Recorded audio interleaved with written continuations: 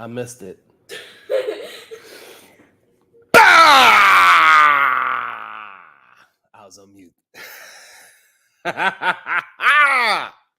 Let's go.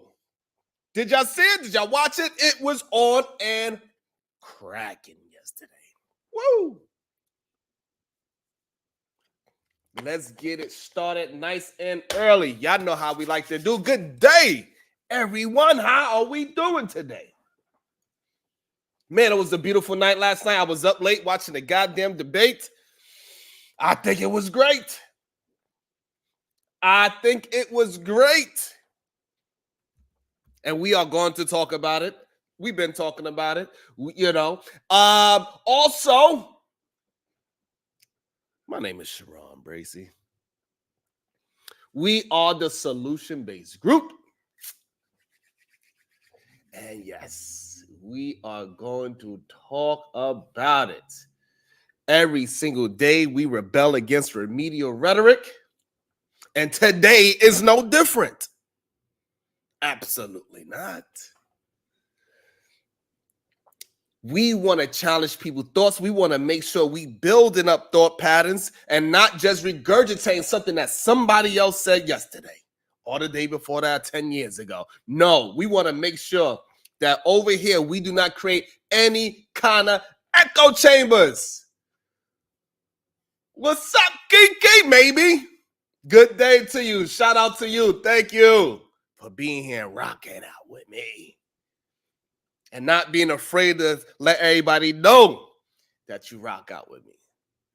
That's very appreciated because good support, good people that is willing to agree with you and disagree with you is a very difficult thing to have in a space. And one thing I'm happy that we are creating over here at the SBG Network is that we are not creating echo chambers. We want people to be themselves 100%. We do not want to baby nobody. We do not want your best representative. No, we want you, who you are into your core. That's who we want to speak to. Because we see a lot of people when they go in places, they be on their best behavior all day, every day. We see y'all. But that was a good. That was delicious.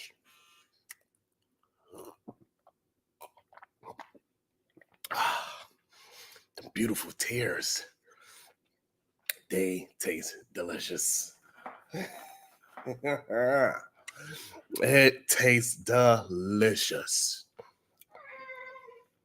What tastes delicious? The tears that all of these men been crying for the past week or two. They've been just crying. When.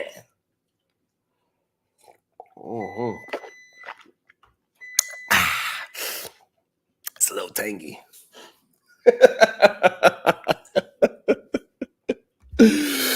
I want to know, did y'all watch the debate yesterday?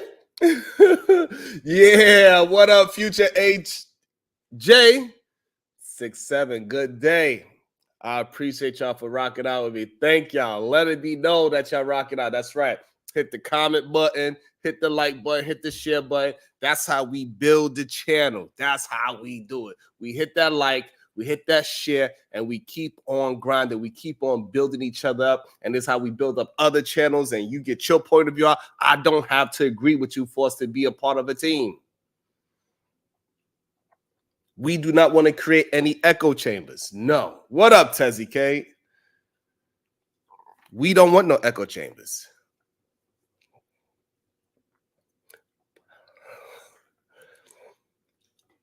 However, what we are starting to see in the spaces, Otis, shout out to Otis, always showing me love, and me and that man don't agree on playing things, but he always come at because he agrees with me about we do not want to see echo chambers. We want to have a beautiful back and forth.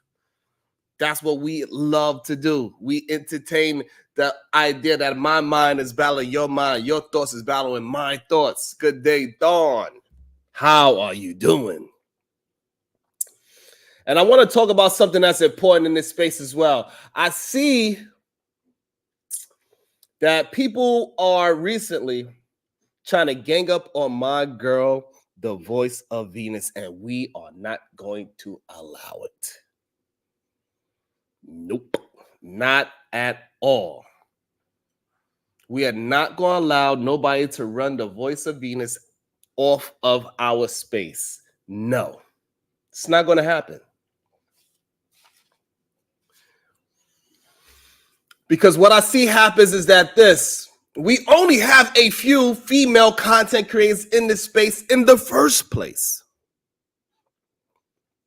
that are actually good, have a great voice, have a good perspective, that can have a conversation in real time and can move and change throughout a conversation, that can also be in the conversation in real time, recognize that they are wrong, say, you know what, I might have been looking at it different, and change their perspective and move forward.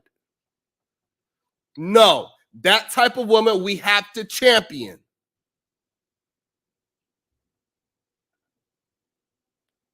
What's up, Robin? Good day. Good to see you here. Robin M is another person that is proof that we do not have echo chambers. Says when she don't agree with Sharon, she let me fucking know it. Appreciate her for being here. She get on my nerves sometimes, but still, she show love and support. She hit a like button, she hit the chat button. We have a conversation where we right, wrong, and different with each other. She still speak her mind.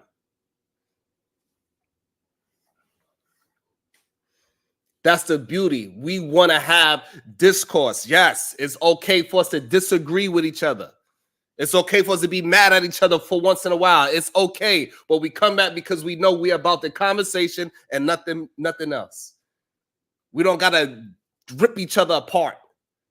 Drink some of this goddamn water.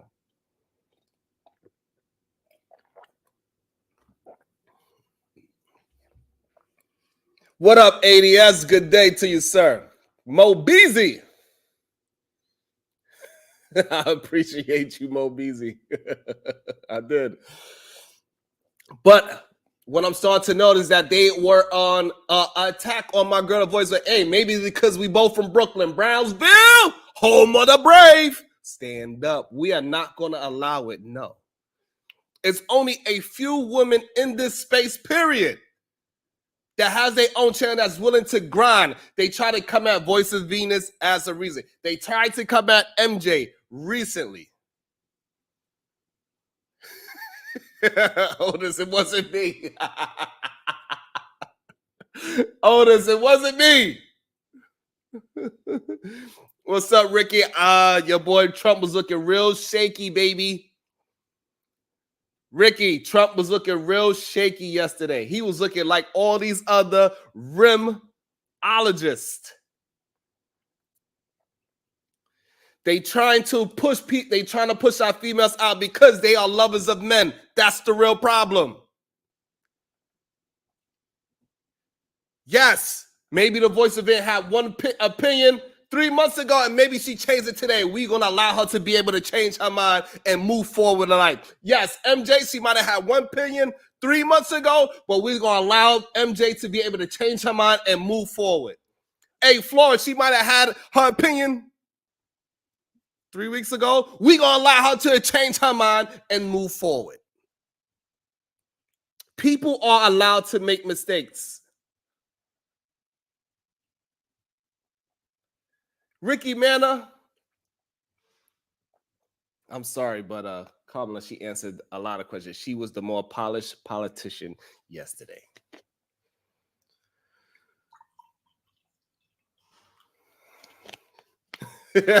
Robin, you're a nut. Robin, you are a nut.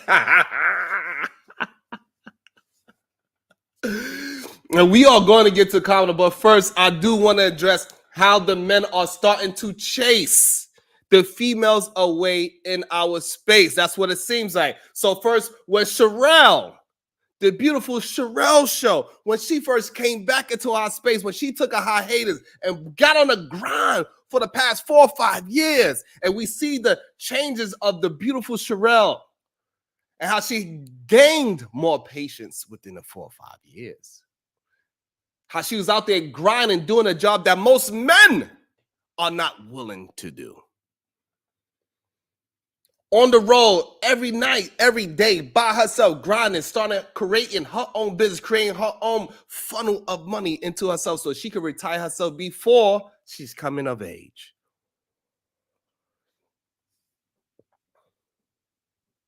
What up, Smitty? Yeah, I got my water, Smitty.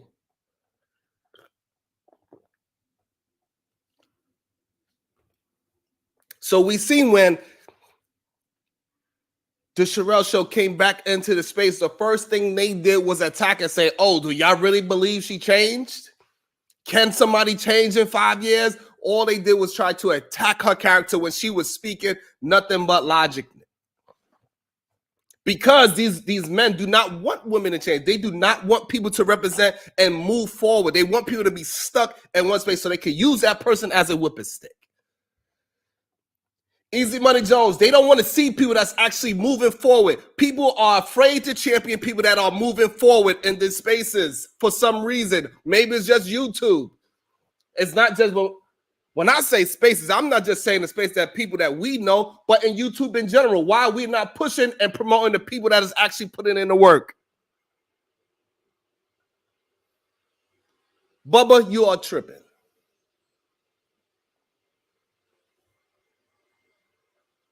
Baby girl, can you turn the air on for me, please? Well, I'm sitting next to my beautiful baby girl. Because anything I could say online, I say in front of my children, around my children, all that, because I'm being a 100% me. For some reason, that is a difficult thing for people to see. People do not champion the people that are being 100% them. Those are the people that get the most criticism. What up, Vincent?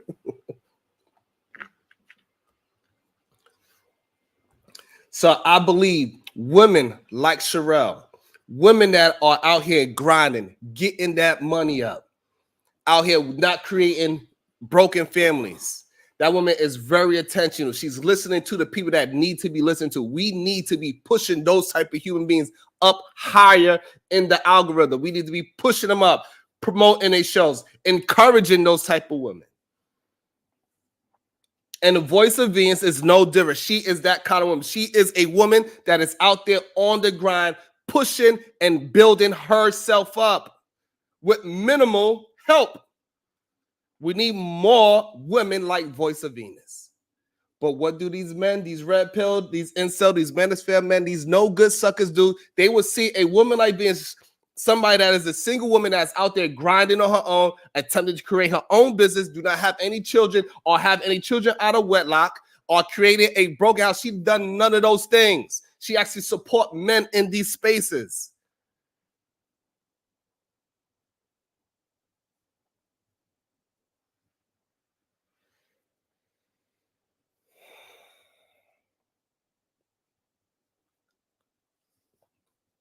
She is a woman that has a mind of her own. She is somebody that can adapt with the times, but for some reason, people want to attempt to attack her just because what? Because she agreed to have a conversation with somebody that is a little sketchy. It is what it is. Why can't we have conversations with sketchy ass people? I don't understand. Y'all do not want to see what I'm starting to understand. It seems like you do not want people to grow. It's a certain demographic of people that do not want other people to grow. So what? She's having a conversation with a sketchy racist and sexist. Yeah, she might be representation of all the foul shit that he said, but why not have a conversation with somebody that's the complete opposite and try to get an understanding, and maybe we could get some light to the situation. Why are you so mad at women, black people that's not a part of the same religion? However, if Voice of Venus was able to pull out a great conversation out of it, why not allow her to have that conversation with that person? Just because what? Because he's an evil person? What does that mean? Just because he's a racist, what does that mean? Just because he's a sexist, what does that mean? Does that mean you cannot now have a conversation with somebody that is represent all those things so you could point out all the little things that other human beings should not be following?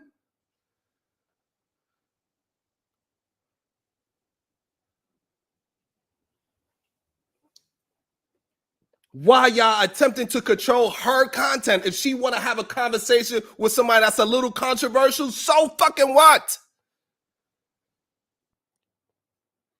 If Imperius want to go to the Voice of Venus show and have a sketchy conversation, let her have the sketchy conversation so they can have some understanding, and maybe a broader audience can have a more understanding as well.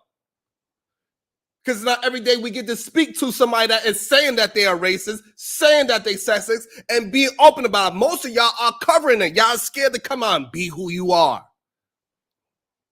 That's what's the problem with most of you. We don't even know, when we look at your channel, we don't even know what do you fucking represent. But however, over here on the SBG, we understand you, men. We understand y'all are trying to hide the women. Y'all trying to get rid of the women that think on their own. And we see y'all. Because y'all only want to be around other men. Y'all don't want to be around an intelligent woman because maybe you, just like Donald Trump, is not intelligent to have a conversation with a woman. And it showed yesterday. We see the difference between certain type of men and the men that have the intelligence to actually have a conversation. Let's have a conversation. No echo chambers. I love that. That's the T, Sugar Bum. We are not allowing anybody to chase and move Voice of Venus off of her mission. No, she has support. We want to make sure the Voice of Venus understands that she got people that support her. She has people that's willing to go to bat for her, regardless of what mistakes she makes along the road. Whoever considers that a mistake, that she's willing to have a conversation with a known sexist and racist. So what? That's what he is. Why can't she have a conversation with him? What are y'all afraid of?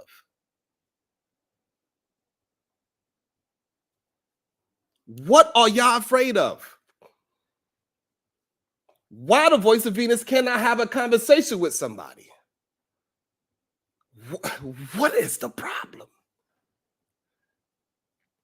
Is the problem that you don't want to see the Voice of Venus actually grow and become bigger than you?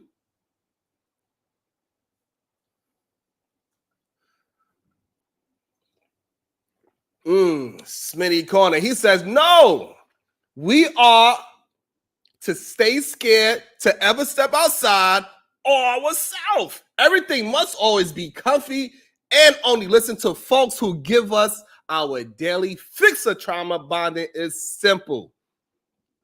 It's insane. No, the only way we could grow, Smitty makes a very good point. The only way we could grow is having difficult conversations with people that we do not agree with and have a civil discourse with that person. It doesn't matter if Imperius is a sexist and he doesn't think that Venus is X, Y, and Z. It doesn't matter if Imperius think that he has some kind of race over another race.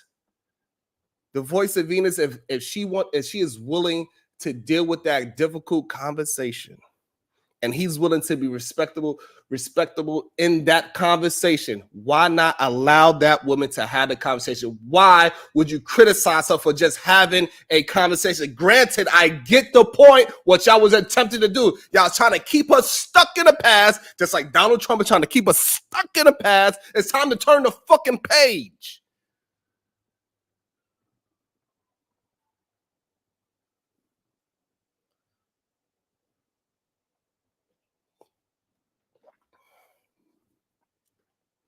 I thought listen to that. I thought the issue was the hypocrisy. It's not hypocrisy if your thought patterns has changed. If you see a different way to attack an issue, that is not hypocrisy. Just because I did something 3 months ago and now I see a different way of attacking the same problem does not mean that I'm a hypocrite. It means I'm using the same situation and I'm adjusting to real life. Doesn't mean you're a hypocrite. You cannot make people be stuck in the same position that they was in 3 months ago, even 2 days ago. At one point, Black Man Unfiltered was unhealthy, and if today he started doing 2 push-ups a day, walk 15 minutes that way, and walk 15 minutes back the other direction, he could start being healthier. I'm not gonna call him a hypocrite. If he decides to take out all added sugar out his diet and he lose some weight, and it starts changing his mentality, because what he said 2 days ago is different from what he says today, and it's fine as long as you maintain it and you keep on moving in that direction. Because what Black Man Unfiltered believed 1 year ago is probably it's probably miles apart of what that man thinks of today. Every day, as we are growing human beings, our mind shifts and changes. And we are going to congratulate people that is willing to shift and change and move conversations forward, move relationships forward, not keep them in the past. So yes, the voice of is was upset at me for having a conversation with some white girl that was being egregious. She was. But I cannot get so angry at the voice of Venus for being triggered by what this woman was saying. She took offense to it at the time. She wasn't ready for that conversation at the time. She didn't want to hear that type of rhetoric from that woman at the time. She wasn't prepared for that kind of conversation. But guess what happened? Me having that difficult conversation, everybody screaming, yelling at me. I took the blame. It's okay. I could be the hero long enough to become the fucking villain. But what happened was everybody started to actually have a conversation about race a little bit more. And it started to shift and say, I understand what Sharon was attempting to do by having the difficult conversation. Everybody was not ready for it the way how I was at that time. And now we come 3-4 months later, whatever it was, 3 weeks, 2 weeks, I don't care what it was. Now, the voice of Venus, she can have a conversation with a goddamn irrational, racist, and sexist. And we are not going to allow anybody to run her off her square and have a conversation until that conversation go left. If the conversation goes left, and we can say, hey, well, she could say, I should have known better, whatever. But what she can say, at least I attempted to move forward with my thinking, to have an understanding, to see why people like him think the way they think. And when you find out the way how people think, you could move forward in life and you could move adjust. So now, in Paris, he is one man, but it's other men that think like him. So now when you hear somebody that conversates like that in real life, you know why his thought patterns are the way they are. And you can move accordingly. You don't have to get so triggered off somebody's words. You don't have to allow a racist and sexist person to move you off your square of who you are as an individual. Because this is one thing people do not talk about. When you go and you argue and fight and dance with the devil doesn't change. You do. Y'all didn't hear me. Y'all didn't hear me. Make sure y'all showing some love and productive energy. Shout out to the cuz for always showing me love and productive energy. About to be a situation. Hey, hey, hey. Brownsville, New York with the $4.99. Kamala put Trump in a headlock. That PA's diva used to subdue Otis. Peace and love to the SBG fam, especially the SBG queens.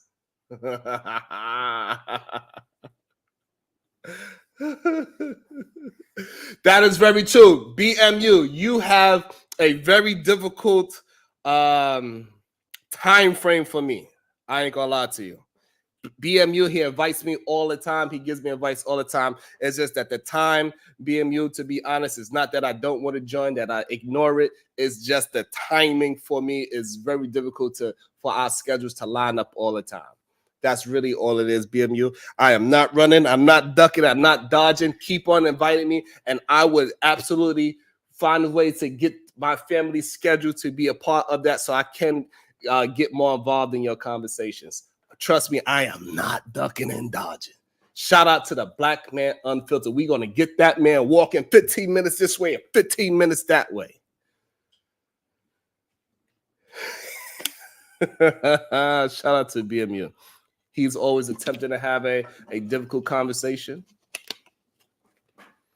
And we are working on him. We are working on getting him out of his rimology. We are going to move him forward. That's right. We are doing the Lord's work.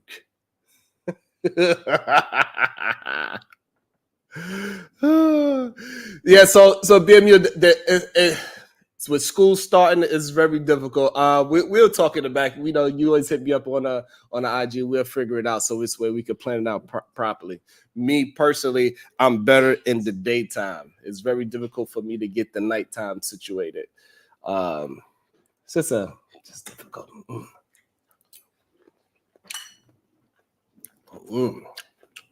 Fruits are so good. I don't know why y'all don't eat more fruits. Organic ones too. Gets my energy going. I ain't even drink no coffee yet.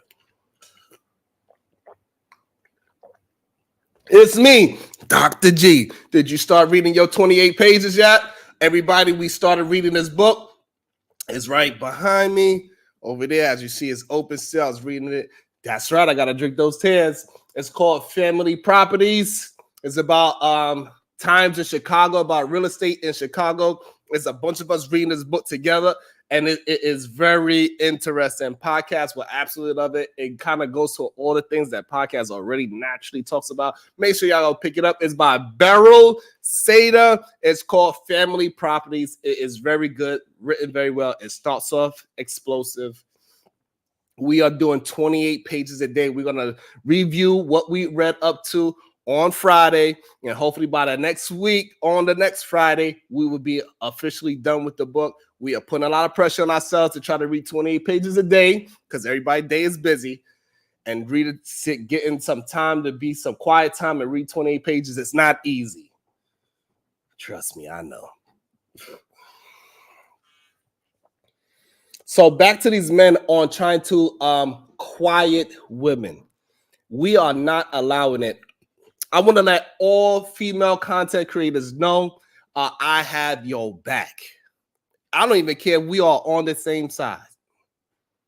I have your back regardless. Just make sure that you are getting your points out and make sure you are able to be your authentic self. That's what I'm all about. People being their authentic selves and not just regurgitate what they heard from somebody else say. Actually doing the research and backing up with logic and having thought patterns, not just saying shit. And I'm sorry, Voice of Venus is one of them. And right now she's being under attack by these male content creators by trying to pigeonhole her to something that she said to me. And me and her had conversations about it, and we moved along. And we moved forward. We disagreed with allowing that person, but now she has a different point of view when it was up to her having a conversation with that human being. Maybe today she still don't think that that white woman should have that conversation with us. But she felt like that white man that is sexist and racist, she felt like she could have a conversation with him. That is up to her. She has full autonomy to do so. Sugar bum, ding, ding, ding. Sugar bum, yeah.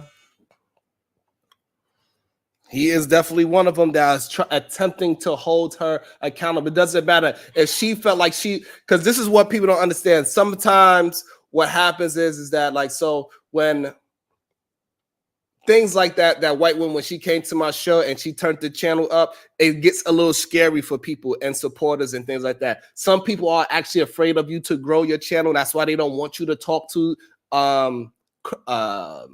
controversial people, because guess what? Controversial people brings the numbers into the show without a doubt.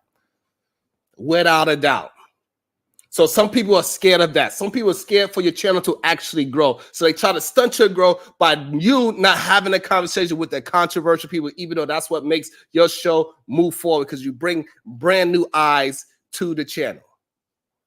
So they want to keep you to themselves. They want you to stay there. They don't want you to go higher than them. It got those people. And then it got the people that's actually afraid that something might happen to your channel. They say, hey, don't talk to that controversial person because they got struck in. They got their channels deleted. They got hurt. And these are those. So it got those two forms of fear that people might put on a content creator. However, with the voice of Venus, the kind of fear that I think they was attempting to put on the voice of Venus is that they do not want that woman to grow, even though she does all the right things. She is a woman that is working by herself. She got her apartment by herself. She is attempting to build her business by herself. She is also a young lady, beautiful young woman that does not have any children, did not create any children out of wedlock. All the things that these red pill men be champion, she is that. A woman that's not just moving off of her emotions, somebody that is attempting to think and battle her emotional state with her logical state. That's what Voice of Venus is.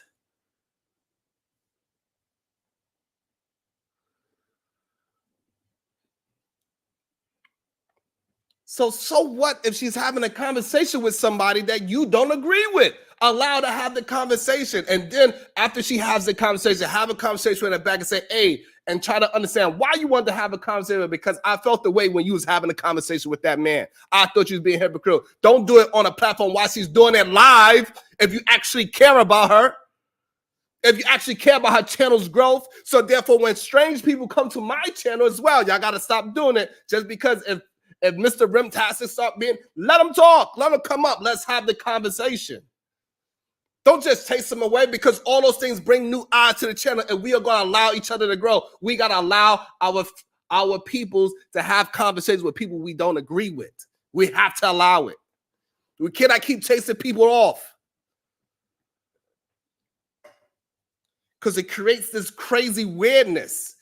So therefore, Voice of Venus, she had every right to speak to that sexist, racist white man all she wanted to. And she had every right to say, Sharon, I didn't like it when you were talking to one. And then we have a conversation about it. She said, oh, I get it. And I can have a conversation with if I disagree with it. But I don't disagree with it. I think she should have conversations with multiple people, because I think she's intelligent enough to do it. But one thing y'all not going to keep doing to the Voice of Venus is make her think that she don't have people that's in full support of her. One thing we are not going to allow y'all men to do in these spaces is act like people like Sherelle do not have the full support of men. At least a man like me. Guess what? The Voice of Venus got my support. The Sherelle Show, she got my support. Sexy Red TV, she got my support. Flora, she got my support. Conversations with MJ, she got my support. Raw B Privilege, she has my support. It doesn't matter if I agree with them 100%. Most of the time, most of those, a few of those women that I said, they don't agree with me at all. But that doesn't mean I can't support them. Some of the women was able to make crazy mistakes in real time in front of all of us. That doesn't mean I can't support them. Those are human beings, and they are allowed to make mistakes and correct their mistakes. I don't care if it happened yesterday. I'm going to support people that are attempting to be their authentic self. I'm not going to allow any man to pigeonhole any of the ladies into a certain position forever. No.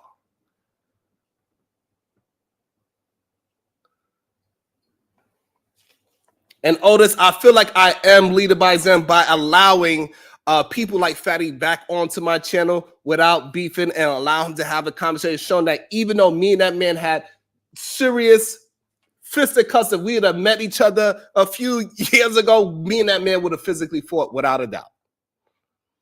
And me and him both allow each other to be in a space where we could disagree, fight, blah, blah, blah, and we could keep it moving. I'm attempting to be that and have those conversations with people that disagree with me all the time. Go to their channel and allow them onto my channel and have difficult, controversial conversations with those people. But we have to allow people to have the conversations with strangers, because we all are strangers at the end of the day. We got to keep pushing the people that are doing the right things to grow. We got to give them the needs to grow. We got to hit the like button. We got to hit the share button. We got to hit the super chats.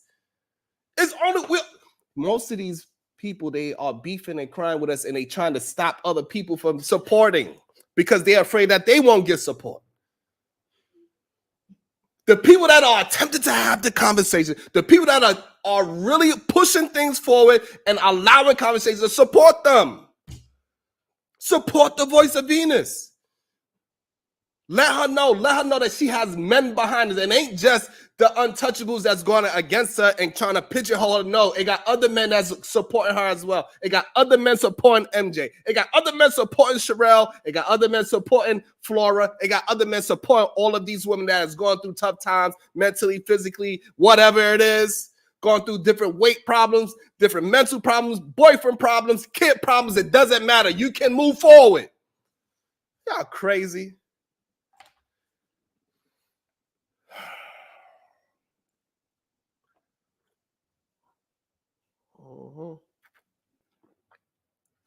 That's right. We here on the channel, you know what? We all jumped out and bought Dr. G's book so she could start. And hopefully some of these Rim brothers could pick up her book, because we see they are only reading at a 4th grade reading level. And it's a great book. Don't you think, baby girl? That the book is good so far? Dr. G's book. Awesome.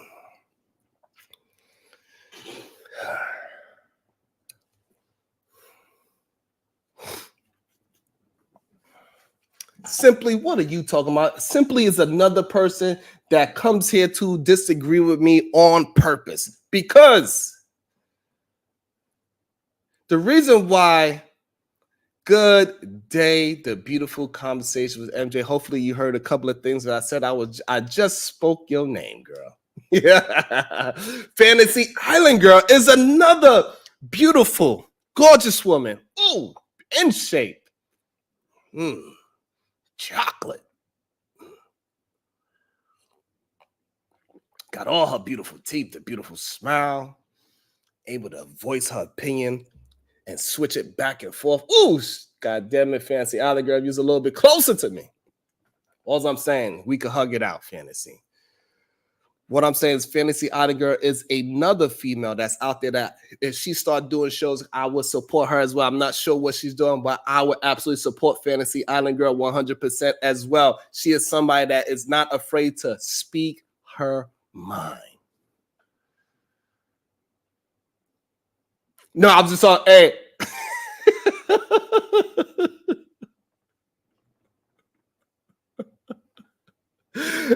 Fantasy, I was just saying, you know what I'm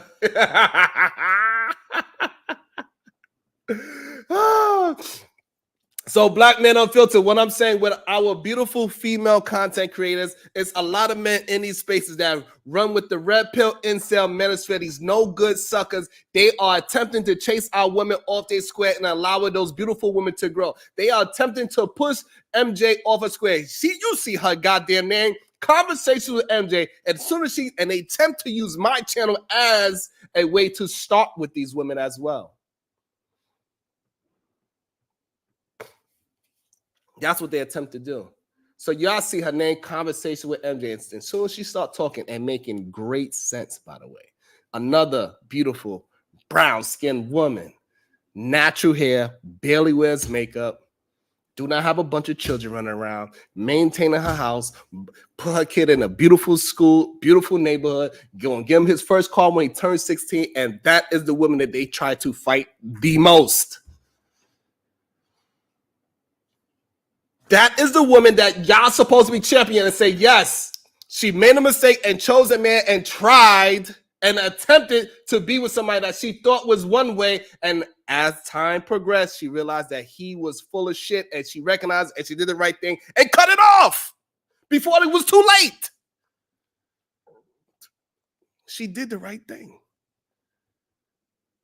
But you know what they do? Every chance they get to see with MJ, they tend to push her down and keep her pigeonholed to that one decision she made 7 months ago. Like she's not allowed to make a mistake. Like she's not allowed to be a human being.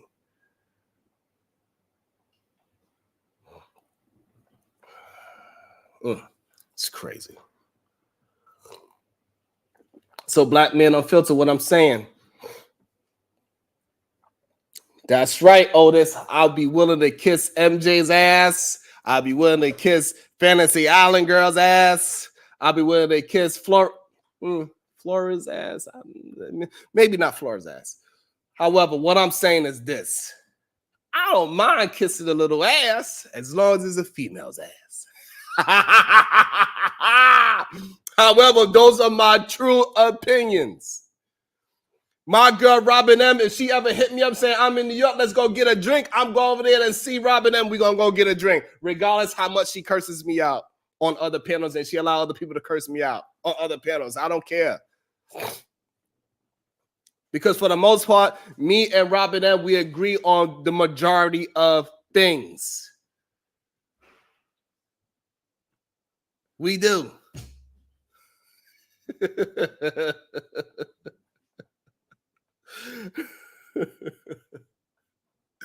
You know what I'm saying? So it doesn't matter that Fantasy Island Girl doesn't always agree with me. Conversations with MJ does not always agree with me.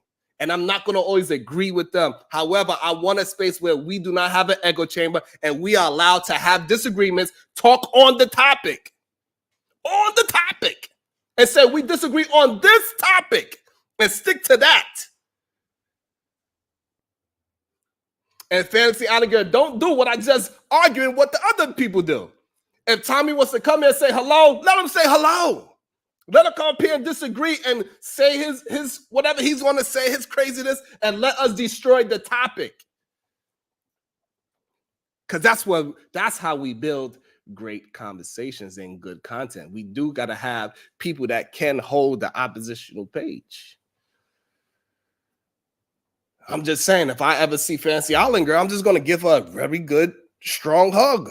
So.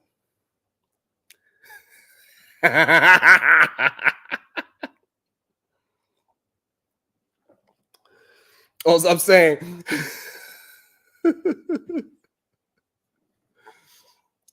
All I'm saying, if Mr. Rim Taxer was to come here, he wanted to have a conversation, we could go back and forth and all that. Let us have the conversation is what I'm saying.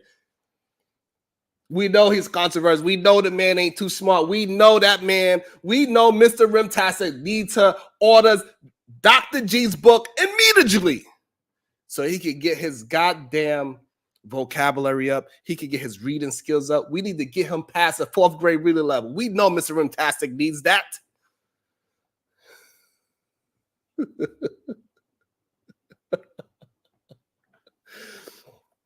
We know Otis Hoop Podcast need to read Dr. G's book so he can stop saying squirrel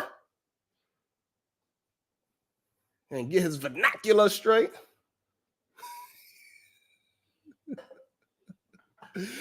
We know we don't time people out over here. We allow people to talk, they talk, but it is some people that are a little bit sensitive and we got to give them a little bit of grace so they won't be so afraid. They're scared. They're afraid to come out themselves. We know it is so many emotional men out there. You say one thing about them, they get scurry.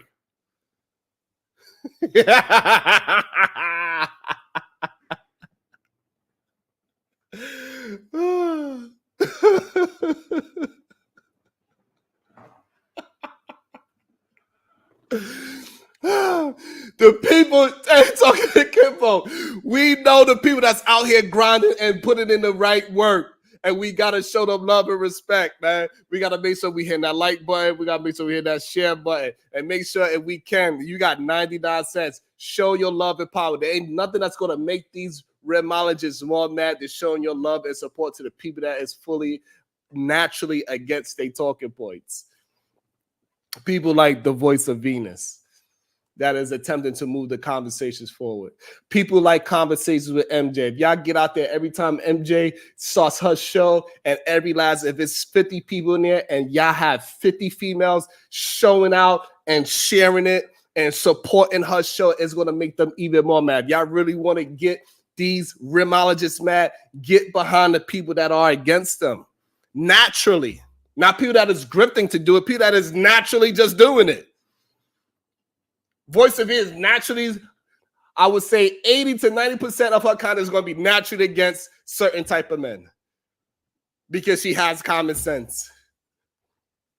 Conversation with MJ Solomon show, 80 to 90% of her content is going to naturally be against the rimologist.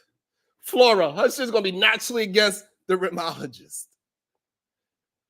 Fantasy Island Girl, she started up a show, it's going to naturally be against the rimologist. It's just what it is. It's just naturally going to occur. It's going to be some shows where she's going to be on the men's side. It's just what it is. Because they are real life human beings. They don't have a disdain for the opposite sex. Hey, yes, Lee. Yes, Lee. Even simply, as much hate that she attempts to give me, she actually loves me. She just don't know how, because us as a people, sometimes we do not understand how to just show each other love and be okay with it. So Simply is one of those people that do not know how to just say, Sharon, I fucking love you, god damn it. And if I ever see you, I'm gonna give you a big old hug.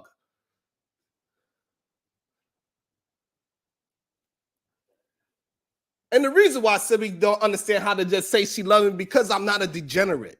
It's very easy for a lot of people to support degenerate behavior. It's difficult for some strange reason for a lot of people to go out there and support people that are in a productive trajectory. Leah, I got you.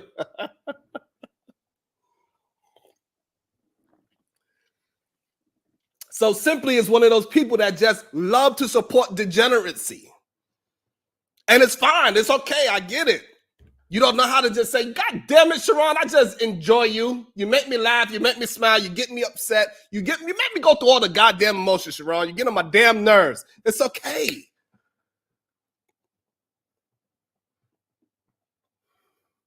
It's okay. Just because you support me doesn't mean you don't support Jay Prince, for example. It's okay. Just because you enjoy whatever I did doesn't mean you don't enjoy somebody else. It's okay. You can enjoy good content, and then you can enjoy bullshit content as well as the other people do. It is a space for what is it called? It is a space for to-be content. You know, some people is content creators. Toot my own horn, toot toot. And then they got the to-be content creators. Y'all know who the to-be content creators are. And guess what? Tubi gets a lot of love too. And it's a bunch of horrible content.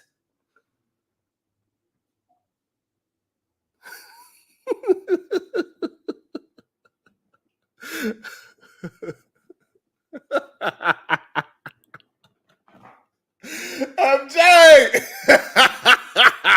I'm just saying, we got great content creators that is doing thought provoking. We got content creators that's doing Emmy style content, Grammy style content. Then we have the Tubi Award content creators. They have a spot too. It is a place for horrible content creators. Sometimes we like to watch a train wreck. It's okay to watch a train wreck every now and then. My wife laughs at me every time I watch a horrible movie, and I be thoroughly entertained watching horrible movies. That's right.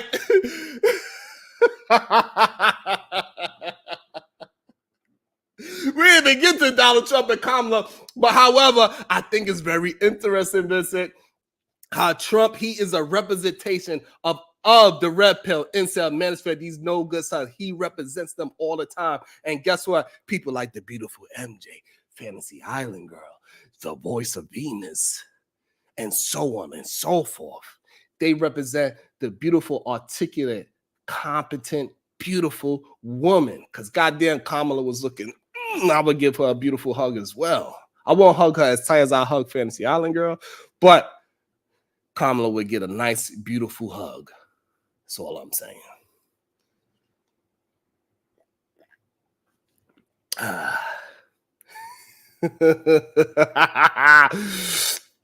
They said they want me to drop the link. I'm going to drop the link. Anybody's afraid of no ghosts? Where are my people at? Where are my people? I want to know who and where are my people at. Let's see how we doing with the likes. Let's see if we disrespectful on the likes. God damn. I'm just having a conversation with y'all about it. We're going to pin it to the top. Let's see if we can get at least 20 more likes. That'd be nice. That would be nice. That would be nice. We got to watch out for MJ. MJ, she's plotting against me. We got to watch out for her.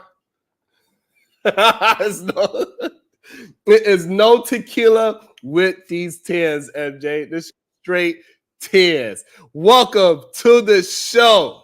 Somebody that always have my back as well. Always let me know when I'm absolutely 100% wrong. Every single time, never holds back. Welcome to the show.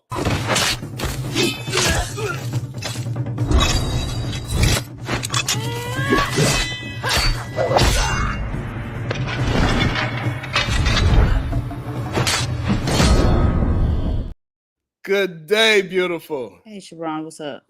I'm all right. Uh-oh. I don't like that tone. No, this is day 2 of my raw detox diet, so feeling the effects. I'm hungry and tired. You'll be all right. You know, here's the thing, PhD. When I learned about fasting, I never knew hunger. I always thought I understood what being hungry is until I fasted. The first 2 days, that's not even what we are craving. It's not hunger. It's really just water, what we need. It's just our body adapted to it. It's like, hey, what the hell you doing? Right. And it's just really so our body's trying to make you upset so you could go ahead and get in remission to all the sugar that we usually get. Okay. But it's not really hunger. You don't know our body don't actually go into starvation until we don't eat nothing. I'm talking about nothing. Like if you I'm talking about water, like you have to absolutely eat nothing for at least 4 days to actually for your body to start thinking that it's starving. It's kind of crazy. Oh, you've done a dry fast before? No, I couldn't get that far. I did just water though. Okay. I did water for 4 days. Only water. I've done while doing 2 jobs and everything. All I had was water. Yeah, I did water for 3 days. I'm gonna try to do a 5-day water fast this time. That shit ain't no joke. I know. I only reason and I did it while I was training for marathon, so that's the only mistake I really kind of did. Mm-hmm. So I lost weight rapidly because all that water was gone. I lost a lot of inches first though. I lost inches first, even though I'm already have a small waist naturally. I lost a lot of inches by just water fast. It was crazy. All right, you better be snatched. All these hugs I be trying to give out, right? So what is your thoughts, PhD, on all these men attempting to silence our beautiful girl, the voice of Venus? Okay. So as usual, I don't know what the hell is going on. So what happened? Shit. So you remember you actually was here when it was going on. Mm-hmm. You remember when the voice of Venus was here having a conversation with me, you, Beans, and a bunch of other beautiful characters that we had on the show, and this crazy ass dude named Pope something, the imperious white guy. And he was going at Fatty, cursing Fatty. I call him all types of you brown people and you mongoloid this and he was going in. Like, people was kind of allowing it to happen, which I understood because it's Fatty. So people kind of like, don't mind Fatty getting cursed out. I get it. Mm-hmm. But people also was like, hey, a lot of those insults could be universal, motherfucker. Mm-hmm. What do you mean, you brown people? Mm-hmm. And then, he also had a lot of sexist comments saying that women shouldn't be doing this. They should be just pregnant. He don't even need the woman. We could put them in a coma and just create a baby. and pretty much saying that we could treat women like cows, right? Mhm. You know, just impregnate them, put them in a thing, milk them, and we could just keep the babies going. Isn't that when I dropped him? That is. Okay. And so, but the next couple of hours later, and also welcome to the show, Tezzy K. Good day, sir. How you doing? Well, good, Sharon. Been a long time, man. I'm doing well. I see you got that skin routine going. That's awesome. And so she had him on the show that night, and they was having a back and forth conversation. Okay. And so, you know, the Untouchables went on her shows like, didn't you tell Sharon not to have a conversation with that white woman Mm-hmm. that said the N-word? And y'all was all up enraged, especially you, Voice of Venus, mad at Sharon, and now you want to have a conversation with a sexist and a racist? Okay. And they trying to call a hypocrite for that. Okay. And so now it's a bunch of people that's just causing confusion and stress for my Brooklyn native, beautiful baby girl. Speaking about beautiful, let me welcome somebody into the show. Nope. You know what? Hey, yo, sure.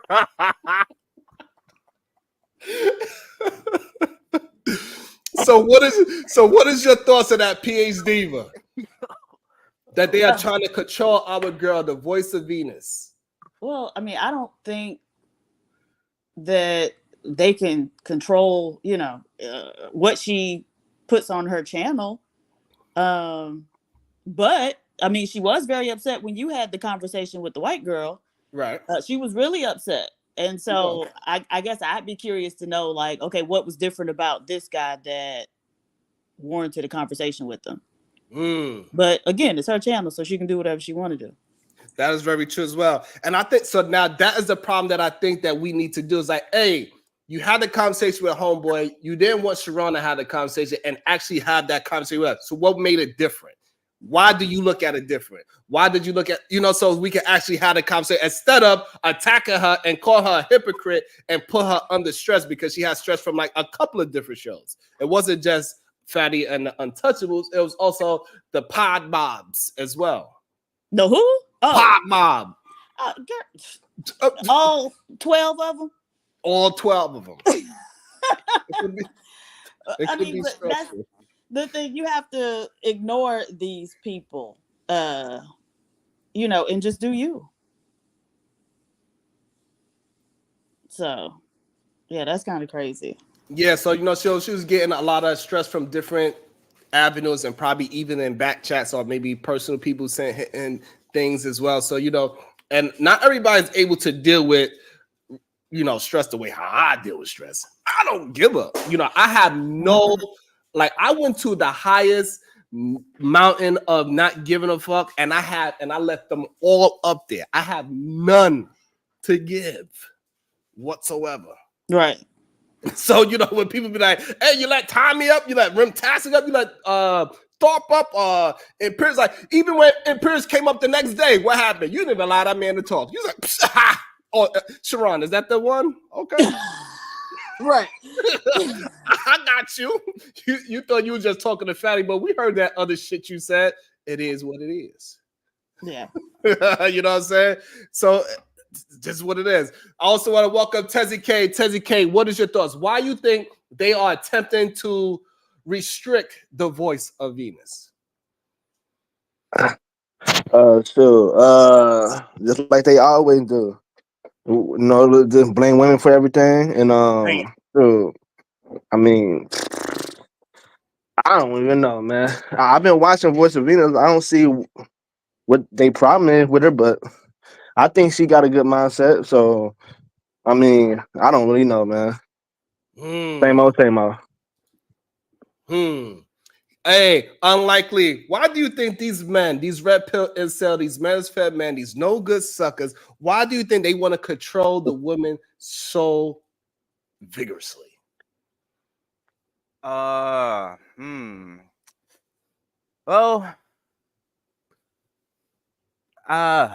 why do they want to control the women so vigorously? Control gives them the ability to not get their feelings hurt. What? Wow, that is interesting.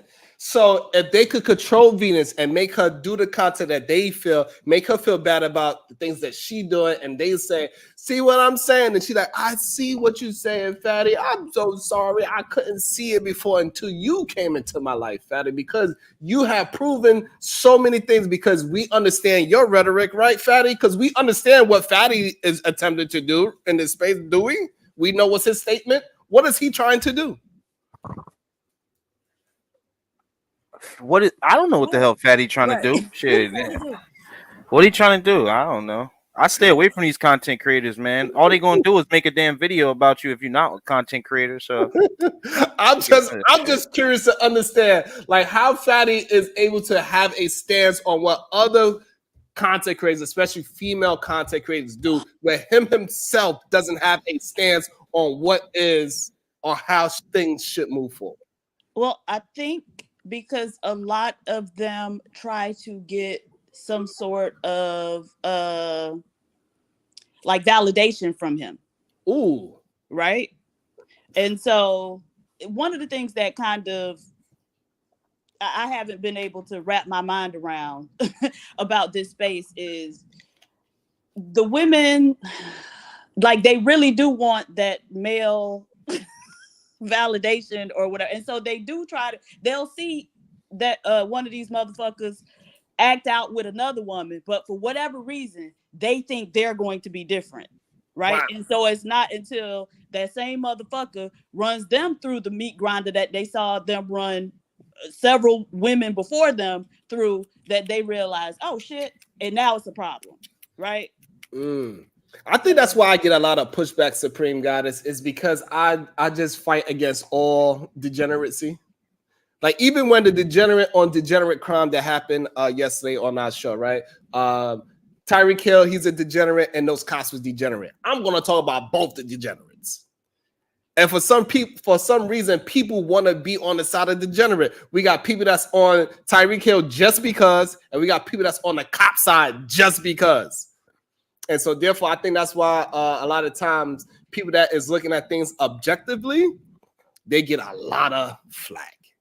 They want to get beat up the most. And I think Voice of Venus is leaning more towards objectivity as of lately, especially. She just want to have more open conversations and have the ability to change her mind. If you just come up with something that was just so profound, she's like, maybe I should change my ideology. And maybe that's what could have happened. One point, she didn't like me talking to that white woman, and then now she's talking to a white man. Maybe something happened and changed her mind to be willing and have the emotional fortitude to have the conversation. Because people was very mad at you as well, PhD, for not just immediately cursing that girl out, and for you to recognize that, oh, this is what you want me to do, and you didn't give it to her. And so people was also mad at you for that. Right. But the thing is, people know I don't give a fuck. Right. And so that's only going to get you so far. Right. They were outraged and upset when I said that I would never birth one of them degenerates into existence. Right. It does not matter to me, because if you come and try to say anything, I'm going to just cuss you the fuck out, and you're going to be even madder when you leave. Shout out to the beautiful Sexy Red TV, another female content creator they try to control, but guess what? She would not be controlled. Keep on grinding, baby girl. I appreciate Sexy Red TV. Lee, what's your thoughts on that? Why do you think they want to be? Do you believe that people are attempting to stifle people's growth by not allowing the content creator to have controversial conversations? Stifle, not stifle. I think it's just super competitive over here. And when you say something, there's other channels and we all kind of familiar with each other, so another channel gonna come pull it up, just like you said yesterday. 3 people you said was reacting to you live, you know what I mean? So it's just the space, man. If you say something and they feel like you didn't let them get all their words out, or the show ended too quick or something, they gonna go on their channel and do a whole like hit piece on you. So it just, you know, it is what it is. It just comes with the territory of being a, you know, this specific version of a content creator. Like if me and you say something crazy right now, they're gonna be recapping that. Like I was on Fatty's show. Well, I wasn't on his show. I'll never go on his show, but I was in his chat. No, I wasn't in his chat. I just watched it for a minute. I saw him reacting to something that y'all was talking about. I think he was talking about Venus. And again, man, it's like everybody done said some wild shit. You know, everybody done said something that people can, you know, refute or disagree with. You know, I don't know, man. It just come a time where it's like, man, like, I don't know, man. Like, this space is crazy, bro. So the thing is that I don't think it's that. I think we get too caught up in saying this space and saying that everything is a money grab, and we get caught up with the remedial rhetoric. It is not just this space. It is YouTube in general. It ain't just happening in the Black YouTube space or the Fight Club space. This is happening in YouTube, period. As we can see with somebody like Donald Trump, somebody that is not particularly in this space, he still acts and moves the same way how all of these other remologists move. Did you see him last night? Yeah, I saw some of it. Like the the amount of degeneracy this man was coming out of this man's mouth was ridiculous. So he a rim brother? He is absolutely a rim brother. Like even when they was attempting to have it, like just think about when if you used to start listening to people that saying that Trump, he got ambushed on that show. Oh my God. They're not even saying that he was horrible. He couldn't answer no question. They asked him a simple question. Do you regret anything you did on January 6th? Wait, Nick, that's ambushing him? I mean, he should have been prepared for that. For real. And you know, did you hear his answer to that, Piers Diva? No. Oh my goodness. He said, well, January 6th was not what they said it was. I told the people to protest in peace. And I was one of the people. It was Nancy Pelosi's fault because I told her to get the National Guard. And she didn't want to get the National. Even her daughter said it was Nancy Pelosi's fault why those people stormed up in a place. And by the way, it was a police officer that shot one of the crazy ass January 6th, which was very just, I don't know. Yo, Sharon. What I'm saying, I didn't have nothing to do with January 6th. That was not the fucking question. The question was, do you regret anything on that day? Could you have done something different was the question. Yeah, but that's what he always does. You ask him one thing and then he responds to whatever he wants. And that is the problem. And for some reason, these rim brothers act like they don't see that. And that is a fucking problem. And he does the same thing that a lot of these other men do as well. When you ask them direct questions, they just start talking about something completely different. Right. It's adjacent to what we asking, but I asked you a direct question. You could have easily said all of that shit, right? And then at the end of it, said, I do not regret anything I did. Or say, yes, I regret it, whatever. You could have still answered the question after you did your fucking soliloquy. But he chose not to because he's a rimmer. He deflect. He was the king of deflection last night. He didn't answer anything, Lee. Yeah, nah, that shit was crazy, man. It really just shows that our country is built on, the patriarchy. You know, Ooh. It really do. It shows that we have still a racist country, gun-toting, misogynistic country, because think about this. It shouldn't even be a fucking competition right now. This guy was impeached. That's the end of it. You're about to like, you got a bunch of black men, white men, whatever, ready to re-elect an impeached person, a fired person, back into the same position he was fired in. Like, I was watching it, and I'm just like, yo, this why I be just chilling to myself. I go to the beach, I chill with my girl, I got my cat, and I'll be chilling. Because I can't trust this country got some crazy, you understand what I'm saying, Sharon? Like, absolutely. Bruh, I was listening to the whole thing. I'm like, what the fuck is this guy talking about? Yeah, why is he up here? Why is he up here? It was a little weird. Hey, PZ, did you see the part of about Roe v. Wade? I did see her say something about Roe v. Wade. Apparently, I wasn't watching that closely. What happened? Oh, man, that part was pretty good as well because she brought it up. They asked about the whole baby deletion thing, and he was like, she's like, Trump and his administration, they made sure they put 3 Supreme Court judges on in office so they could purposefully to overturned Roe v. Wade and got women not able to have full autonomy of their own body, and that they have to the whole the whole 9 yards cooked them up.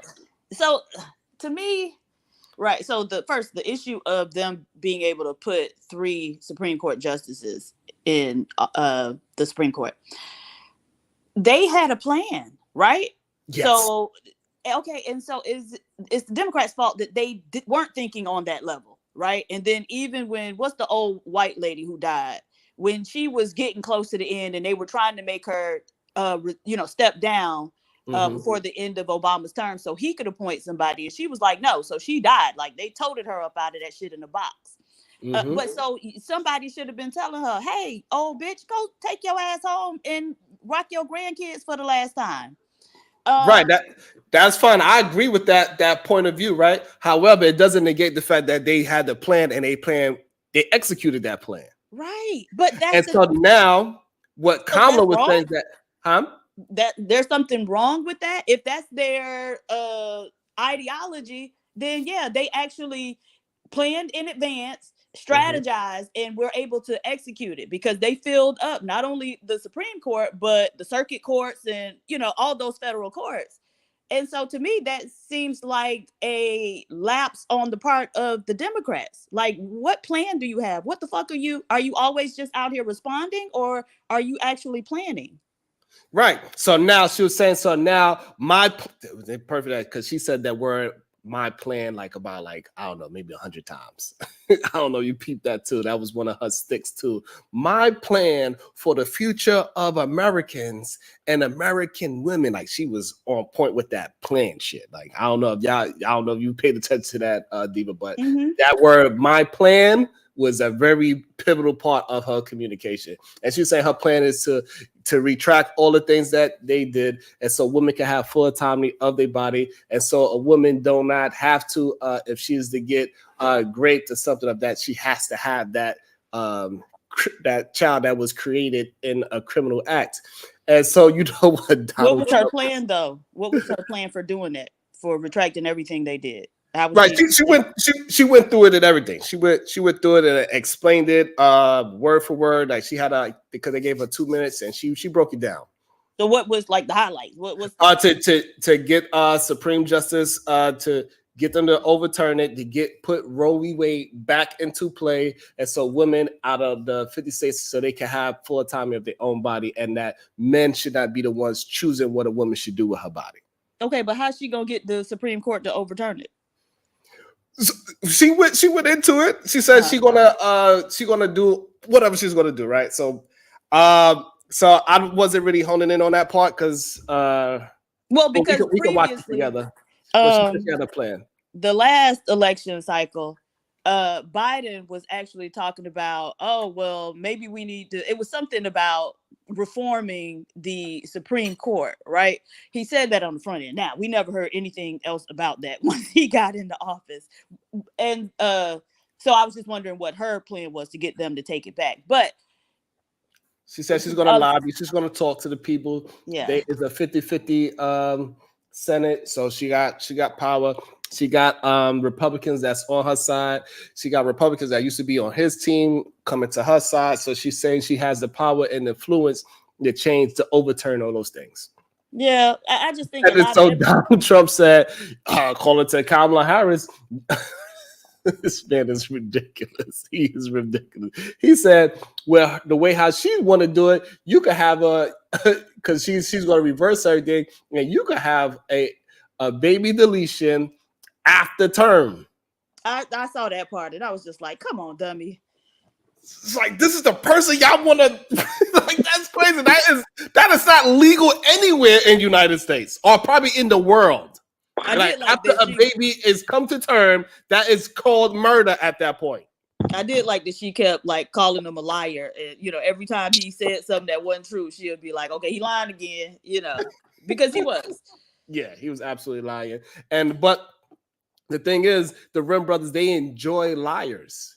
They enjoy to hear people even if her plan is not solid, she's attempting to do something. The same way how they attempted, they wound up executing their plan with the Roe v. Wade, but it was a plan nonetheless. And you got to convince people of your plan. And they convince people to do it, and now she got to convince people to overturn it. Yeah, sure, right. Let's get to the nitty gritty, right? Who you think gonna win? Because I think Kamala gonna win. It's gonna be tight.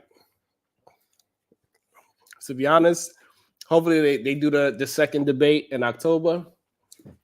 And I think if they do that, it will be if she does well again, the way how she did last night, because I think she did very well of holding her point of view and looking like a politician. She clearly is the more competent human being on that stage last night. She was able to formulate those, even though people want to say, oh, she has a lot of word salad. She's a fucking politician. Yeah, but she's I think a lawyer. And that's the interesting thing, though, because she's a lawyer. I would expect her to be a great orator, but she's not. You don't think she was good last night against Donald? I think she, probably did better than I would have expected her to do. But I think he did better than I would have expected him to do. I thought he was going to get up there and really just show his ass. So, but just generally speaking, I don't think she's a great speaker. And she also just comes across very disingenuous. And I think that's my biggest issue with her, that she just seems very disingenuous. And do you think Trump sounds genuine? I think you gotta kind of be genuine to be that stupid, right? I don't think you're gonna make up some of the dumb shit that he say. You gotta think that. I think it's too dumb to even come up with, right? God damn. Chicago-rilla, would you rather somebody disingenuous and that could have world salad, or somebody that's just dumb and genuine? Chicago, you on mute. I think it was I thought she did a really good job, to be honest. I think she was attacking him very well and attempting to move things forward. I think that's why she kept with the turn the page, and she built on a good debate on formulating that, hey, he's living in the past on past things. He's still debating Joe Biden. I'm moving forward. Like she made sure they made, but I think my opponent think I'm Joe Biden. Right. I'm not, sir. Okay. And I think she did a really good job of that. I think she was able to be funny in a way, especially when she did that with and then Donald Trump makes it funny because he said, I think my competitor think I'm Joe Biden. He said, I'm like, yo, this Donald Trump faces. Right. The faces had me rolling. He is a nut, and he was horrible at debating last night. Like when he had her on the roast about bringing everybody out of war and leaving all that money over there in Iraq and everything, leaving all those and giving helping Iran get money by leaving all of that equipment over there. And so now Iran have a little bit of money, so now they could start forming Talibans and stuff like that. Even when he had her on that, he wound up letting her off the hook because he's just that dumb.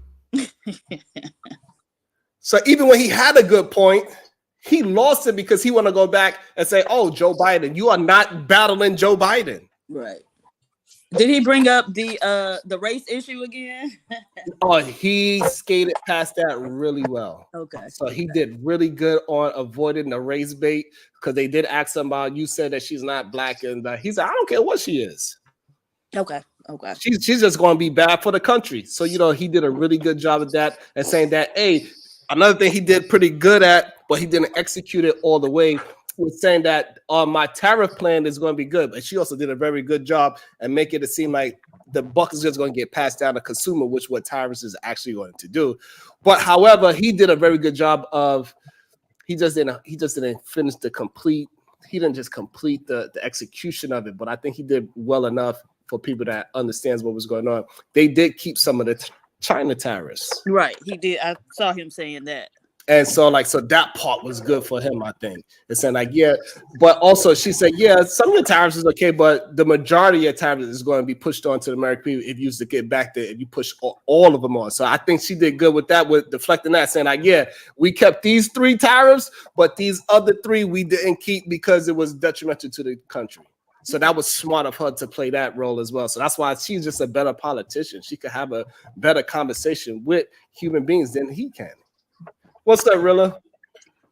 Yo, what's going on? My bad, man. I heard you ask me something, and then like clockwork, my wife was like, "Hey, cat dog." You see, I just jumped on this man better. Now you had me all morning. Now you want to ask me questions? Absolutely. That's how it goes. Yeah, always. Yeah. So my Sharon, are you on record having voted for Trump last election? No, I'm not on record for saying that. No. Okay. I just wanted to make sure. So overall with the debate, I didn't see, winners or losers. I know people hate this answer. I'm really smack dab in the middle. I'm still waiting to hear like policy and clear direction. I'm not getting none of that. The debate to me is like pageantry, right? It's like pomp and like it's a show. I wasn't expecting too much to move the needle one way or the other. What was more disappointing for me was like I saw people's commentaries, and you could just kind of tell like it was nothing but gangbang, right? So the people that was Republican, they was, oh, Trump got her on that one. He wasn't really saying too much or nothing. That eating dogs and cats line was crazy. Hey, and the way that he just say stuff so effortlessly, you know what I'm saying? Like, I'm glad people, I know Baby checked them on the baby deletion part, right? Beautiful, like too. It was crazy. And then with Kamala, I know that people just, I don't know. I think a lot of people just go in just because they don't like her, period. Whether it's her personality. People say, oh, she comes off phony. I mean, I wouldn't disagree with that, but all these, which politician is like comes across politician. You know what I'm saying? Like, which one of them comes across as like real to us? I mean, what, Clinton playing a saxophone or the I don't know. Trying to have a conversations and move the needle, right? But I think they did have some policy talk.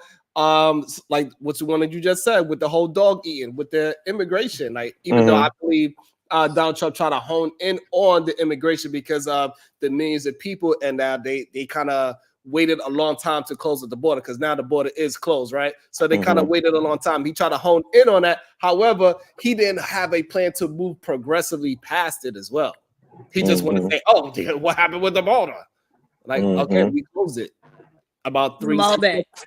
Yeah, we closed it about like 3-6 months ago. So yes. So like, it's like the dog eating thing. So the dog eating thing was crazy because Donald Trump is like, they let all these immigrants, they let all the criminal immigrants, all of the drug dealer immigrants, they let millions and millions and millions. He don't put no number on things. He just say many millions. Like, how y'all allowing this, right? He's like, many. It was many. How many? It was many. Many millions of criminals, many men, drug dealers, and the ones that came over here, they was eating dogs in the street. They just cook up all the cats and the dogs in the street. They just eating dogs. Yeah. It's like Springfield, Ohio. Yeah. It's like, what are you talking about, bro? People are not cooking up dogs on the street. Y'all don't think some of them do eat Joseph meat? So here's the thing: whether they do or not, it was like an internet rumor or something like that.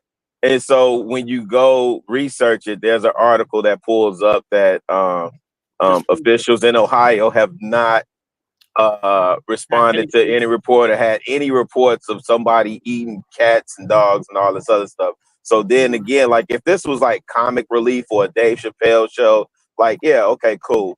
But you're talking about somebody who's running for the highest office in the land, who's supposed to be informed on these things, and just throwing around fodder and banter, just willy-nilly, like, you know.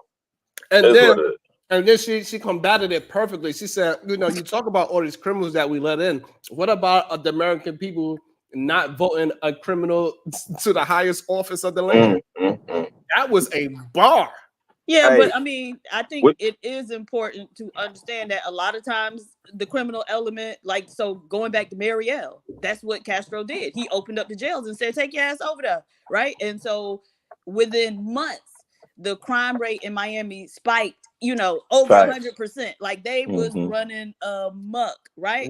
And so I think it's important to not discount the fact that these people are coming and they're not leaving their customs and traditions behind when they get here, right? And so when you come from these desperate places, your behavior tends to be very desperate as well. So even down in Miami, and them people that have been there for decades now, they finding horses, you know, with the heads missing. You know, they found the remains of horses. They down there eating horse meat because back in Cuba, apparently they eat horse meat. Right. So like, that's another good point that she combated as well, right? So she said, hey, you trying to say that violence, because he said violence around the world is down and in America is up. Again, well, that's a lie. Huh? That's a lie. Right. And again, she proven like with facts, like, hey, this man is just a liar. Like, no, the crime rate nationally is down. Right. It's just you cannot say something like that and try to make it seem like under Harris and Biden that all of a sudden all these people are just running rampant. And then when we look at it, it is not true. It's crazy. You know what? I was watching the creator last night. He was hosting the debate, right? The viewing party or whatever. And as they was going through, it was interesting to see, man.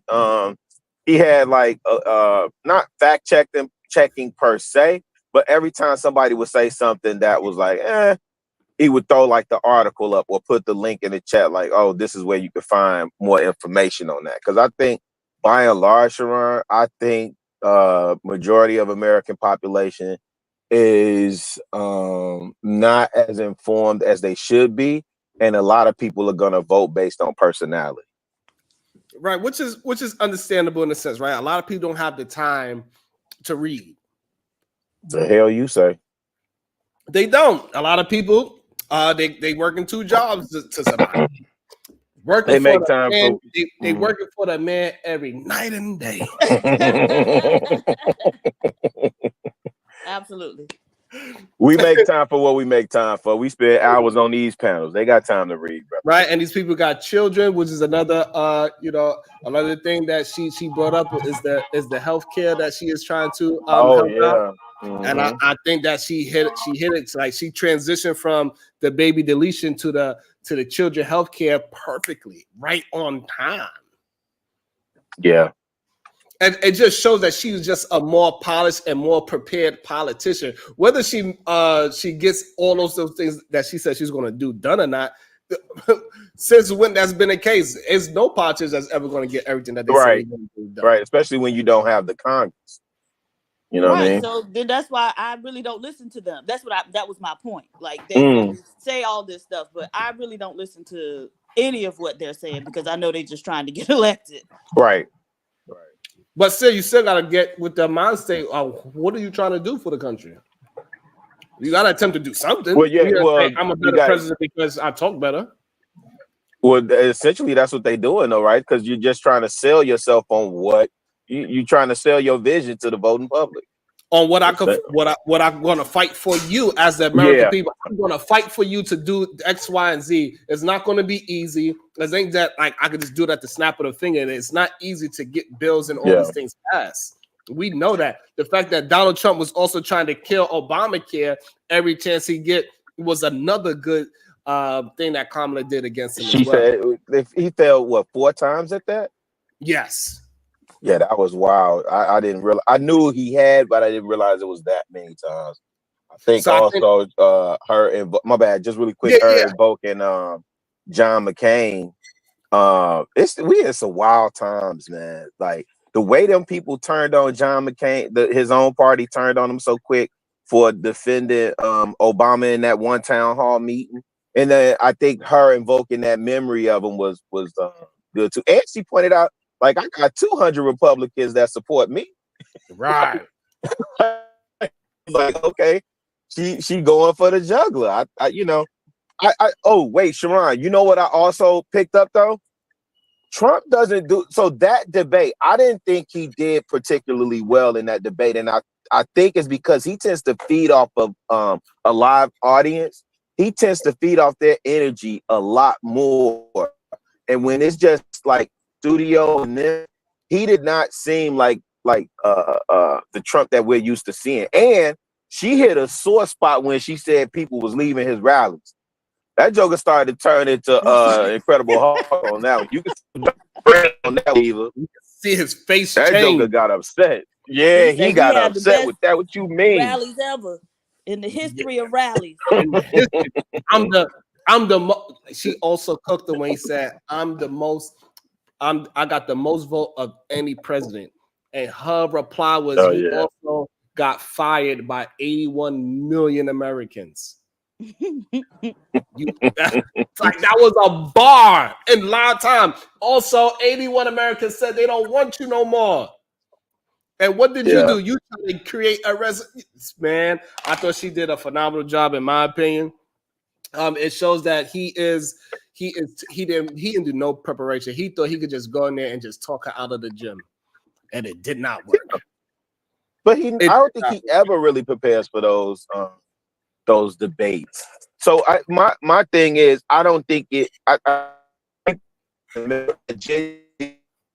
You Borgen.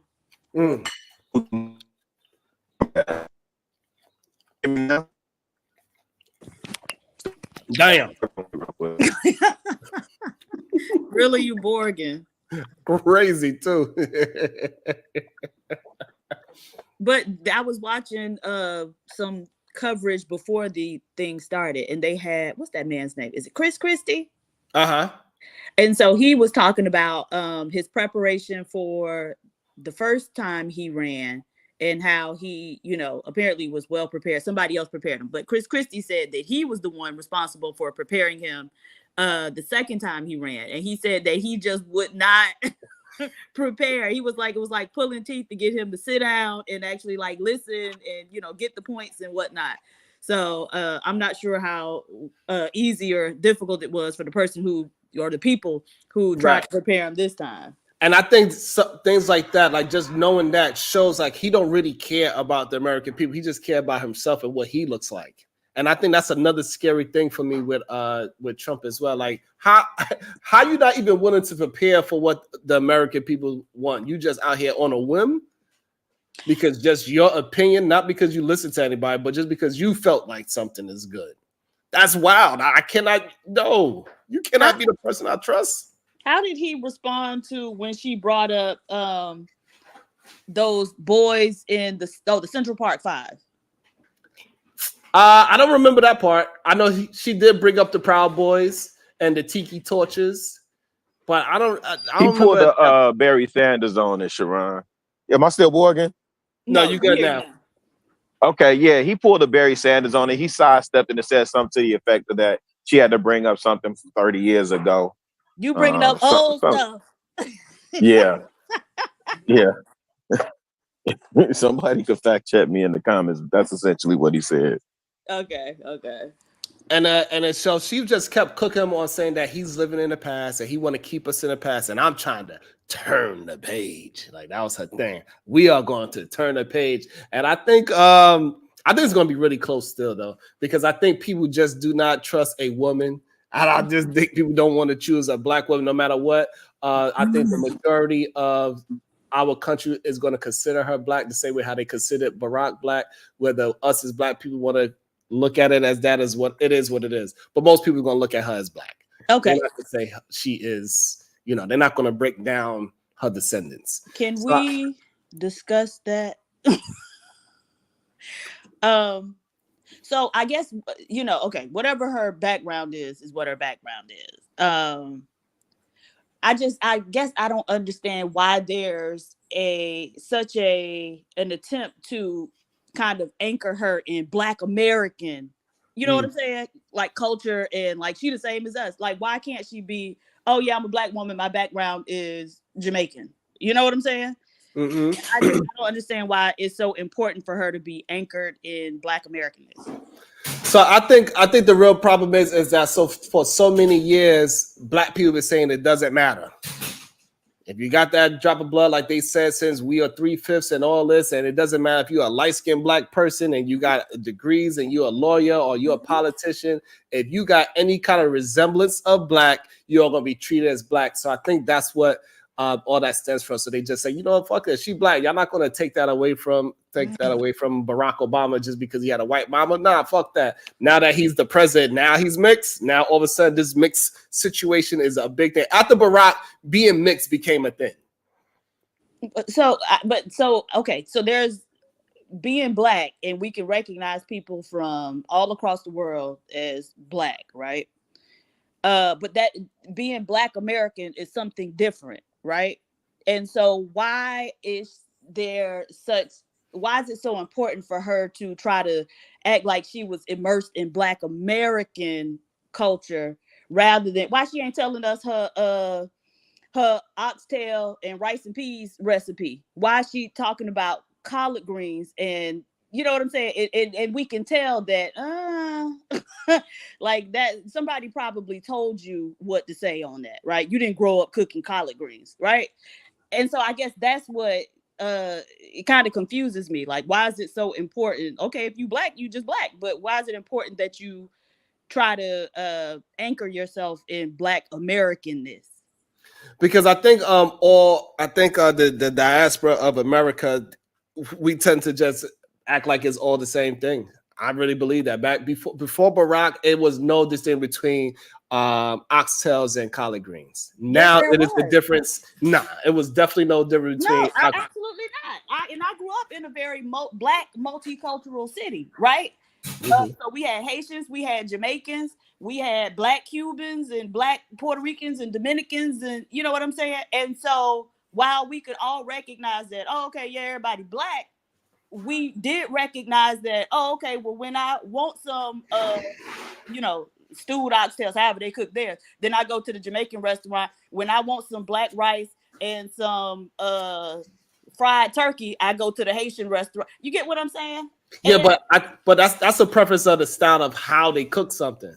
But as Black, but it's still as America, it looked at as Black people eat oxtails, Black people eat collard greens, Black people eat sweet potato pie, Black people don't Black put Americans. Black Americans do all of those things, right? Well, so everybody eat oxtails, right? I've eaten West African oxtails, very good. They cook theirs in the red sauce, delicious. But like, okay, so where we got collard greens, the West Africans got something they call it vegetable, but it's a green leafy vegetable that they eat.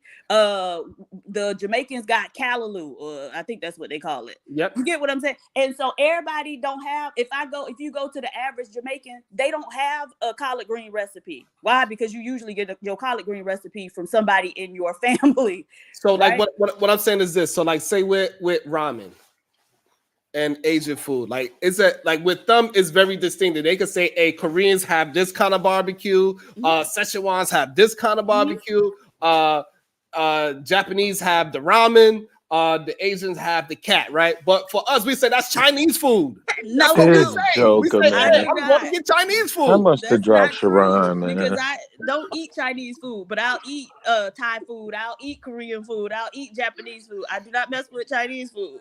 So we make but that's hold on, Diva. So here's the thing: is that you put very strong distinctions on everything that you do. Most human beings are not saying that Thai food is different from Chinese food. Most people say, I'm eating Chinese food. That's what they say. I don't think that's true. It is absolutely true. They say, oh, yeah, I went to the Chinese spot. Like, what you had? Oh, I had some ramen. Motherfucker, that ain't Chinese. Maybe that's a New York thing. Whip. What'd she say? She said they only do that in the hood. Right. Right. I'm tired. This is why the uppity blacks, they be getting the smoke that they get. But yeah, I just think thinking that people be having conversations about the way how they put that cumin inside of their curry, it makes it a little more sweeter. No, they just call it curry. They don't even know that you can make your own curry by mixing your own spices. Well, they think curry is an actual spice instead of knowing that it's a blend. Right. Actually, curry is a leaf. Thai food. See, you know that people don't talk like that in real life.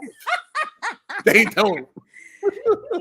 Oxtail is an oxtail. People do not understand that Jamaicans, yes, Guyanese, yes, Puerto Ricans, yes, African, West African, Black Cambodia, Americans, and all these other different places, they all make oxtails different. Absolutely. And it tastes different. Yes. For most people, oxtails is oxtails. They can't even tell. That's not, we got at chat. Hey, you know what else they don't know? Neither PAZ, most people don't know that if you looking for a curry chicken, you go to another place in the Caribbean, they call it chicken curry. And you'll get into a real argument. You're like, can I get some curry chicken? They said, you mean chicken curry? Yes, they do that with rice and peas too. Like, because there's, is it Bahamas that either is peas and rice in the Bahamas and rice and peas everywhere else? But yeah, they correct you real quick. They would, so you know what I'm saying? Most people do not have that distinction or even pay attention to that distinction. You cannot put yourself on how you try to make sure you know the difference between a West African oxtail and a goddamn Nigerian oxtail, and how they even call it different names, but it's still the same animal. That most people are not looking at it like that. They say that's a fucking oxtail. Right, but so that's would have been a great opportunity to have a conversation, to start that conversation. Like, okay, it's a lot of different Black people out here, and you know we got some similarities, but we do things differently too. Rather than to try to lie and say, "Oh yeah, everybody asked me about my collard greens. I cook them in a bathtub." Right? Absolutely not, because you know why? Because the only people that care about it is me, you, and my wife. That's not true. That's why people truth. keep roasting her about the collard green thing. Like, Black American people are very upset because we know ain't nobody washing no collard greens in no bathtub. Hey, PA Ziva, do you realize that it's only me and you having a conversation about food? No, because I've been hearing other people talk about this. They have no idea. Most people can't cook. That's why they look at my wife and say, you must eat the most blandest food. Are you crazy? I love food. Anya, show us your spice cabinet. Let them know. Hey, look. Hey, shout out to the cookers, man. Everybody was like, people when she first started making Thanksgiving dinner at my house, people was like, They was like, who's cooking? I was like, yeah, the wife, she cooked everything. Who? Collard greens ain't charred. She cooked everything. I'm talking about from the rooter to the PAZ. I'm talking about even when we was eating meat, like when we was cooking meat and everything. Everybody's like, who's cooking the Thanksgiving dinner? Yo, we're going to make sure we eat at auntie house and grandma house first before we come there. The second year? The chicken masala. Second year PAZ Diva, everybody came to my house first. Like, really? Oh, shit. You sure your wife cooked this? Are you sure? You didn't put, like, it was crazy. Like, it's just what it is. People don't really look at food the way how I just want to say that we slow foodies. cooking, So, yeah. slow cooking is for noobs. I cook that bitch on high temperature. That's the thing, though. You know, and then it was like collard greens. Like, collard greens hold a special place in Black people, hearts, just because we know to get a pot of greens, that person worked, right? They cooked all day, and so I don't know. I was just like, there was no need to say that because it's clearly not true. You know what I'm saying? So, but I think that's just what it is with that part. I think for so long, we all been put in this one pot, and most people do not know how to make a distinction, except for people that actually care about the difference and actually go out and taste it and found out the difference of a Guyanese oxtail and a Jamaican oxtail, which is completely different 100%. They got some Caribbean cultures that use ketchup for their oxtails. I don't like that. God I damn got it, I hate that shit. Man, only you And then they got somebody the like Anthony me. They Bourdains got of the somebody hood. like me that used to cook oxtails every Sunday on football weekend. I used to have people come from miles to come and eat my stuff because I do. You know how long it took me to cook my oxtails, Lee? All day.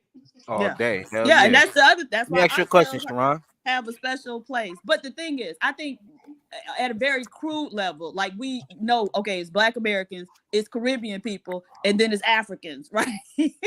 Right. And so That's we us. may not distinguish That's all emerged the in groups. it. Right. And that's what I'm saying. So But that is that's what I'm saying. She could have said, I'm a Caribbean person, not, try to anchor herself in Black American culture. perfect. PhD, but and we was just to go down to any random place in Georgia, pick up a Black person, take them into Brooklyn and say, go get you some oxtails. They would just call it oxtails. They would not know the difference between Guyanese chicken curry and Jamaican curry chicken. Because those are two different things, and you could get into a fight at the domino table for calling it the wrong thing. Well, they don't know. They say, oxtails. It was curried. Yeah, but first off, they're looking for oxtails, so they're not going to the curry chicken or chicken curry. I promise you, they're going oxtails and they leave with curry chicken. I promise you. I could turn. Well, now that's a bad deal. Like if I go for oxtails, don't send me home with no curry chicken.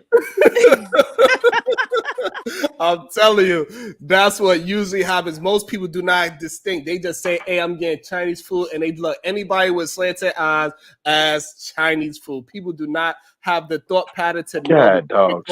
We know, Sharon. I'm telling you, they don't know. Black Americans knew when she said she was washing collard greens in the bathtub. Something wrong with that. And then no, they did not. Yes, we did. Oh, yes, they did. No, they did not. Sharon, stop playing with us, bro. Stop playing with us, bro. Y'all looking at yourselves and that y'all know. Y'all looking at yourselves and that y'all know, and y'all immediate people know. No.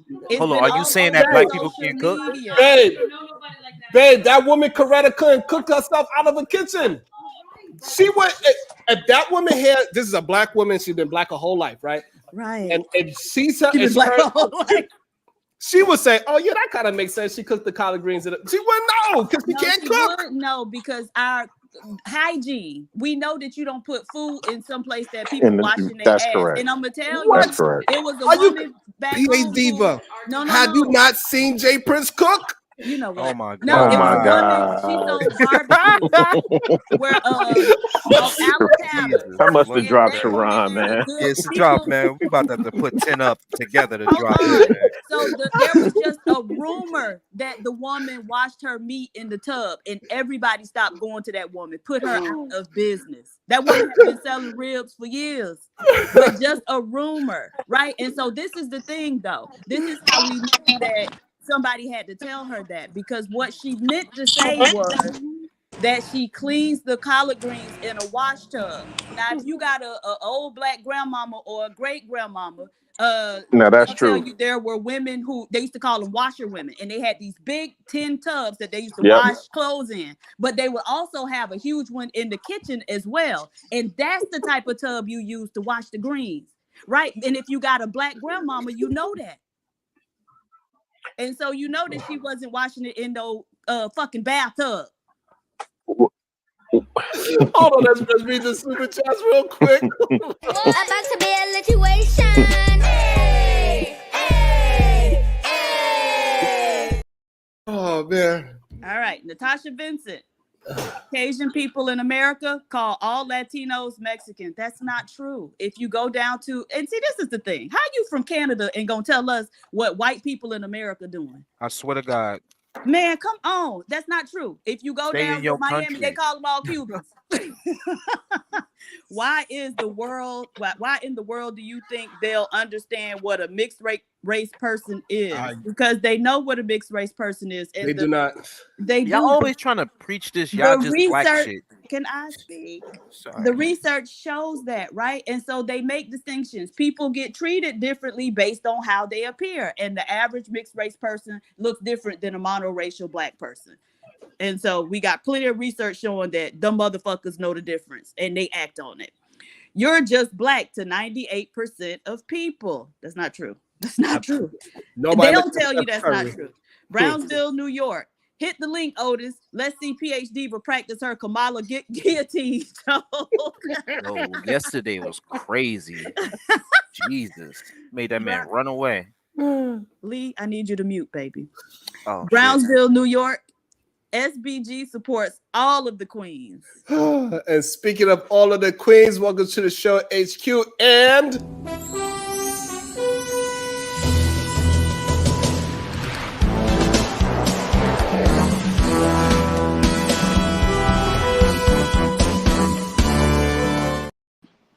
good day, sir. Good day. How you feeling? Yo, peace and love, peace and love, peace and love, man. First of all, Cuzzo, let me take my shoes off before I come into the room. Peace and love to the beautiful queen, the supreme goddess, PH diva. Peace and love to you. Peace and love to the other beautiful queen on a panel, HQ. Peace and love to you. And peace and love to all the beautiful queens in the chat, man. Anya Bracy, the SBG First Lady. Robin M, DB, Shiesty Bum, Bomb Cherry, Juice, Rogue C, It's Me, Dr. G, Sexy Red TV, Natasha Vincent, Champion Feminist, Victorious One, M Mills, Talking to Kinfolk, MJ Genesis, J Lynn, The Voice of Venus, Verbal Assassin, Fantasy Island Girl, all the queens, man, all the queens. I don't want to forget about none of the queens. Every time I hit this platform, I'm going to make it my business to lift y'all up, give y'all flowers, and show these men, show these knuckleheads how they should be treating the queens, the ladies, and a woman on this internet, man. And Cuzzo, listen, man, what I saw last night, right? It's like watching a skilled prosecutor alone in a box with a criminal that doesn't have a defense attorney. You know what I'm saying? I mean, she completely just demolished all of his talking points, all of his remedial rhetoric. It was crazy, Cuzzo. For example, you know, with me, right, my biggest inflection point when I consider politicians for the presidency of the United States is national security, right? So on national security, Kamala said, yo, listen, I've been around the world and I've talked to all of the 4-star generals that have worked under you, and they've called you a disgrace, right? And then Trump, he didn't have a rebuttal. He just says, oh, well, I fired all those guys, right? So then she says, well, not only that, not only do the generals of our great military force, they believe you a disgrace, but I've talked to all the world leaders and they say the same thing. You're a disgrace. And you know what Trump said, Cuzzo? He said, well, you didn't talk to the leader of Hungary. He likes me. Now, Cuzzo, I've been to Budapest, right? And I'm going to tell you, Hungary is a third world country. I'm just being honest with you. So if that's the only world leader that he could point to that gives him any type of respect, that thinks that he's any type of a good leader, that's a scary proposition, right? Also, when it came to national security, she pretty much said, well, hey, the only people that like you are dictators, right? And you've even said that that's what you're aspiring to be. You want to be a dictator. So you gravitate towards Vladimir Putin. You gravitate towards Kim Jong-il or whatever his name is, right? Trump didn't dispute that either, right? He didn't.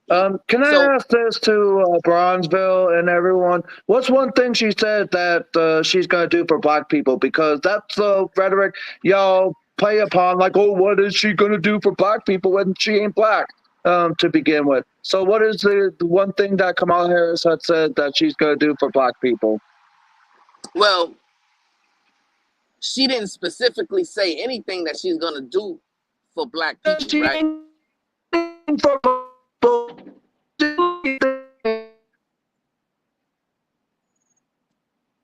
Is he going out? Yeah. Look at God. Yeah, it You see sounds what like I'm he was saying? bugging. Look at God. So just Angel, go you ahead and bugging right now. You yeah, gotta let your you gotta Wi-Fi catch up. You gotta let your yeah, Wi-Fi yeah, catch up. yeah. God don't like ugly, my brother, because So here's you the interrupted thing, and interjected. Angel. Here's the thing, Angel. So what we was watching yesterday was not trying to vote a president for black people only. We're trying to vote in or look for a president that is for America, not just for one specific group of people. But what we do know is that Trump, people that support Trump, they usually are only concerned about one group of people. And Cuzzo, even so, what I'm saying is national Well, I security feel like was Trump like won last night. To be honest, my brother, you gotta come down and come up, man. You sounding real all crazy right. right now. Yeah. He might So have a delay too, Yeah, it Brownsville. sounded like he had a delay. yeah. So the thing is this, even when it came to the economy, right? As you said, Cuzzo, he brought up the economy and tried to make it seem like, well, Trump's whole plan was to try to say that, put people in fear that if they elect Kamala Harris, that everything's just gonna go to the wayside, right? He said, "Oh, it's gonna be the worst economy ever, and you're gonna be in World War III," right? Mm-hmm. And what I like about what Kamala did is she referenced us back to what happened when Trump was actually president, right? And she said, "Well, hey, You guys when sound better now? yeah, you All right. sound a little better now." She said, "When you were president, right? This is what happened. We had one of the worst unemployment rates since the Great Depression, right?" She said we had one of the largest deficits ever that a president has left the country, right? So then Trump pivoted to COVID. He said, "Well, I had to deal with COVID, and that was the effects of COVID." And then Kamala said, "Well, didn't you get on national TV and call COVID a hoax?" So it was almost like every counter that Trump had, he dug himself deeper into the rabbit hole. Absolutely. You know what I'm saying? It was like surgical precision. So I want to ask Angel a question. Angel, what is it that Donald Trump said last night makes you believe that he is better fitted for office? First off, the border security was the more talked about thing amongst polling, because in my area, one of my local news stations did a like live reactionary, and the border was the most talked about thing versus abortion rights, inflation slash economy, because the illegal aliens, as Trump calls them, is like taking over communities, including black communities, and let's not fake and say that ain't like a problem when it really is in like places like Chicago. And at top of that, when he has said illegal aliens are like murdering or raping our children slash Americans, he's talking about the criminals like the MS-13 gang members, the drug cartels, and the bad kind of ones that will go from one country over to our country, the United States of America, and try and harm Americans. And Trump has interviewed many Americans of like having a family member of theirs being killed by an illegal alien. And it's the security and safety that he runs upon that really makes me hopeful of this country by voting him. And Hello, can you hear me? Yes, I can, HQ. HQ. But if I'm being too long-winded, guys, I can during the time. So go ahead, HQ. Hello. Yes. This border issue has been an issue since I was a kid. It's meaningless to even have a conversation about it because neither party wants to close the borders. It's been that way since I was a kid. It's been that way, and it's going to be that way long after people are dust. So I don't even see why it's an issue. They keep saying, well, these illegal immigrants keep coming into the country. They're not. They're not coming in the country. You name one person that you know that has ran into an illegal immigrant that's doing illegal stuff. their shit. their illegal or their Well, criminal behavior is less than the American criminal behavior. Period. Oh no. Two, So Not in before Miami. Kamala before has before never claimed to be black. I've never claimed to be black. Okay? I'm black, but I've never claimed to be black. She's never claimed to be black. She just knows she's black. Just like every person that's black knows that they're black. Just because you don't just because you have a problem with someone being half black doesn't mean they're black. She's always claimed herself to be black. You just That's said she a didn't claim sticking to be point. Makes black. no difference. you But just first you said said she she didn't She's she claim to always be didn't claimed to black, be adhere black. to it. HQ. You Okay, just, so She's hold on. always claimed to be hold on, black. Andrew, one at a time. She's Hold on. always Go ahead. claimed to be black. But you Go, just She's said she always didn't have claimed to to be black. claim. That's Okay. yeah, Okay. that's So right. That's right. are She we didn't have having to hold claim. on. No, and she didn't have to claim. But Donald Trump is the one who brought it up. The Okay. Republicans is the one who brought it up. She never brought I it up. She never said anything about it okay, until that's they fine. started calling her not black. Okay. okay, go She ahead, never PhD. had any issue with it until they started saying something. That's number two. Number three, last night Hold on. Hold on. she spoke. You like a runaway train. Donald Trump was on the defensive. He was defensive. Okay. So when a person is on defensive, they're running from what they're supposed to be speaking on. I never heard one policy of Donald Trump's. I never heard one thing that he was going to do. He was always defending whatever she said. He was defending. When you're defending, you're not winning. Okay? All When right. you're defending yourself, you're never winning. How y'all be All so right. emotional about this stuff? Go ahead, PhD Diva. No, I had a question, but you know what? It don't even matter. Let's move on. Because Hey, like all the Sharon. excess I emotional have a stuff question for Angel. is applicable to All me. right, so we're gonna go ADS and then Chicago really got a question for Angel because you know that's gonna take a while. Hold Go on, ahead, Sharon, what's ADS. going on? Sharon, what's go going on? ahead. Go ahead, Lord ADS. I'm ready. No, we just want to know, Angel. We just want to know why. Are you black, my brother? I'm not white, technically. I'm No, native, are but you I black? don't consider myself native. I consider myself American. No, but do you consider yourself black? But like, if Kamala Harris has never claimed that she was black, as you God said, damn it, Angel, Bronzeville, answer the damn question. It's clearly you are a really big fan of Donald Trump because you cannot answer a damn question. Do you consider yourself black? well, can I respond afterwards when I respond? But I mean, I can respond to the question. Then I want address. So no, I'm not black, nor do I claim to be black. And you said that Kamala Harris has never claimed to be black, but she has said No, she's I black didn't this say that, entire my brother. time. No, the Yes, reason you why I did. asked you, my brother. Diva, didn't he say Kamala Harris has never claimed to be black, Diva? Didn't Don't he? ask me. Like, you are like picking back your own Because if words, it man. was up to me, And Diva love this shit.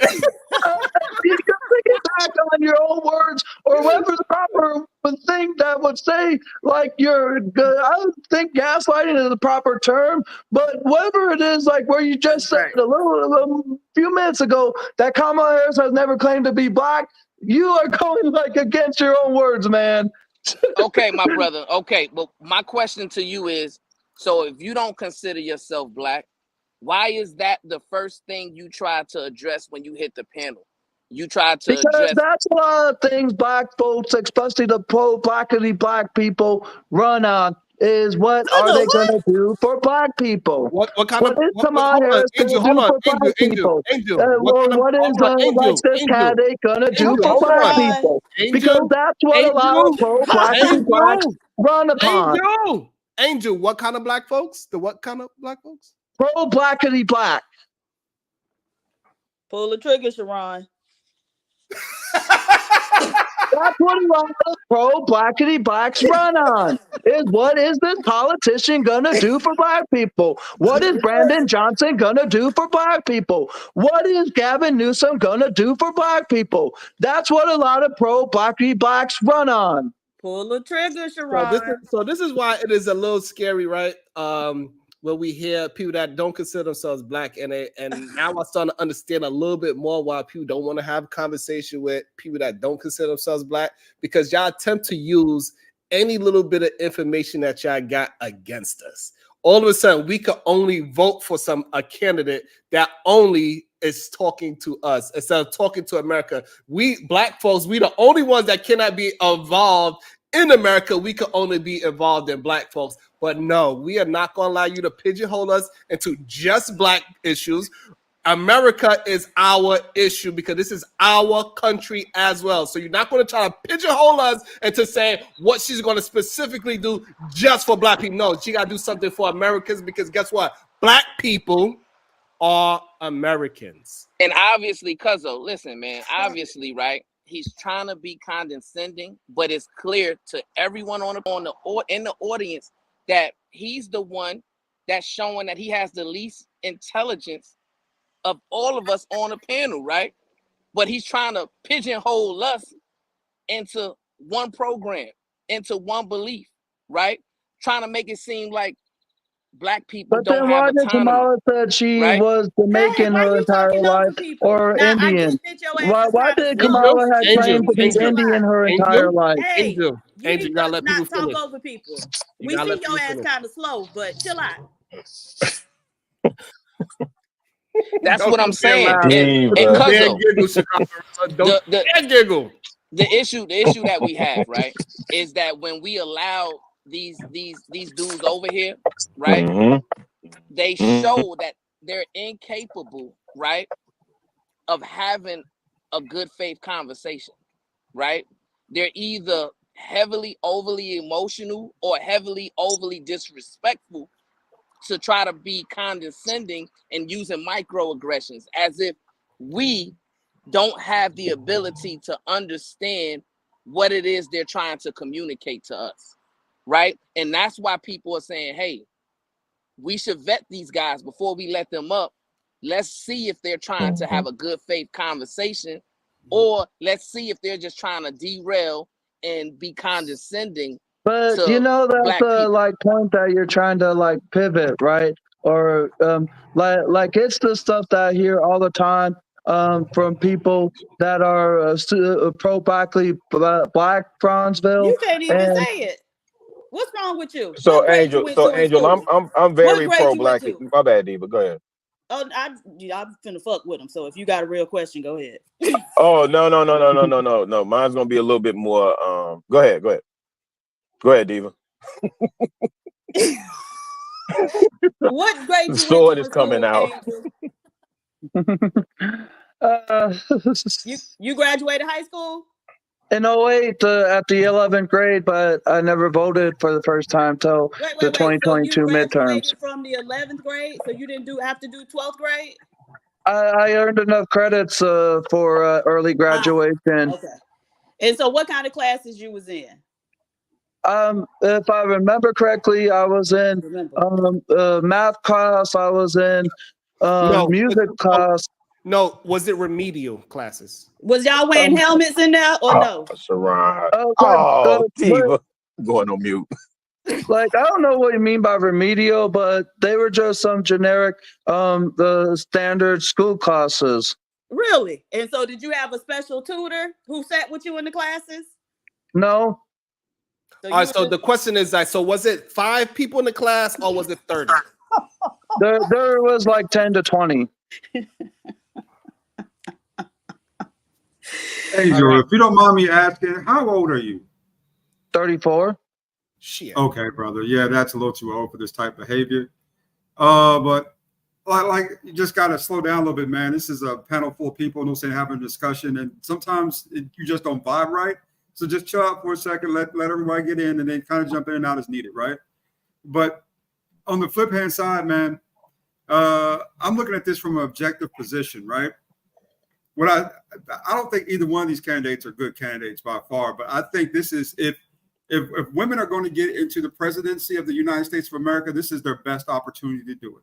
This is by far the best opportunity to do that. Because now, Trump. Why you say it's the best opportunity? Is it because she proved to you something? You seen something in her that was different from before? No, Donald Trump's deterioration. Ooh. You know, last night he was running on, by the third quarter, he was running on hate and vitriol. His charisma had died down, all that stuff had went away. You know, and at that point it was just kind of left open and she was just punching him, you know, right? And that's where it started to look bad for him. You know what I'm saying? Because it's like he was too tired to get a lick in. He just, he was too exhausted. And I think that's what and I think that's a great point that I should have brought up. That is awesome that you brought that up, because that's what Chicago Rilla was alluding to earlier as well, saying that he has to feed off the crowd. And that's why I say millions and many. Like, he don't have no concrete words to actually say, because he needs to feed off the crowd of cheer him on or saying boo, yay, or nay. Great point. Let's get to her. 3 or 4 things stood out to me that she said. Besides, Donald lost me a little bit last night when he talked about, arresting the protesters for George Floyd, right?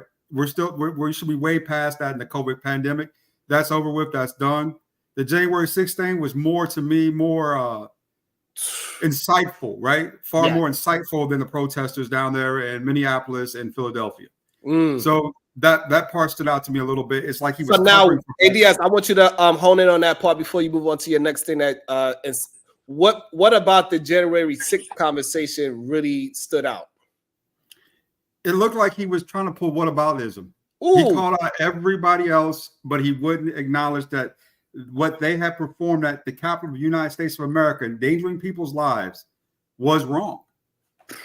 It just couldn't admit that. That was wrong to me. You have police officers who were injured and killed. You had senators and Congress, men and women, hiding. That type of stuff there is stuff that kind of, as an ex-military, by the way, I want to say thank you to all of our service members who served during 9/11. Thank you to all the New York Fire Department. Indeed. Thank you for the police department that showed up. We need to not forget, what sacrifices they made to order our freedom, in this country. That's one thing we can't overlook. And this is a big day for that. Oh, it is September 11th. Yeah, it is. Yes, it is. And also, before Brownsville, New York talk, I want to also welcome to the show. I'm going to give a beautiful hug very soon. Welcome to the show.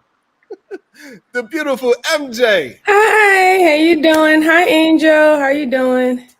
Hi, Brownsville, Gorilla, so far. I mean, I think someone who will be voting for Trump this year, someone that needs to be on here to tell the other side of things respectfully.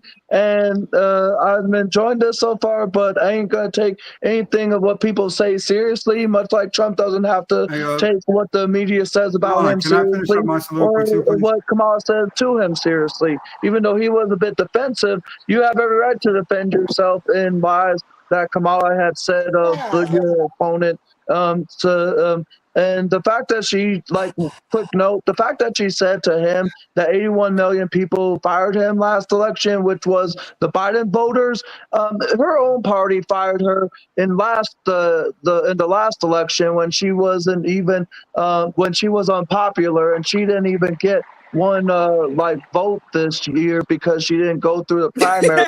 It was essentially just handed to her like a participation trophy, essentially. Angel, my brother. Angel, Listen, baby, I'm pretty sure you done got a few participation trophies in your day in your life too. So cut it out. Well, now, Angel, no, listen, Angel, man, I want to give you your flowers, right? Because I'm glad you're here. I'm sorry, guys. I want you to stay on a panel because you're a good representation of Trump. Right? So yes, Brownsville. Stay on a panel, right? And continue to represent Trump the way that you're doing. Brother, he's autistic. I have seen Angel before many of times. No, we're familiar with him. We know who he is. Okay. Yeah, you know who this guy is, right? You know he was on Chaotic Show calling Kamala the hard ER, right? Just want to make sure that. Yep. Oh, damn. And you're calling me so that I haven't been to will sit here and try to tote water for this motherfucker, the same motherfucker who will try to step on them. Y'all got to stop mamming. You got to stop being so male identified and mammying for everybody else. It's not necessarily being a mammy. I'm just like, I didn't know necessarily if anyone I do not knew give a that fuck if he's autistic. If he can open up his autistic mouth and say some shit about it that I don't like, then I can open up my mouth and say some shit about it that y'all don't like. Now, Queen MJ. So, are you saying that Trump is autistic? No. Because do you understand, right? The correlation. Like Angel and Trump, they think alike, they sound alike, they communicate as if they're one person. You think so? Absolutely. Did you watch the debate last night? I saw some of it. Right. And the parts that you saw, if you was to switch Angel with Trump, would you be able to tell any difference? Fuck. Yes, I would be able to tell a difference. I can sense Angel's personality and the reason why he would say things, and then I can kind of understand why Trump says the things that he says. So right. Man, but as far as the communication style, though, right? The way Angel communicates is very similar to how Donald Trump communicates. Am I right or wrong about that? I don't really see as though. Hold on, Angel. Let them have a conversation real quick. Your racist I know the up, conversation is about you, but we'll let you get a chance to. Ron, cash out me back my $20. I ain't getting no cash out. I sent you a cash out. Let me see. No, well, to your point, Bronzeville, I would say that a lot of people will sound similar when people are expressing talking points, especially from candidates that they might align to. You will hear the same type of rhetoric, so that could possibly make them seem like they sound alike or they have one like mind. No, I'm not talking about the talking points, Queen. I'm talking about not having the ability to complete a thought, to be all over the place when they're communicating, right? To not be able to answer questions. It just came through. That's direct, right? And they're just talking about things that has nothing to do with the topic.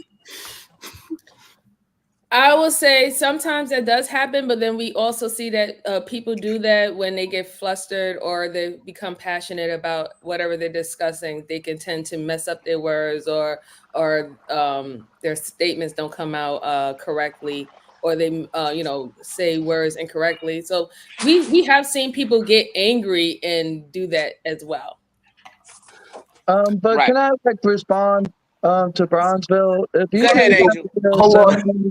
Ziva, what you want me to do? You want me to send it back? No, I want you to execute it. Like the thing about me. Hold on, Angel. Hold on. I want to welcome somebody brand new into the show. And also, okay, so now, Angel, you all get the perfect opportunity, uninterrupted. Take your time. Take all your time. Go ahead, Angel. Tell me, what is your point of view? Go ahead. My point of view. Get your racist ass out of here.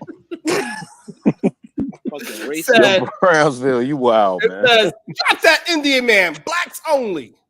Absolutely. Yeah. Absolutely. This is what Diva be talking about, though. I ain't gonna hold you. Like, we having a conversation amongst us, problem solving amongst us, and fam jumps up like, what is she gonna do for black people? What do you care? When you use the hard ER on the regular. So these are the people that infiltrate the conversation, derail the conversation when we having productive bills. But right, and then the male identified women go, no, let them call you that. Well, I never heard him say the ER, so yeah, a lot of us familiar. MJ, if y'all have, then I have to go off of what y'all heard. So I haven't heard him say it. No, a lot of people familiar with him because a lot of us have been over there with CT, so we know him. I haven't been to CT channel. I think initially we gave him grace, but again, man is 34 years old. He's been in the earth for a minute, so. Like Diva said, if he old enough to, pull up to the adult table, they go treat him like an adult. That is true. And listen, anybody that feel like y'all can fight with y'all dollars too. Y'all can't be don't get mad at me and say no good, Sharon. No, I am not going to allow it to happen. No, everybody gets a chance to fight back. Absolutely. But Supreme Goddess, don't blame me. Do you understand the correlation, though, right? If Cuzzo was to allow Donald Trump himself to come up here, right? Wouldn't he sound just like Angel? Yes or no? Yes, pretty much. Absolutely. Oh man. It is a strong possibility. So Vincent, you could fight with your dollars too, but it is a strong possibility because especially when you talk to the January 6th conversation that he had, and when he couldn't answer yes or no or say I regret something or I don't regret something, he does sound very similar to not the vernacular, but the way how he communicate without answering questions and not reading the room. You could say also ADS made a really good point though. He hammered down on it way better than I did, right? With the his decline, right? That man is 78 years old. You know what I'm saying? Donald Trump, he's 78. Oh, okay.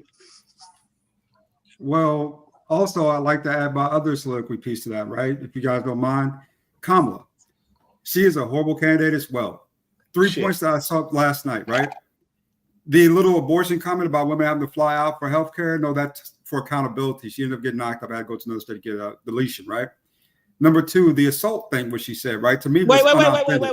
Stop right there. What did you say? That's accountability. She had to what now? Kamala mentioned during the deletion stage, right, that she said, oh, now young women have to fly out to Minneapolis to get deletions or something like that. Mm-hmm. And when I heard that, the first thing came to my mind is unaccountability. You know, it's not that the baby was sick. The baby was, born deformed. The mother's in any death or danger. Anything above that 25% of women who are getting these deletions, right, that falls into the 75%, in my opinion, who are just unaccountable. So let's move on to the next piece. Well, if I can, please move on to the next piece. No. Also, no. And so, but the thing is, in some states, there is no there's nothing in there for even those 25% who have some type of issue where it's detrimental to the mother's health or the baby is, having some type of issue or whatever. And so you can't just say, oh, well, 75% of them, they just going to be held accountable and then not make provision for the remaining 25%. Right. That's the key caveat to this particular bill. I mean, I don't want to get into the Roe v. Wade thing because it's based on a false premise anyway. But why y'all men be having such? So why do y'all have such because entrenched opinions? Hold on, let me ask the question first. So why are y'all's opinions so entrenched on something that don't really impact y'all like that, right? So it's the woman's body, and if she want to have or not have, like, why are y'all so, especially the group of men who known for abandoning your fucking children? Explain that. Put all that, connect all those dots for me. Can I go off and still carry off the rest of my soliloquy after this piece, Sharon? Yeah. I mean, we got time. Okay, so let's talk about one thing at a time. I think it's a good back and forth. Roe v. versus Wade is based on the premise that a white woman was actually, how do you say it, assaulted by a black man. Mm-hmm. Okay. And that's why that law exists, which never happened. Mm-hmm. Oh, it might not happen to that woman they said, but it doesn't happen. Now, this is what it's based on, Diva. Let's stick with what it's based on versus everything. Let's not move the goalposts, right? Let's keep it right there.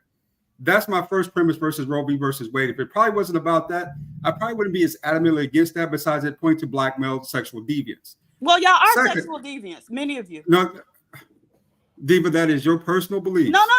We got plenty of evidence to that effect, right? And so know that black Diva, women are more likely to be sexually assaulted than any other group of women. And we know that crime is typically based on proximity. And so we can deduce who the people are that's actually assaulting those women, right? Well, let's just keep it real, Diva. That's across every culture, right? No, but I said more likely, right? So Asian more likely, at a higher rate than those Latin more things. likely. That's the point. You know what I'm saying? And no. Stop talking. White men do it at a much higher rate than we do. No. Yes, we can pull up the stats on that, Diva. You can fight all you want to. No. But okay, so there's a reason why 60% of black girls have been touched before why do we need to go off into this part of it just to appeal? Okay, hold on. Let me try to calm it down for both parties. So it is a good topic. People do want to hear this topic. If you got your stats, bring out your stats. Diva's pulling out her stats. Let's just have the conversation. And we're going to allow more people into the conversation. They want to join this part of the conversation as well. However, it is a good part of the conversation. It was a key point in the debate last night, so we cannot just brush over it. So go ahead, ADS, get your point on this subject. PhD, we're going to have her rebuttal, and anybody else that want to jump in after that, let's jump in. Go ahead, The ADS. second point I was making was no, I'm talking about on the point that y'all was just having the conversation, not the second point. Let's not move too 24 fast. million black men and black women, black children have been deleted. That's more people walking the earth right now that we have in our community. You have killed off half the community just because you don't want to be accountable. What? 24 million? It's 24 million. Okay, but there's more black people than that. In this Let me Google the number of black people put in the back of the chat for you. Baby. Right, it's like 40-some million. Okay, so you saying that because what a moron. So you are saying that because black women have the ability to choose who they bring into this world, what does that mean?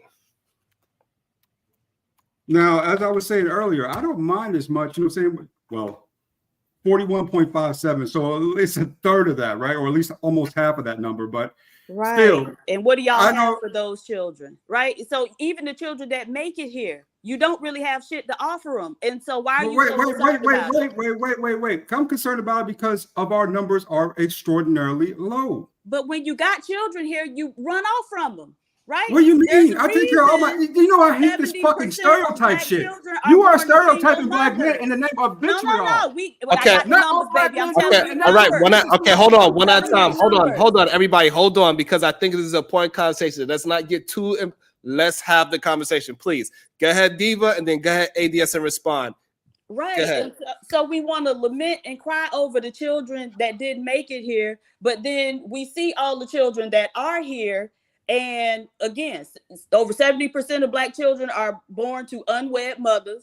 They're the most likely group of children to grow up without a father in the home, because the man can be in the home without the mother and father being married. But still, only 40-some-odd% of black children have a father in the home. And so the majority of black children do not have a father in the home, right? It's not like these men are passing on any type of generational wealth to the children. And so you crying over the ones that ain't here, but when you got the ones here, you ain't paying no attention to them and you ain't doing shit for them. And so that doesn't make sense to me. Okay, go ahead, ADS. Well, to be perfectly cool with you, Diva, that 70% lines up with the coalition of black men making the babies, which is about 18% making 17% of babies now. So let's just keep that real and let's keep that honest. You know what I'm saying? Y'all keep sleeping with the same dudes and making the same babies, and then these dudes can't take care of these babies and you blame everybody else for it. That's some whorish shit. Okay, but see, this is the thing. You got a baby, right? Raised my children, both of them, well. Right. I have been in my children's life and they were made in wedlock like they were supposed to be. Okay.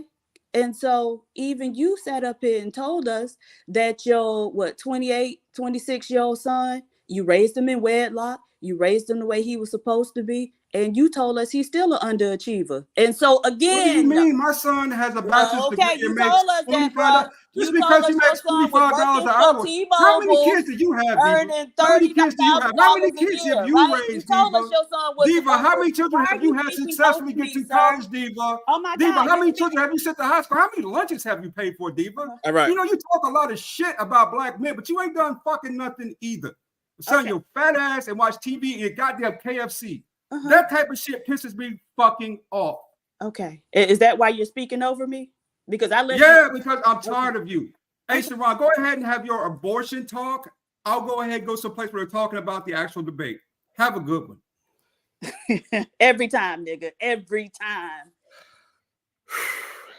And this is the reason why, right?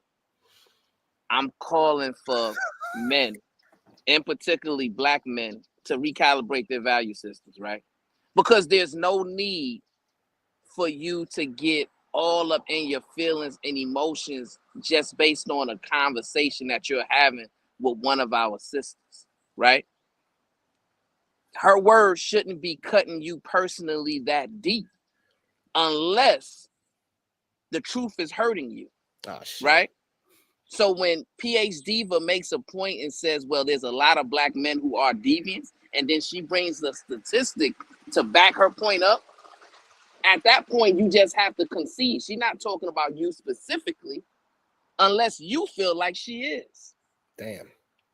This is the problem that I be having with these conversations when it comes to black men and black women, right?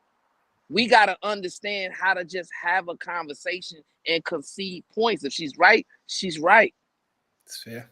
My question I really wanted to ask Lord ADS, and I hope he comes back up, is because we always are putting all of these restrictions and emphasis on our sisters, right? On what decisions they should make. But when are we going to advocate as strong black men for men to be more accountable when it comes to impregnating a woman, right? Are we going to advocate for at least 50% child support? Are we going to advocate for mandatory marriages when you impregnate a woman? See, we need to be advocating for men to actually have more skin in the game, right? Because if you got more skin in the game, then maybe your opinions will change as far as to you judging women based upon the decisions that they're forced to make with their bodies, right? Because the ones who are married, they not the ones who are making these decisions to get these abortions in general. It's usually the ones where the man is a nothing dude and decides to walk away from responsibility and accountability of supporting her while she's risking her life to carry that child, while she's going to risk her life to give birth to that child. The man is saying, oh, you on your own. But then when a woman decides, well, it's too much for me. I'm not sure what happened to his microphone. MJ, you had a couple of instances that Lord ABS, he said some things that made you raise an eyebrow. What was those things? I don't know. It's just like sometimes, like stating back to what Brownsville said, when we have these conversations, the personal biases come in, and then it leads back into P&D conversations where I just don't understand how we could be. At one point, I'm waiting for us to be talking about the moon, and then getting back to P&D conversations where it comes to clashing and bashing.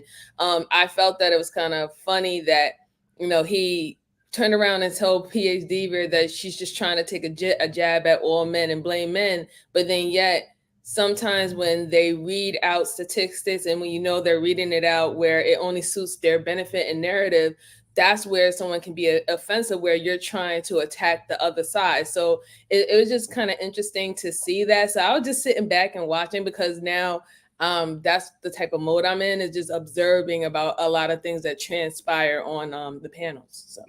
Yeah, that was wild that he went to say that only a few percentage of the men is populating the black community. It is wild. I mean, even in that statement, like if he's saying populating, that means like actively populating, but that doesn't mean that even the men who are not actively populating have not populated already. So that is also a part of the conversation that we're not trying to address. If the kids are already here, that means an individual, a man or a woman, have already done what needed to be done for that child to be here. So when are we going to get to the point where, all right, now that the kids are here, what are we doing now? If we keep on going to the point of when people was making poor judgment or making bad mistakes, not vetting, not getting married, if we're going to keep on going there, there's blame to go around on both sides. Right. Obviously, people ain't going to stop having sex. People are not going to stop having unmarital sex. So what are we doing for the kids that's here? If kids is, it's for the future. If we don't want the kids to be having, these, single family households, we know that in some situation it cannot be helped. But just because you're in a single a parent household doesn't mean that you have to only be raised by a single parent.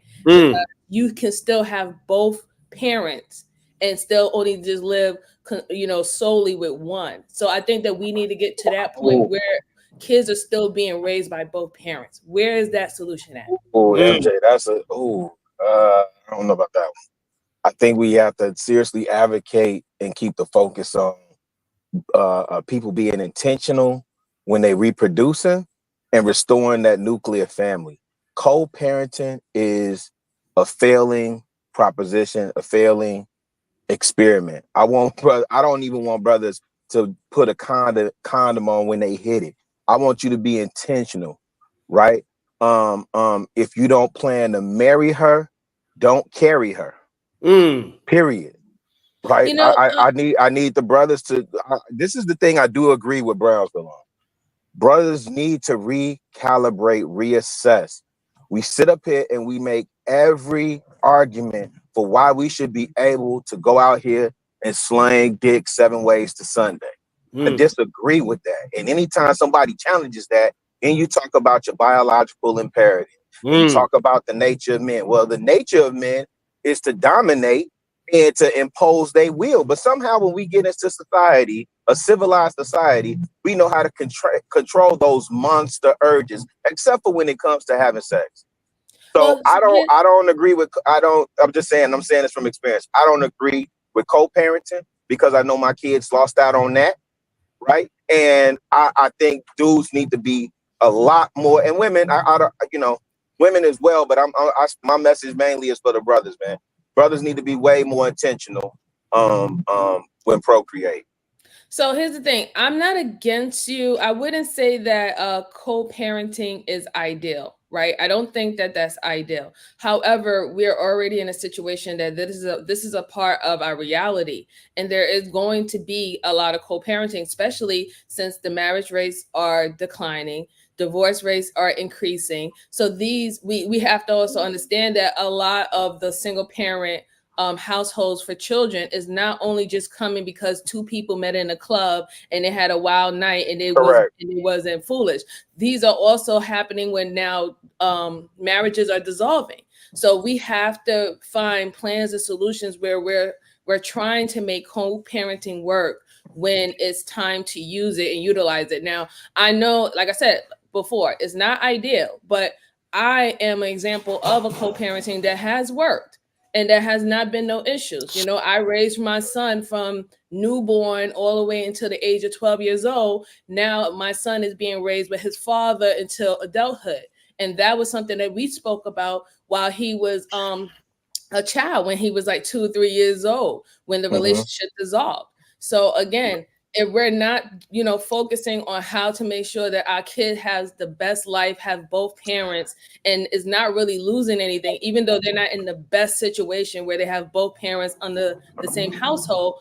But that's where they're losing, though, MJ. We have to focus on that too, because a lot of conversations are being said that, they can't speak with each other. There's no good communication skills. They don't know how to get along.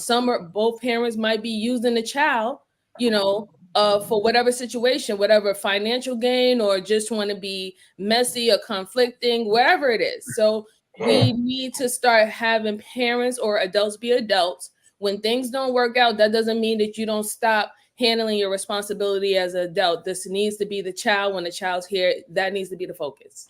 Hey, Rilla, can I ask you a question real quick, man? Can I say something? So hold on 1 second, Truth. Let me ask Rilla a question real quick. Yeah. Hey, Rilla. Yeah. So do you agree with my stance that it should be a mandatory minimum of 50% child support? And if that was to go into law, how do you think that will affect what's the men call man's nature when it comes to their decision making with impregnating women? So I'm gonna tell you, and I'm saying this from experience, right? Because I paid into the system for my seeds, right? So I know that child support. I know the ins and outs. I never questioned what their moms did with it, so it wasn't so much as that. It was more just having the government in my business and then them taking their percentage out of it. So I knew all the money wasn't going to the kids. I think if with that proposal, I will look at it more from a deterrent aspect, and I think in that regard, brothers would seriously, well, a few of them would reconsider. I don't know, man. Would you say majority? Would you say 51%? I would say, yeah, I think 51% would seriously reconsider, knowing that, mandatory, like you put one in it off top, 50% of your check is gone and you got to live off 50%. Hey, but Brownsville, a lot of cats don't think fat meat greasy, though. A lot of cats don't think fat meat greasy. So, they think they could dibble and dabble and beat, ski, and get on gone until it hit them. And then they crying, this is a bad deal, That's why I say if you start at start, right, and we mentor and raise and train this next group of men, this next generation, to think more pragmatically about creating family. You know what I'm saying? Then we'll have different results and different outcomes. Because I promise you, when I go to these schools reflect the parents. The grandmas are what, 35 now? Grandmas are 35 years old. These kids are wild and G. Don't talk about it. Yeah, that's right. You're right. I'm going on mute. Can I Hold on, Angel. Not yet. Hold on, Angel. I got you. Thank you. We all go with truth, and then we all go with HQ. Let's build on that. Do you think if it was mandatory that you either had to be married or give up 50%, what would change the dynamic of men saying it is their nature? Oh, I like that married part. To put their thing and bust a nut inside. I don't think it would change much because we got fools out here. So guys will always find a way not to pay child support, bro. It's loopholes around stuff. So something you can't mandatory make anybody do a daggone thing if they don't want to do it. If you don't want to be a father, he's not going to be a father. And that's the main problem that I think is people's not looking at certain situations, that we're making horrible decisions when it comes to having children on both ends. And the problem is you're dealing with somebody, we're having sex. Sex is for procreation. It's for bringing a life into this world. That is what it's for. But us as human beings, we screw things up. We use it for our own, lustful desires and pleasures.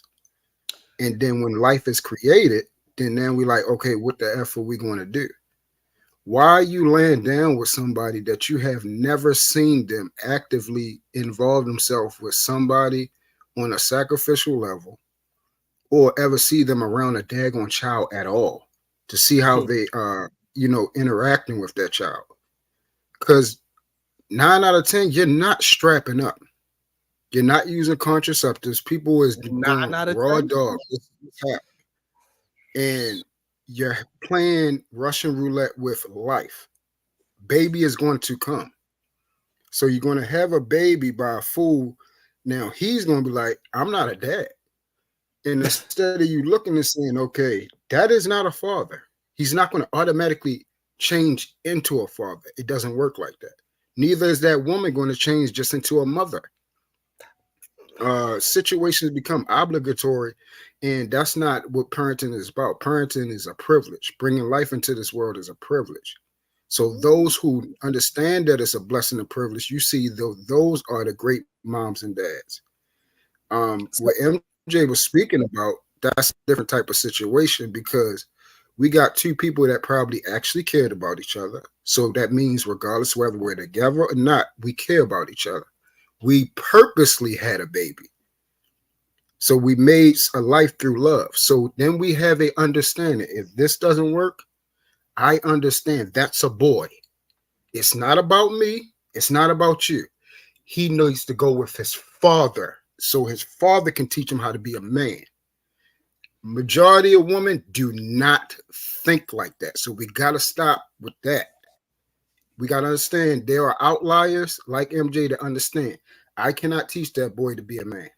So I'm not going to say, oh, I need to keep my son here with me for 18 years, regardless of going with his father. Then on the other hand, she chose correctly to open her legs with somebody that she knew, I can drop that boy on that doorstep and that man is going to take care of that boy. So, Truth, can I ask you a question? Can I ask you Did y'all understand that? Yeah, The question. Yes, you had a couple of things. You had a couple of things I wanted to interrupt, but I wanted you to finish the whole thing. But right, you was pretty solid with what you said. That was the gist of everything at this point. Yeah, that's what it boils down to. Okay, that's what it boils down Brownsville to. had a question for you. Let's just try to get everybody involved. Go ahead, Brownsville. So, Truth, do you agree that there's immediate consequences for women to, make a bad decision in terms of getting pregnant?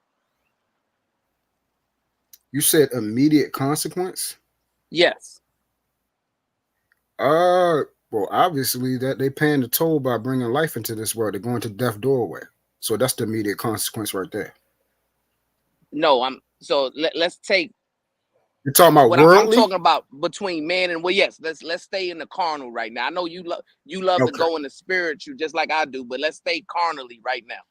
So when it comes to men and women, right? Because I heard everything you said, and I partly agree with a lot of it, but I just want to draw down something right quick.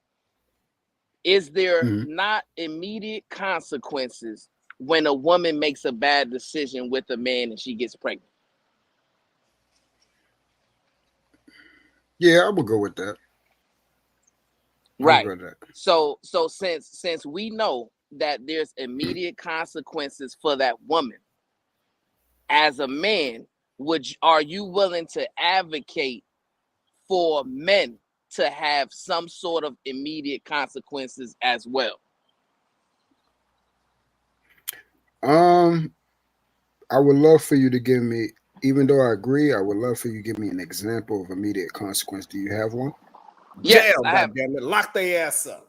I have several. So what I'm saying is, no, I'm talking about for women. No, I'm talking about for women. Yeah. What you mean? You talking about for? All right, so Truth, he's saying that I'm women not already understanding have. the question. He's saying that women already have immediate consequences. There's no immediate consequences for men. Are you going to be? I know what he said. Have immediate consequences for men. Would you promote? And if somebody came up with an immediate consequence for men, would you be out there and would you promote that? Say yes, we got immediate consequences for men. It's about time. Yeah, I heard what he asked. My question was, what are the immediate consequences for women? Give me an example. Hold on. No, we are not going to do that. Nope, we are not going to do that. We know. Everybody knows the immediate consequences for women. Everybody knows. We all know? Yes. Then it should be easy for you to say something, my nigga. I don't play those type of games. Everybody knows the immediate consequences for women. What is it then? Don't talk me to death. You even said it at the beginning when you answered. You said, I would say yes. It is immediate consequences for women. You said it yourself. Yeah, and I want to see if you know what I know. Or you just talking as what most people do. Give me an example, please.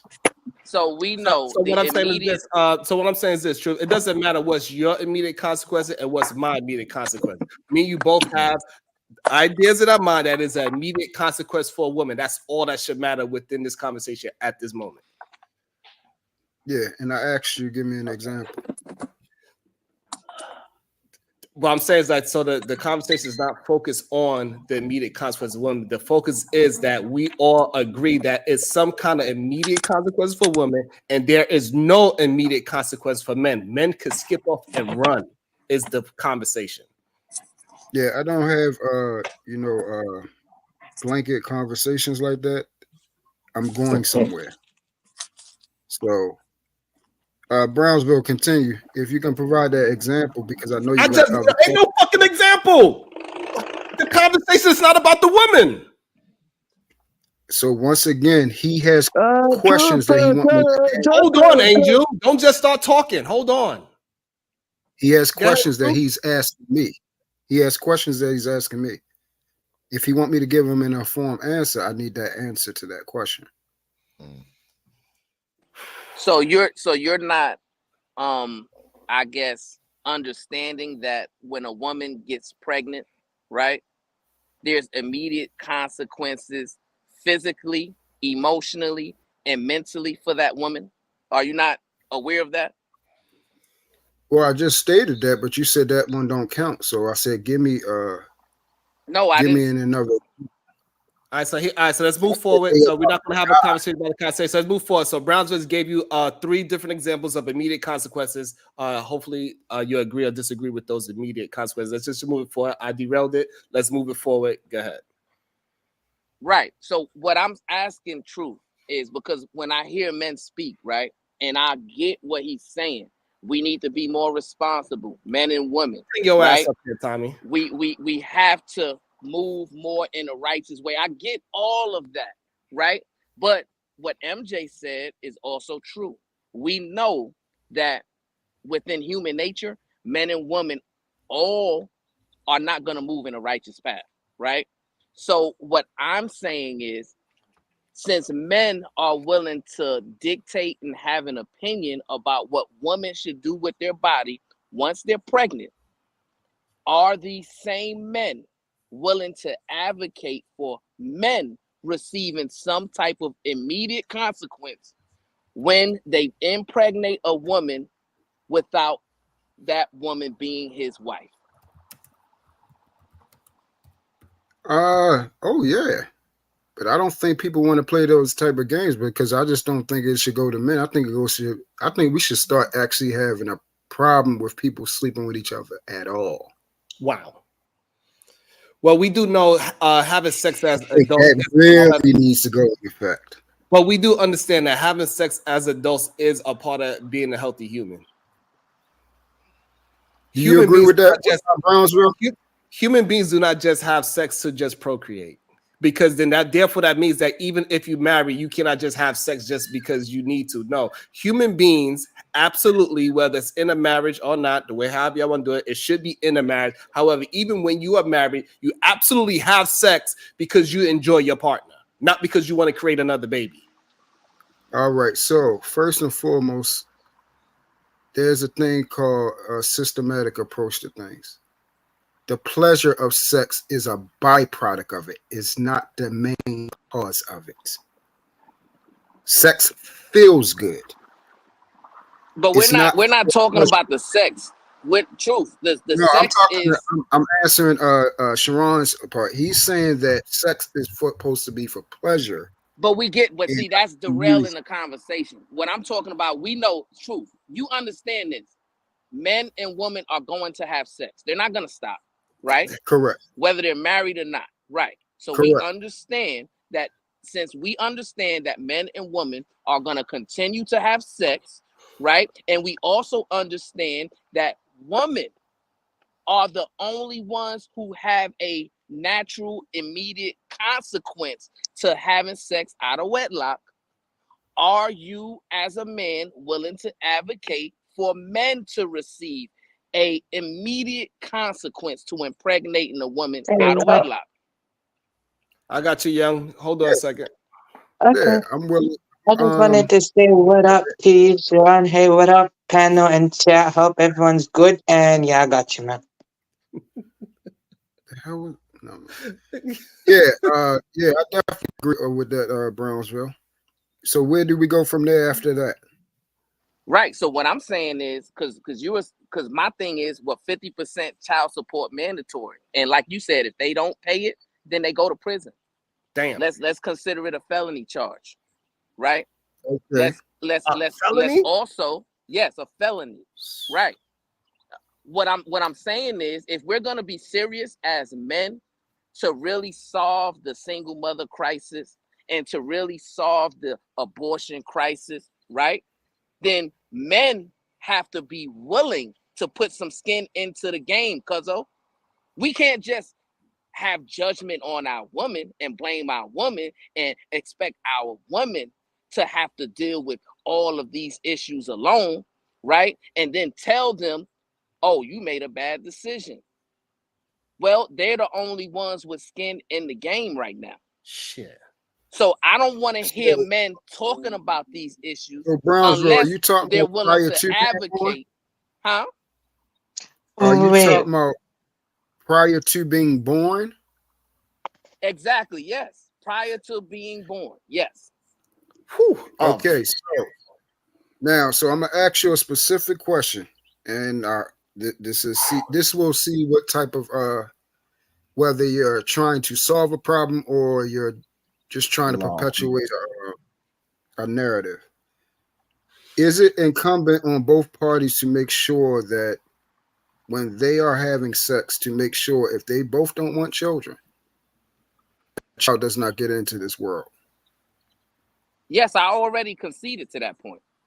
Okay, I wasn't here when you conceded to that, so I'm glad that you I said conceded to it in the beginning. Truth. That's how we moved the conversation forward. I said yes.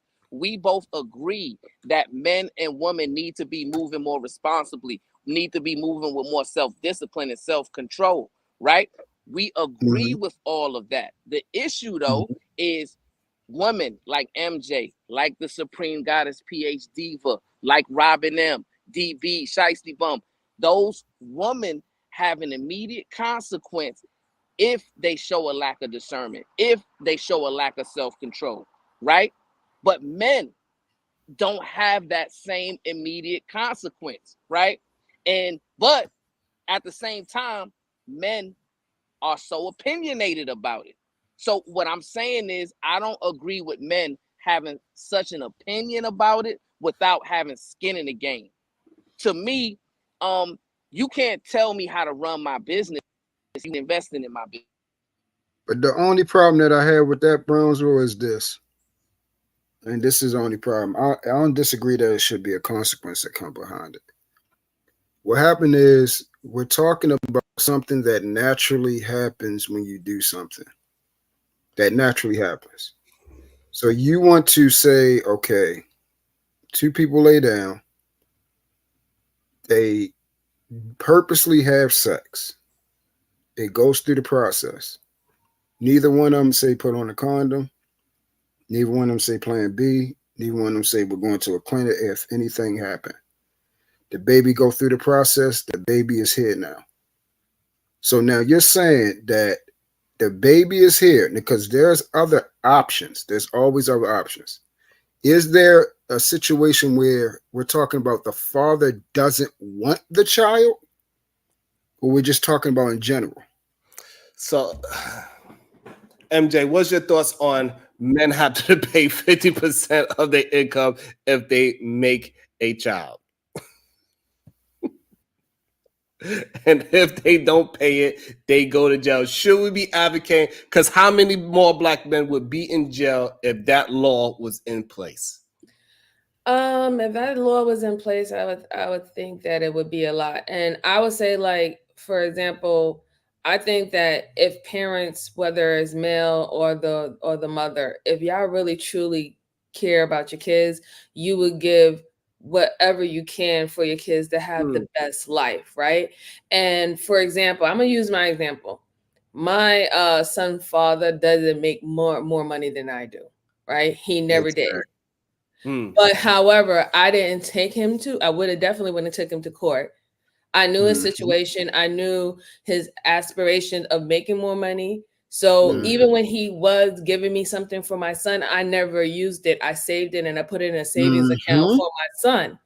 So when my son went down there for him, he has all the money since he was newborn to go down there with him. So it won't take away, I mean, not put a burden. Don't put a burden on him because his father is with a new woman. They have children and a household, stuff like that. So I didn't want to take a burden, put a burden on him where he has to take away from that household. Because if my son is going to be living in there, it should still remain equal, whatever that new relationship is getting and what my son was getting. So my son's situation has not changed since moving into his father's household. And especially now, while my son is down there, I send things, I give what you would consider child support. But nevertheless, it does depend on the individual and the capability of the person. I wouldn't want a man if he's only making $20,000 and knowing that living in New York, rent is like $3,000 a month, right? If he was to give 50% of that, I don't want this man to be going a whole month where he wouldn't be able to get food. He wouldn't even be able to eat. He will only have enough money to probably get gas to get to the job. Like, so, because at the end of the day, for me personally, I don't think that he's just money. Like, I don't look at men as just money. I look at human beings as human beings. And if I know that were, literally could make him, die or sick, or he can't even get medical insurance, no, I wouldn't. I wouldn't do that. So, I mean, I do understand what's happening is we are talking about horrible men who we know that will go and get $500 fucking Jordans before they will fucking excuse my language, but before they will spend $100 and give it to the mother to take care of the kids. Correct. And we're adding those situations and mixing it in with other situations, in which would be harmful for the ones who would actually give their shirt off for their kid if they had to. So MJ, can I ask you a question? I love the I decent. I hear what you're saying, right? And it's always a beautiful thing. Obviously, the men are gonna say, "Oh, well, you're sounding logical and you're sounding beautiful and all of those things," right? But would you say that within your own situation with your child, are you carrying the heavier burden? Would I say I'm carrying a heavier burden? I will say yes, but it is my burden. That's my son, and he's not a burden to me. So if you was I understand what I do for my kid is what I need to do for my kid. If I brung him here, I need to give him the best life possible. That is my responsibility as his mom. Now, if his father can't do it, that is his responsibility as his father. However, I'm always going to make sure that my son is good regardless of the situation. That's my duty, regardless of his duty. And that's the thing. You are a great mother, right? And you're a great example of a mother. We get that. But if you was to put it on a scale, percentage-wise, what would you say is your responsibility versus the kid's father responsibility right now in your life? Is it you 70, he 30, you 80, he 20? What would you say that scale is? My responsibility will always be 100 because I'm a parent. No, I understand that, MJ. I understand what you. No, I totally get what you're saying, Brownsville. I really do. And in certain situations where people are not in my situation, I can understand that argument. But if I was going to say, for me, opinion wise, I'm just 100% a parent. So I'm just going to give what I'm going to give for my kid regardless. It doesn't matter if he made more than me, and it didn't matter if he made less than me. What I want to give to my kid, I'm going to give to my kid. Right. I understand that. Is he giving 100? Yes. I believe he's given 100 to his ability. Yes, absolutely. What he can give, he's given. Like, I never had to ask for anything. It's not like this guy never went and bought wardrobes. He did whatever for his son. Whatever he wanted to buy him, he came.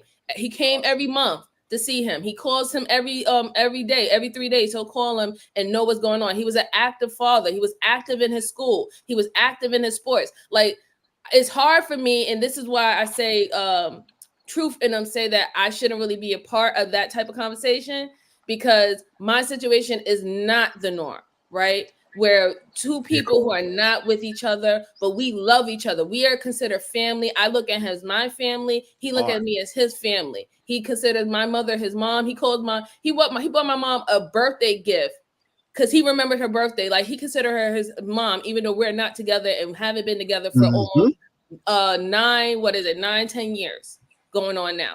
So again, my situation is going to be completely different, and my mindset is going to be completely different. And I don't want to paint like a umbrella as this is exactly how everybody's situation is, and that it's going to turn out this way, because we see the other side that it doesn't. And there is reason why, to your point, Brownsware, there is reason why things are moving and operating in the way that they are. There is some really ain't shit ass dudes who, like I said, will go on a trip and spend money on a woman that they know they don't like, and they're not going to marry after that trip is over, before they would actually go spend time with their kids or pay for them to go into martial arts class or pay a half for their insurance. They'll have every reason in the book not to do that. So it's in these situations we know it's a gray area. We know it's not black and white, and this is why I love these type of conversations, because we could just talk about it. We could have one side that would tell us this is what they experienced, this is what they saw. You have my side that would be like, well, this is what I dealt with, and this is what I saw, and we might get to a point where we could just feel like, to me personally, the biggest thing would be for me is just the kids, all these kids, because I want all these kids to have the best chance and the best ability, and experience both parents, if that is plausible. That's what I So do. MJ, I got one last question for you. So Yeah, if your child's father, if he was to become the custodial parent, would he be capable of giving your child the same quality of life that you're giving your child? He's doing that now. Yes. He's doing it now. Yes. He's definitely capable now to definitely give my son the same type of quality of life that I gave him. Yes, absolutely. If not, me and him would have had a conversation, and I would have said, maybe you might need a little bit more time. So my son his living life or his lifestyle would not change. And we would have had a conversation about that, because I would never let my son go to something that's less than what he's getting. So, and I wanna highlight something that I think that is a beautiful thing. I think she got some tough questions, and she was able to answer them directly, and it sounded like it was honesty to me personally. And I think we got to have more of that on both sides of the coin. I think a lot of people cannot answer, so this is one of the things that happened to me as well, is that I got a lot of flack for never painting any one of my children's before my marriage as bad women. And people like, oh, so what happened with it? We just didn't work out. That's just what it is. She ain't a bad woman. I ain't a bad man. It just didn't work out. We have a beautiful child together. Another one, we have another beautiful. So I got two children besides it. That's just what it is. Nothing more, nothing less. I think MJ did a beautiful, masterful job. Thank you for those tough questions, Brownsville, New York. And people can look at it however they want to look at it. However, this shows that we have to champion more women that's willing to stand on what they actually believe in and push women like this forward. Women that have a logical mindset, we need to push them forward. Get them into the hour so we can have more conversations. Whether she's right, wrong, or indifferent, it's not that. It's the fact that she can able to communicate and bring out a conversation. It is a beautiful thing. Doesn't matter if you agree with her or not. Hey, Sharon, look, I just want to ask it because I'm about to dip off. I just want to ask MJ something. Get some water. MJ, let me ask you a question. So your mindset, your agreeableness, your attention to detail to focus on what's best for the child. How many, and I just want you to just give me estimated, just guess. Mm-hmm. How many men and women that have chosen to bring a child in this world have been able to become agreeable even after departure? I would say not many. I would say not many, because there's a reason why a lot of the horror stories comes up and why they're used most of the time as being the examples of what's going out there, because those experiences are happening more. A lot of times the people who got together and they had a child, there were mostly oops babies. I mean, a lot of people said that this generation and the past generation was a lot of oops babies that was not supposed to be here, right? So when the relationship is over, we tend to see more and more that there is this being petty and wanting to use the kid, or now you're just worrying about your free time. Now you're like, okay, I want my free time. I want the time to do what I want to do now, and things of that sort. So I wouldn't say that as many. In my case, like I said, my case is very different. I was engaged to that man. So literally my son was planned. We were supposed to have my son within the year, but of our marriage. So and I also have a history with that man. I knew that man for over 12 years before. So there's reasons behind why things went the way they did, and I know that that's not everybody else's situation. So as we can see, if we start actually doing things you know, we know we're gonna mess up because we're human, we're flawed and everything. But at least do it a little bit decent. At least screw somebody that you actually know. At least deal with somebody that you know. Hey, they actually love children. They love me. They actually like me. We break up, we're still cool. Love is eternal. We're still gonna love each other. That man is going to take care of that child as long as he has the ability to do it. And that's the one thing she said. I'm not going to hurt him. If he does not have the ability to do it right now, we're going to work together.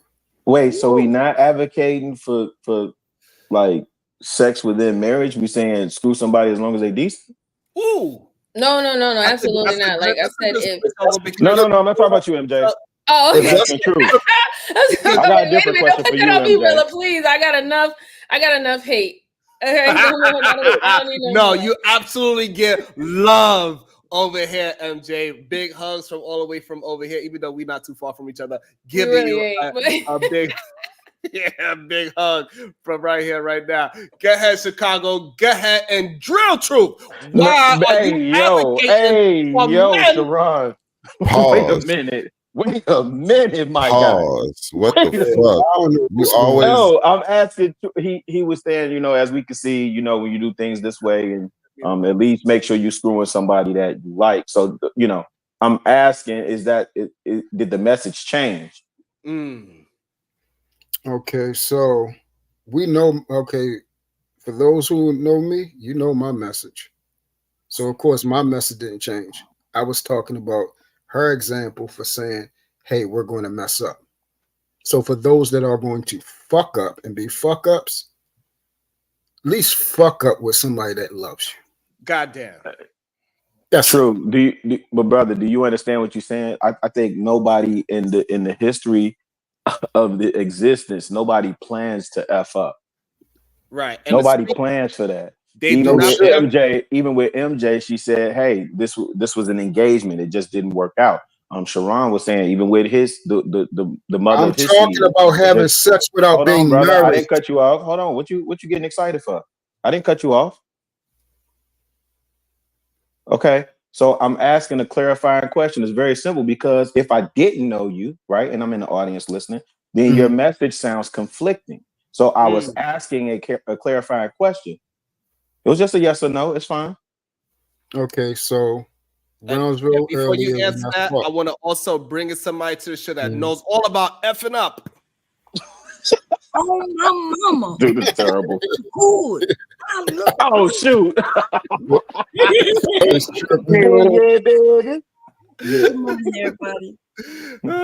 Just for a little bit, dating pool. Just for a little bit. Go ahead, to answer the question, and we're gonna keep on moving the conversation forward. I think it's a great conversation that we are having, because a lot of people do look at relationships. I think marriage is the key if we want to have children.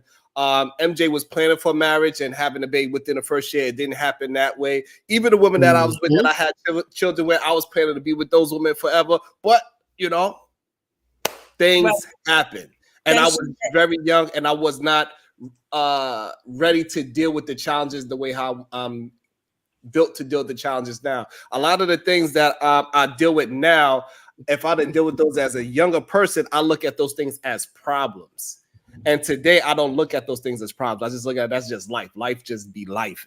So I don't look at, Sharon, why you never talk to us about all the fucking downfalls of relationship? Because it ain't none. Because once I get through it, I don't look at it as a bad situation. I got through it, so it's good.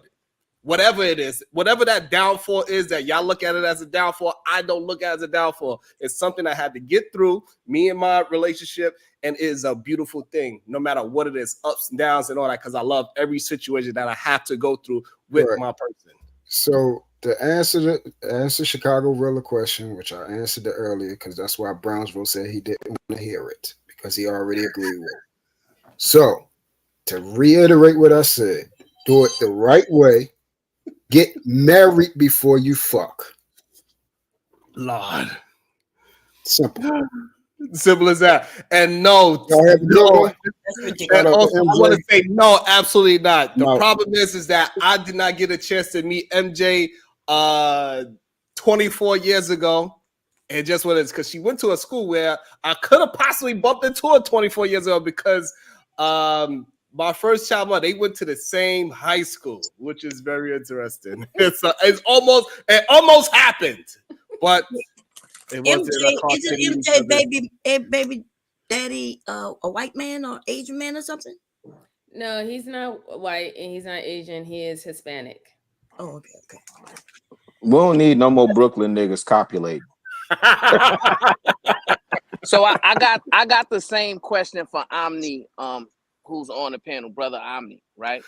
My question to brother Omni would be, is he in favor of men getting immediate consequences for irresponsibility, the same way our queens, ladies, and women face immediate consequences after irresponsibility? Bring back shotgun weddings. Oh, damn. Bring back shotgun weddings immediately. No, because I've been in these streets. That's why y'all haven't actually seen me that much. People are reckless out here. So I gotta, like, the more and more I talk to people on a day in, day out basis, I see exactly what Brownsville is talking about. I met a man recently who's on child support. He complains about being on child support, and he does this thing where he will work less hours just so he doesn't have to pay as much in child support. God damn. I immediately called him a bitch ass nigga. So you saying these men bring back shotgun weddings, and I think we need to abolish all forms of contraception on top of it. Oh shit! So hold on. What about the mandatory minimum 50% child support? Ain't nobody gonna agree on mandatory 50%. But I mean, are you saying that these men that women complain about on a day-to-day basis, that these men, they try to fight, cut corners? Truth alluded to this earlier as well, that it is men that is going to fight and cut corners to get themselves out of child support. They're going to try to do their best to pay the least amount of money. And this is why my cousin is bringing up the fact that they should pay 50%, because there's so many men out there that is willing to cut corners. They do all types the of least. Listen, they do all types of goofy shit. They will work a job for 3 months, and as soon as that first child support payment hits, they will leave that job. They will forego working a job to try to get a food truck or something like that and try to work that business on a cash basis so they don't have reported income. Don't be talking about no glizzy stands. Bro, it's ridiculous out here. It's ridiculous out here. It is far too comfortable for men to avoid responsibility. God, in my opinion, it has gotten too damn comfortable for men to avoid responsibility. That's facts. That's a fact, Bob Cherry. So, Bob Cherry, you know, bunch of men. You spoke to any man personally that was purposely avoiding taking responsibility of the child. See, because men would say these things, and this is another part of this barbershop talk that men be having that people don't want to actually bring out. I'm glad Omni brought that to the forefront, because a lot of times those men do hide and they don't want to come out, because people like Omni is going to let them know you are a bitch ass and all these things, and they're going to, you know. And so that's I'm surprised. And the thing that confirmed that he was a bitch ass nigga is that he didn't swing on me after I called him a bitch ass nigga. Like, he just told me right in my shit after I said that to his face, but he didn't. Because he knew he was a bitch ass nigga. Damn. So the question to me, so before I got married, this years ago, so this means this hasn't changed, right? I was dating a guy and he asked me why I haven't gotten pregnant yet. And I was like, what? We use condoms, right? And come to find out he's poking holes in them. But anyway, he told me he wanted me to have his baby. And I was like, whoa. And he said, yeah, I want a son. And I was like, suppose it's a girl. He told me it wouldn't be his. And I said, well, I guess you would just pay child support. He told me, no, he'll quit his job and work under the table. Damn. That was over 30 years ago. Shit.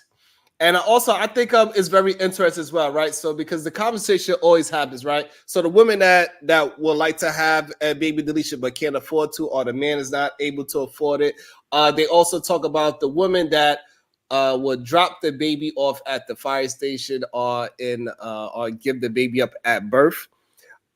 is that a high enough percentage of women that is doing that we should even entertain that conversation? What's your thoughts, PhD? Are you still there?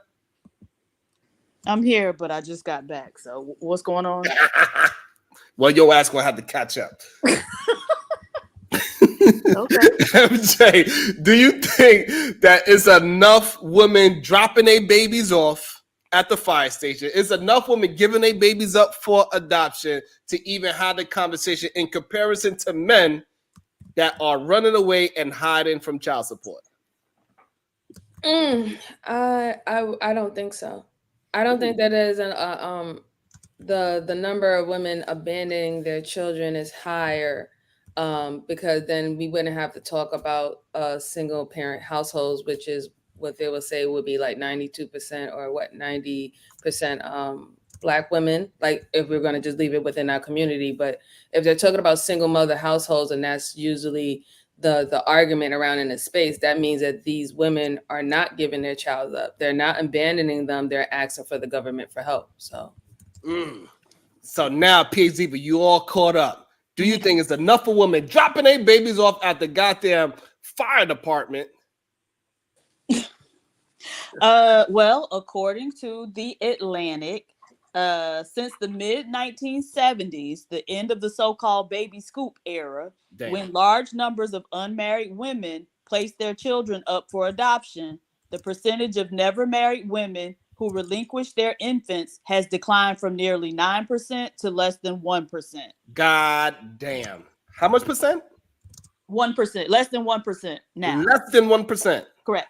So now, with it being less than 1% after all this time, do you think it's worth the conversation to compare men that are trying to avoid child support? Somebody just spoke to Omni yesterday and said how he only worked 3 months out the year so he don't have to pay child support. Can we now compare that to women giving up their babies for adoption and dropping it off at the fire station while they in the midst of giving out firefighting? What's your thoughts? No. Should we entertain the conversation? No, it's just a deflection from the degeneracy that I was talking about earlier. Damn. So Supreme Goddess, right? Yes. What kind of immediate consequences will you propose for men to have to undergo? Because we understand that y'all ladies, y'all have immediate consequences to irresponsibility, having sex out of wedlock. Y'all can get pregnant, y'all got to carry the child, and that's gonna you're a mother immediately, right? Whereas the man, he doesn't have immediate consequences, and he can duck and dodge, as Omni articulated, right? So one of my remedies that I'm suggesting is for men immediately to have it mandated 50% of their income goes to the child. If not, it's a felony. That's my proposal. What will be some of your proposals in order to curtail these men from participating in degeneracy? Well, I do like that idea. Something else that I would advocate for is forced vasectomy, right? You don't want to take care of your kids, then you ain't having no more kids, and we're gonna make sure of it. So let me get your proposal correct, PhD. I'll go have a child with Bomb Cherry because her booty's so beautiful. And then I said, I don't want to take care of that goddamn child no more because your breath stank. And then, if that was to happen, you mandate that since I don't want to take care of that child, I get a mandatory vasectomy? Yes. Oh, shit. Does this come with mandatory paternity tests? Ooh. It has to be mandatory paternity tests because you're not going to cut cut the nuts of an innocent man. Well, the Bible, and you can tell me which chapter and verse Brownsville says this, but it say avoid even the appearance of evil doing. And so don't get on no lady bad side to where she gonna even accuse you of it. Yeah, I strongly disagree. Are you serious? Strongly disagree. God. Strongly disagree. Oh Unsubscribe. my God. This is my proposal, sir. I understand. I'm just saying. You gonna correlate that Bible verse with that? Don't get on a lady back. Unsubscribe is what I'm saying. Joker. Unsubscribe. Dade County face. Holy crap. We got hey, listen, shout out to all the men that did get vasectomies and because they know they have no control of themselves. Shout out to all y'all that's willing to do that. I'm not willing to do that. I don't think. No, they still making sluts out here, Sharon. I ain't giving props for that. Because they're the ones that they think are slaying dick the most. Can anybody explain why the tort is on the panel? The who? The what? The tort. She's talking about me, Oh, MJ. But I just have a question for MJ right quick. I dropped them before. I but have they a let it question back for in. MJ right quick, Sharon. I've been holding it for a while, but I want to go back. You said like hour or so ago that marriages are decreasing and relationships are decreasing. Who do you think is the problem and at fault, the man or the woman? I say it's the man because many black men think it's okay to go around with being around other hoes / women in the midst of a relationship when they think it's being committed. If you want to be around other women / hoes, you ain't being committed. If your woman did the same thing as you did, you would feel she ain't being committed neither. So if you can't commit, you must quit. He says the black man fault. I heard that. Hey, I Angel. like that. I So like what that. do Angel, that's how you end the sentence off. If you don't, man, commit? If you don't commit, you must quit. Angel, I'm curious to know how many Native American men cheat on their women. Child. You brought relationships of black people into this when it was about No, abortion. I'm asking. No, we're not I'm going to talk asking. about the you. conversation. I'm asking. Like, how would I know? Like, for God's sake, That's your people. Aren't you Native American? well, my people ain't that important to me. You want to bring up black relationships, and this is the way it always goes. Is when it gets to Well, right a now it's conversation gonna on topic, wait, relationships Angel. is always the Angel, turning it's okay, point, ain't brother. it? Angel, it's okay. I rock with you, G. I'm just asking you to answer the question. Well, How, my in your question was to observation, MJ personally. MJ, who do you think is like the problem and more at fault, the man or the woman? I actually think, Angel, that it's both men and women. However, because we are in a I gotta patriarchy jump in. system, I definitely believe that I want to will jump have in more right there, responsibility. MJ. 51% is who? I don't care how close it is. 51% would be men. Okay, there we go. okay, cool. So, Angel, how many Native American men you say? What's the percentage that cheat on their women? I don't need to give you the statistic when you're trying to say go off course, man. We ain't going off course. No, we right on topic, brother. Yeah, we right. right on topic. I'm staying on topic with your talk about black marriages and relationships. You're trying to take it in a different direction, like you did I'm when asking it was about you. abortions, right? No. I'm asking you in your experience, because you seem to be the expert on black people. I was curious to know your expertise on Native American men cheating you on their seem to be women. the expert to tell your stance of natives, then, man. No, I don't. I've never given a position on Native American. Hispanic, when I don't even have a lineage of No, brother. Listen, I'm asking you to stay focused for 1 second, man.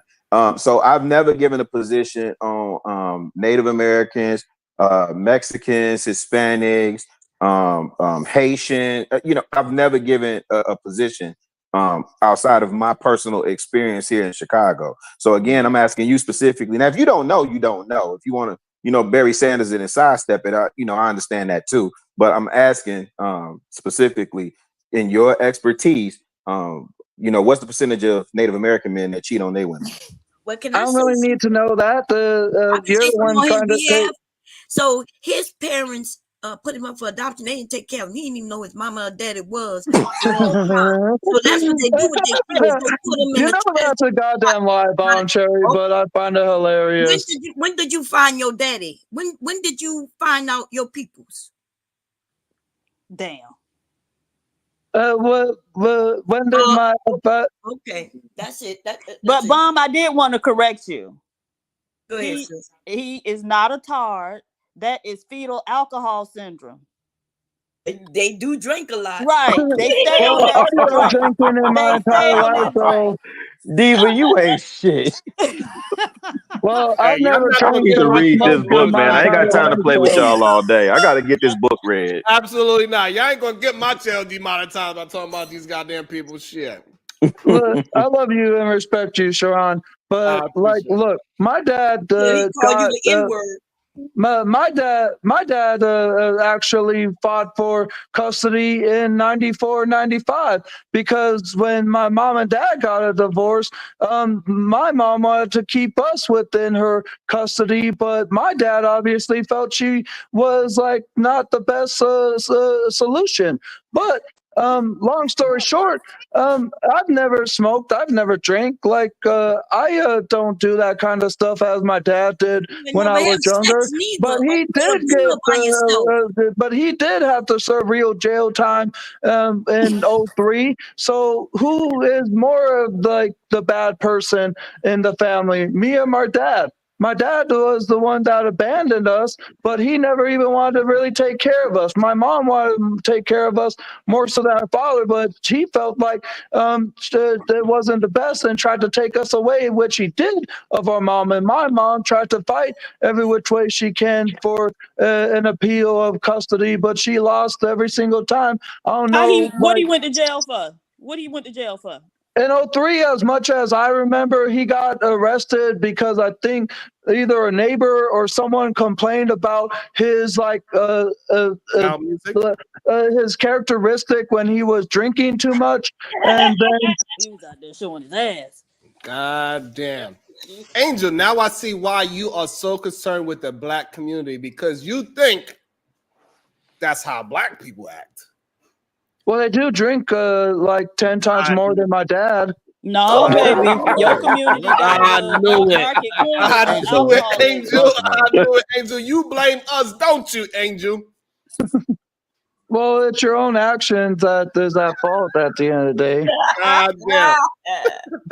Look, Sharon, I love you. And speaking of, welcome to the show, Eda Man Williams. Oh, Lord. Hey. Hey, PhD Diva, how you Hey, doing? what up, though? hey, the man. What's up, Angel? Ain't seen you in a minute. PC. Angel. How you been? You know these like people can like are trying to come at me, but I'm just finding humor in all this, and I Hey, don't it's think all they're good. serious Now Angel's at we all. being coming at him. Hey, yeah, Angel's being a good sport. We just had to correct him a little early. He came at us a little sideways. Now he understands that, hey, we are not gonna use kid gloves on Angel. We don't care. We are gonna kick his ass just like anybody else that would hit the panel. Your ass is able to get kicked. You hit this panel, you say the wrong shit, your ass is liable to get kicked. Either man. Speaking of ass, either man. Speaking of asses being kicked, your man. Donald Trump got his ass handed to him last night. God damn it! Well, I think you're looking at it from a biased standpoint, right? One thing, let's talk about what I believe Cam did good last night. I think she did a really good job at pulling at people's emotional strings. For some reason, your microphone is worse than Donald Trump's. What about now? Is that better? Much better. There you go. Speak your mind. Tell me what Cam did better than Donald Trump besides everything. So one thing that I actually think was in her favor last night is that she spoke to the emotions of people. Wow. She spoke from an emotional point of view. Wow. Like when she did really good at tying in stuff. Like she was like, can you imagine your grandma not being able to afford her diabetes medicine? Can you imagine? Hold on. I have to jump in right there, Eda man. I thought you wanted to know. I thought you wanted to hear from me. I gotta jump in right there. I thought you want. I ain't Angel, nigga. You ain't gonna cut me out. No, nigga, you gonna let me cook up this goddamn turkey. I have to jump in right there. This is the reason why I have to jump in right there, Eda man. This is why. Because when Donald Trump says things like, if you vote for Kamala, we are going to be in the worst position ever. we are going to have no jobs. We ain't going to have no money. We ain't going to have no economy. Is that not speaking to the emotions of American people? So first of all, the crazy part about Sharon, I hope you can still hear me, is we talking about Cam and you want to talk about Donald Trump. Trust me, I talk a whole hour about Donald Trump, but I'm trying to give her some props, and now you getting all emotional now that I'm giving her props. You better answer my question. Do not answer the question like Donald Trump did last night by not addressing what my actual question was. Now I see why you like him so much. You answer questions the same way. So the question is, do I believe that he was trying to pull to people emotions? No, I think he was talking to people current reality. Is a difference. That People, is insane, man. I said it, if we don't believe that the economical people are hurting economically right now, I think you live in a delusional world. But he don't know that people are hurting economically. You said he He don't know? care. Yeah, he don't Yes, know. he He do. don't care. He Come never on. speaks to it. What? Give me a statement that he said that speaks to it. Besides black people eating cats and dogs. Well, no, I can tell you exactly what he said that speak to it. He said gas is as high as it ever been. Milk is higher than it ever been. He said meat is higher than it ever been. So he's talking to the economical struggle of the working class, and he's saying Beautiful, that Eda, man. y'all I'm guys glad are that you better. brought that up. Hold on. Let me finish. He said that he asked a straight up question, and Cam did not answer it. She asked, was they better under Donald Trump than they currently is? And then she started windmilling. Did she start windmilling when we asked about the current economy? Yeah. No, she pointed out that her economy bill is better by so-called economists. Even economists that was a part of his team said that her bill is better than his, is what she said. So she now lied. She lied. That's the whole point that He I'm saying. didn't say she lied though, but you gonna claim she lied. Right. Listen. No, he did say. He Hold said that. on. So no, hold on. You asked me what did she He say, did. and I just He gave did. He you what did she say that said. she lied. He But that's said what he she said said that she was that lied. I gave my plan versus your plan to economists, the top economists of America, and they said they agree with my economy more than yours. Your economy is going to put us in a recession in the next 2 to 3 years, is what she said. So therefore, she answered. So therefore, I just want to point out that she answered the question. So now, well, hold on. Well, let me ask you this question, and this is the $1 million question for Sharon. Do you believe that she's accountable for anything that happened in the last 3.5 years? Of course. All right. So I think you know the funny part about Sharon, he get delusional at certain parts of the day. Like if a woman was in a relationship with a man that was beating her ass, the man start getting no lines. So you know what? I'm gonna stop beating this woman. You know what Sharon would say? Leave that man. Based on his past record, that nigga go beat your ass again. But now, since we talking about the president, Sharon say, you know what? Maybe she can do something different. Maybe these 3.5 years was a myth. They Maybe were I didn't way see what better than I thought I the said. previous years, Leave the dude. abusive relationship. I'm glad you brought that up, Eden, man, because this is the difference with how I look at it, how you look at it. I look at somebody physically putting hands on somebody, they have a mental disorder. Somebody learned that, hey, my policy this way, it worked out, but it didn't work out for the greater of America, and I'm going to change my policy by putting this new economic plan. That shows a leader that's willing to change with the times and move forward and move the American people towards greatness. That's what I see. I see a great leader to recognize, hey, we made a couple of mistakes and we are going to move forward. For example, Sharon. like the border is an example, how they closed the border up 6 months ago. Things are getting better. We deported people left and goddamn right. So therefore, she is willing to take on the brunt and change her ideologies as it will what is better for the American people. But you know what your man Donald Trump is not willing to do? No, so hold on. I want to make sure we heard Sharon. Hold on, no, y'all can't let Sharon get away from this. So she closed the border. He's going on record that says that she done closed the border and she's deporting people. You see how these liberals will make anything up to make their point? Tell me what evidence you got that she closed the border and she been deporting people. What you They mean? always deport people. What you mean? Because the way how I have the proof of, because Joe Biden right now currently has deported more people than any president ever. It's reported. It's facts. What are you talking about? Here's That's your how I Hold know. on. So how many? Hold on. Maybe I might be not familiar with this subject. So let me ask the question: how many people have he deported? I'm gonna answer this. I'm gonna answer in a way with only you and Angel under many. Many. It was many of. It was many of millions. It was like many. It was many of millions. But yeah, it's been a minute, either man. Great to see you again, by the way. Yes, sir. Yes, sir. Hey, But I just want the to other. quickly go back. Rilla, you No, were asking me about the statistic don't of worry about it, native Angel. Yeah, relationships. don't worry about it. You didn't want to I answer it. don't That's know okay. the statistic, but I don't think it would be as bad as statistics of Black relationships and marriages. Okay. I think It natives actually would is. have more of a commitment, Okay. including native men, but the Black men ain't as committed if they want to be around with other Got you. hoes slash Okay. women. All right. Cool. Eat man. So the other day, I was sharing space with Diva, and she was talking about. She was reflecting on, you know. Oh wait. What's dang? Was we on stage then, Diva? I don't know. Anyway, I'm starting to see a lot of commentary from people who worked government.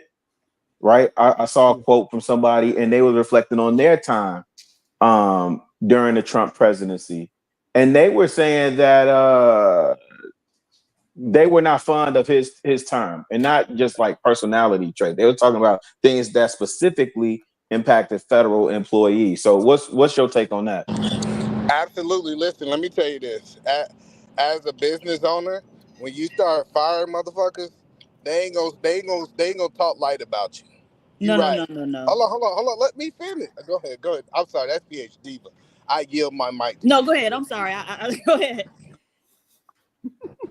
No, the point that I'm saying is when you start asking certain people, and then it's like, let me give you an example, Chicago, really.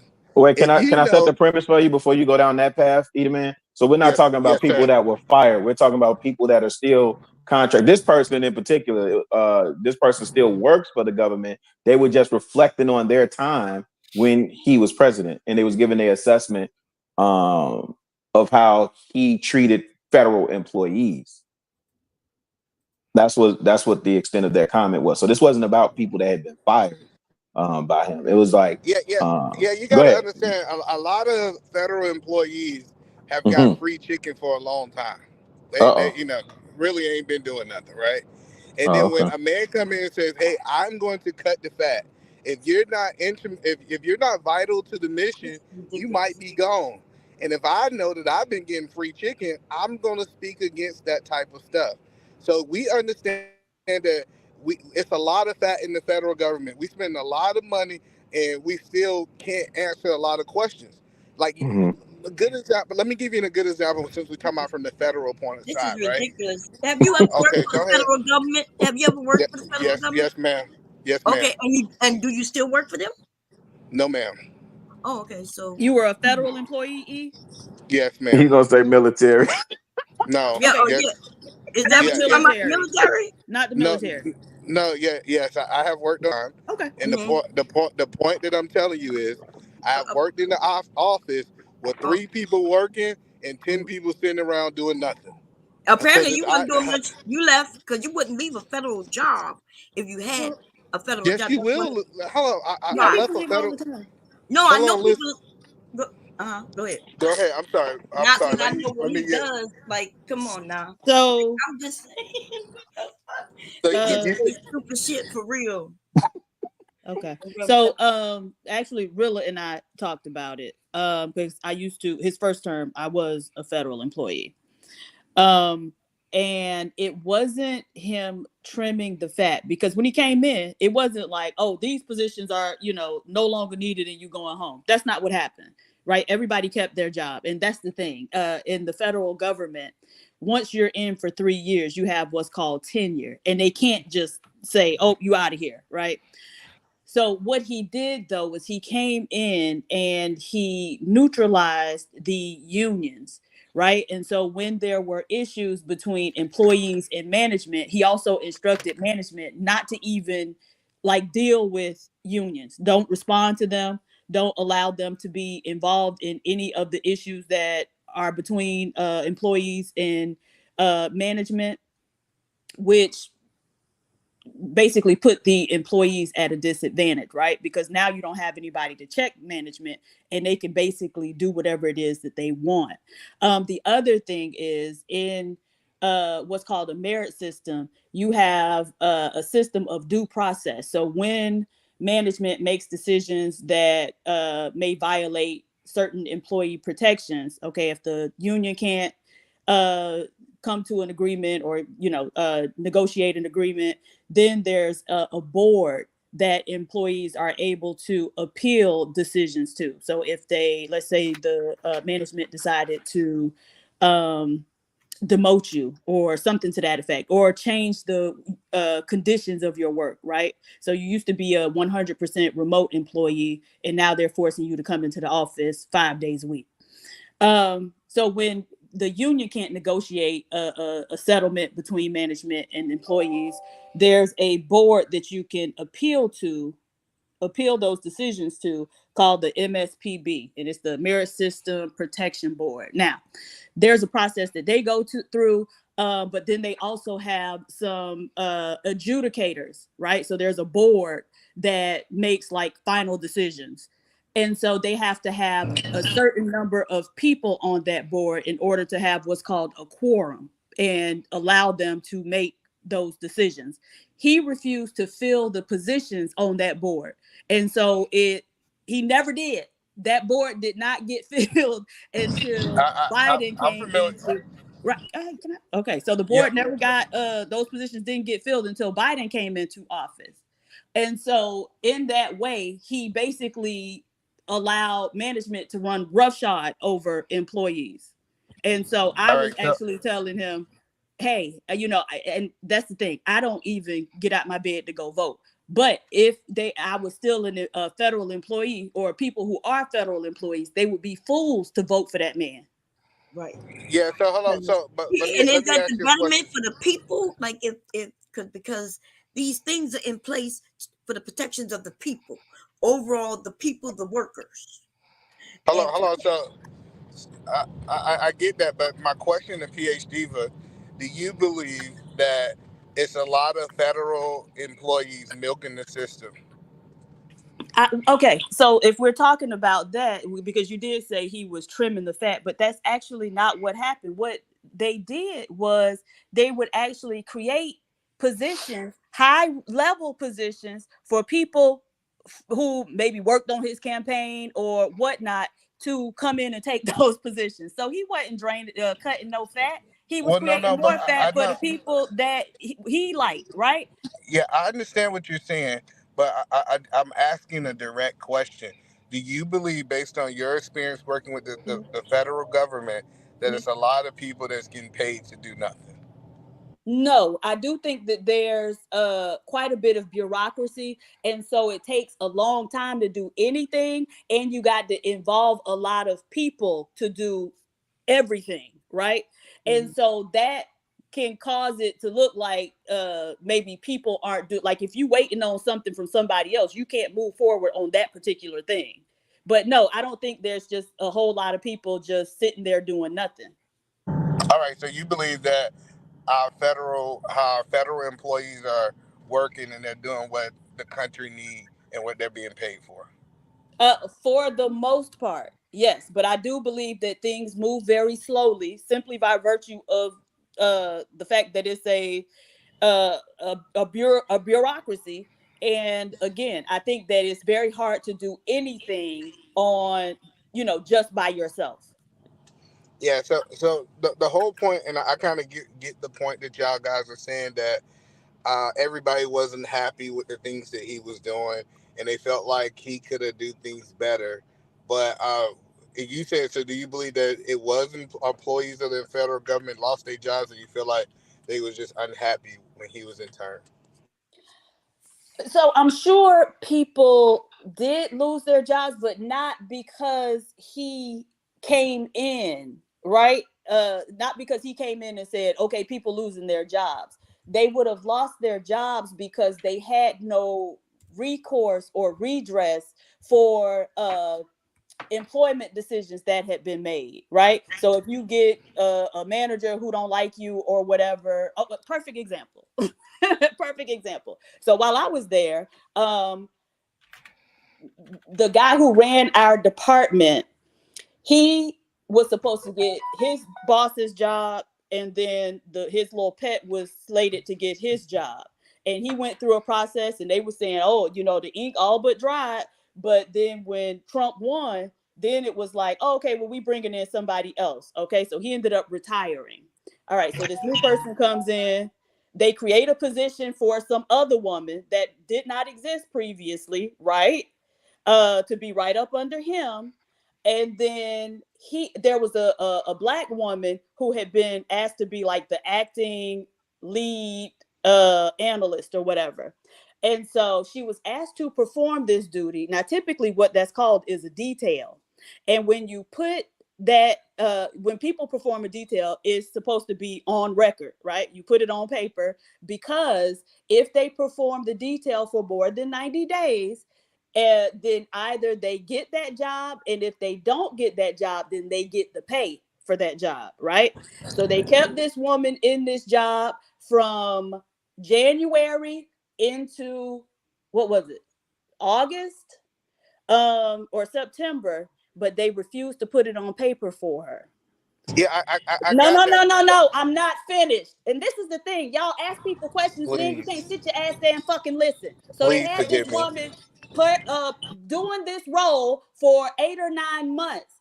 And then he decided to bring one of his friends in to perform the job. And she ended up, and then told her, oh, well, you can have this other job. But she had a fully remote role. If you take this other job, you need to come into the office, and you need to relocate you and your family to a whole nother city.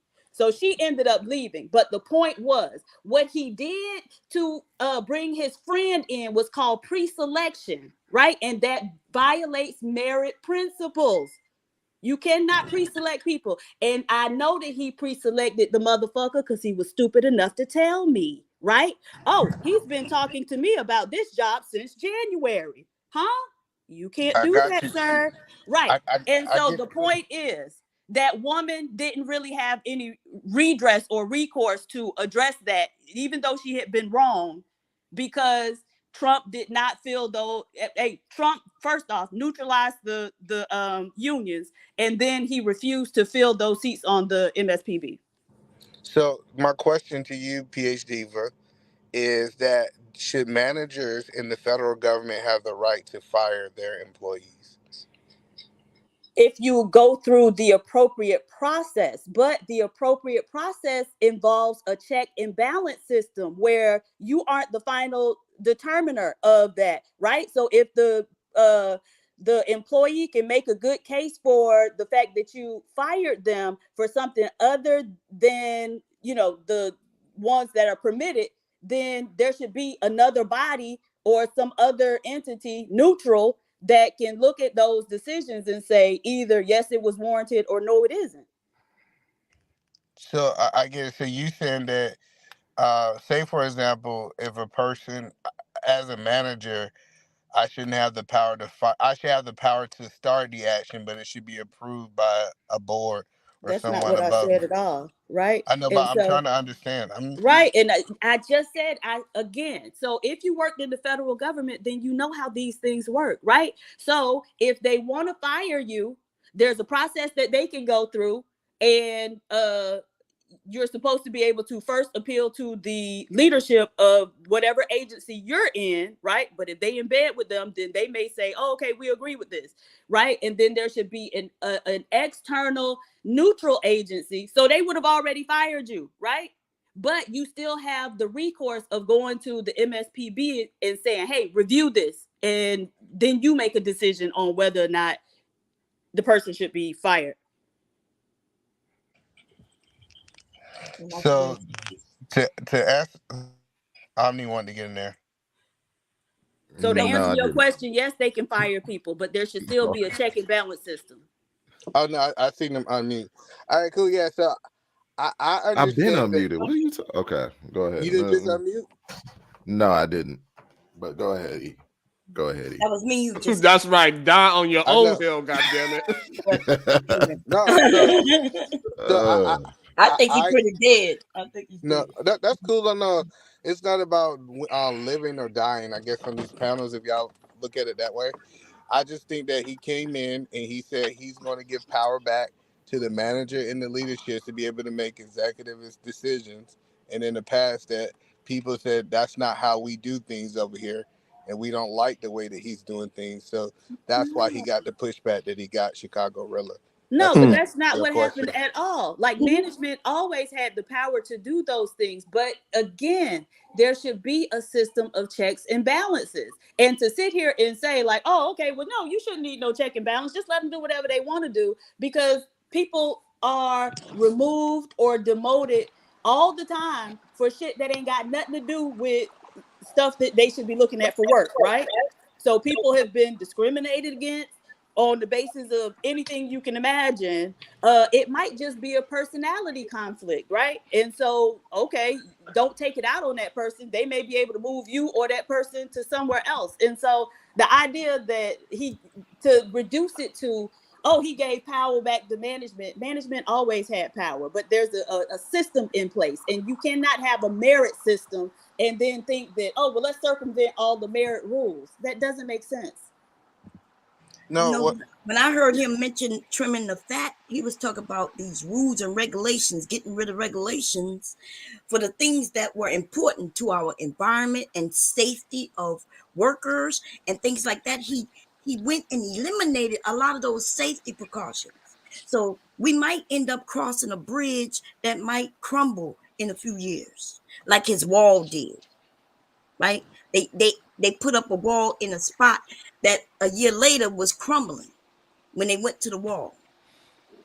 So, like, I get it. So I think Chicago Rilla is still on the fence, right? He don't know if he want to be a Republican or a Democrat. I'm definitely on the fence. Yes, he's on the fence. So, my question that I want to ask you guys that are so against Trump, why do you think that he should come over to y'all side and become a Democrat?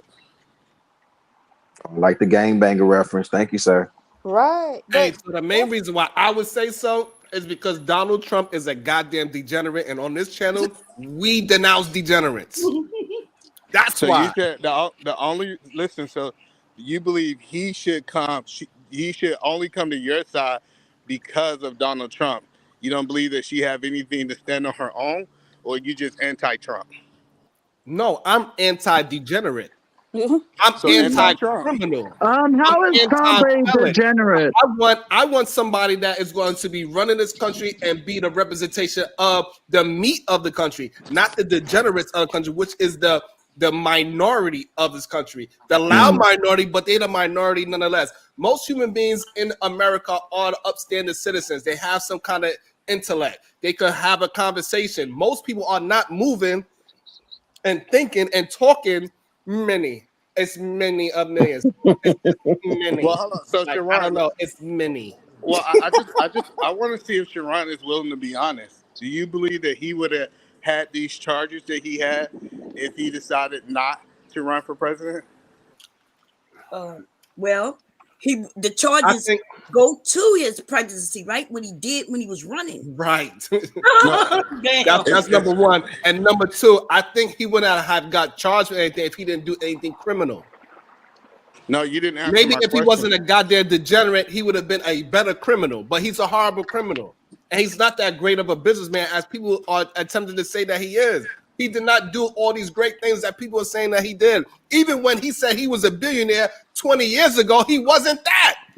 But he promoted, he's a great marketer. Even when he built up his goddamn Trump Plaza, the reason why the Trump Plaza was even built because he marketed it.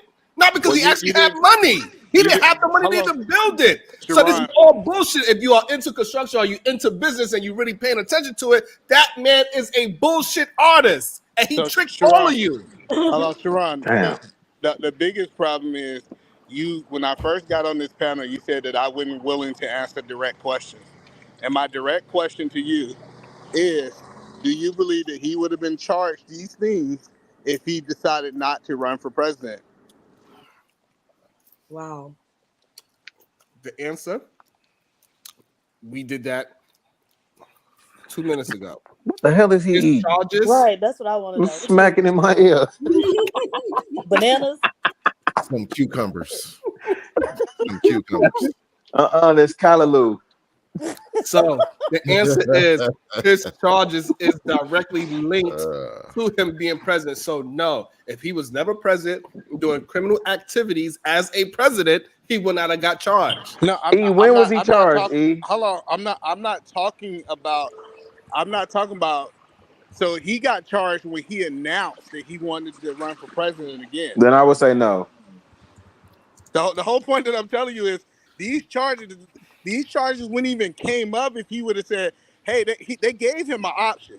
They said, if you don't run for president again, we're not going to charge you with anything. If you choose to actually run for president again, guess what? We're going to charge you. He said, I'm going to run for president again, and then that's when we seen these 34 charges. Okay, That's that's fine. So that's fine, but that does not negate the fact that he did whatever he did, because they do not want to charge a ex-president. They do not want to have one of their presidents of the United States be a fucking criminal, even though he did criminal activities. They do not want to. They want to uphold the situation that we have of America being these fucking upright police cowboys of the moral world. standard, yeah. Right. So this is the thing. Hold on. They say, hey, listen. Hold on. Either man, what they were saying is this: it's a win-win. You don't fucking run again, and then we don't have to say that you're a fucking criminal. So this way we can keep our reputation and we can keep your dumb ass out of jail. But if you don't listen, we're gonna tell all about how you grabbing these women by the vagina. Jesus. I think Sharon is for. But E-Man said it's false. They did not say that. He may have said that, but he's a liar, right? Okay. This man has been in and out of court and sued for years, way before running for president. No, but that's what happened when you have money. They sue you. Listen. No, when you break the law, that's when you get sued. No, that's not true. You do not have to break the law to get sued. That's crazy. This man had a university. This man did a lot of criminal activity. You acting like you don't know or you just want to bypass that. He was defrauding many people for a very long time. So the whole point that I'm making is what we're saying is that if you don't do what I want you to do, I have the right to use the judicial system to be able to force you to do what I want to do. Absolutely. Hold on. Because we see where you're going with this bullshit. We see it. We see the play. America been using this play for years. If you do this, or you don't do this, I'm gonna send my military. If you don't do this, I'm gonna lock you up. If you don't snitch on this person, I'm gonna lock you up. This is not something new.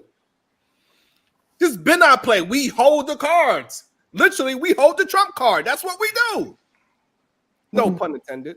I think pun intended. This is the thing. I think in regards to the charges, right?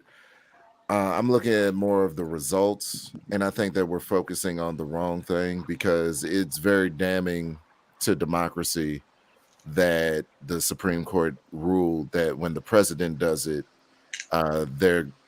because they have the seat of the presidency, they're granted full immunity. So regardless of Donald Trump, Kamala Harris, whoever is in that seat, they now get away with whatever. Who put that? Who put that bill in our faces or into Congress? Who put that there? You know. I thought it was a Supreme Court ruling. It was Donald fucking Trump. Right, Donald Trump. He was the one that put that bill out. He's trying to take it. Go ahead. I'm sorry. Because he knew all the criminal shit that he was doing. To take it further, right? So Rilla. I'm a registered independent, just like you are, right? I'm not a Democrat. I'm not a Republican, right? When I look at the federal government, I look at it from a national security perspective, right? Yeah, I heard you say that. And so when you consider the fact that, are you familiar with the Joint Chiefs of Staff? Mm-hmm. Huh? Yeah, I'm familiar. Right. So when former members of the Joint Chiefs of Staff are writing books and they are making statements saying that during Trump's presidency, we were vulnerable, that Trump was a disgrace, that he was dangerous to our democracy and to our national security, alarms start ringing in my ears when I hear those kind of things. Because if anybody would know how compromised we are or were as a country, it would be them, right? It would be those who are in that war room, right? In addition to that, when you consider what Trump said yesterday during the debate, he said that even after he left office, he met with who? Vladimir Putin. Why would he need to meet with Vladimir Putin after he left office?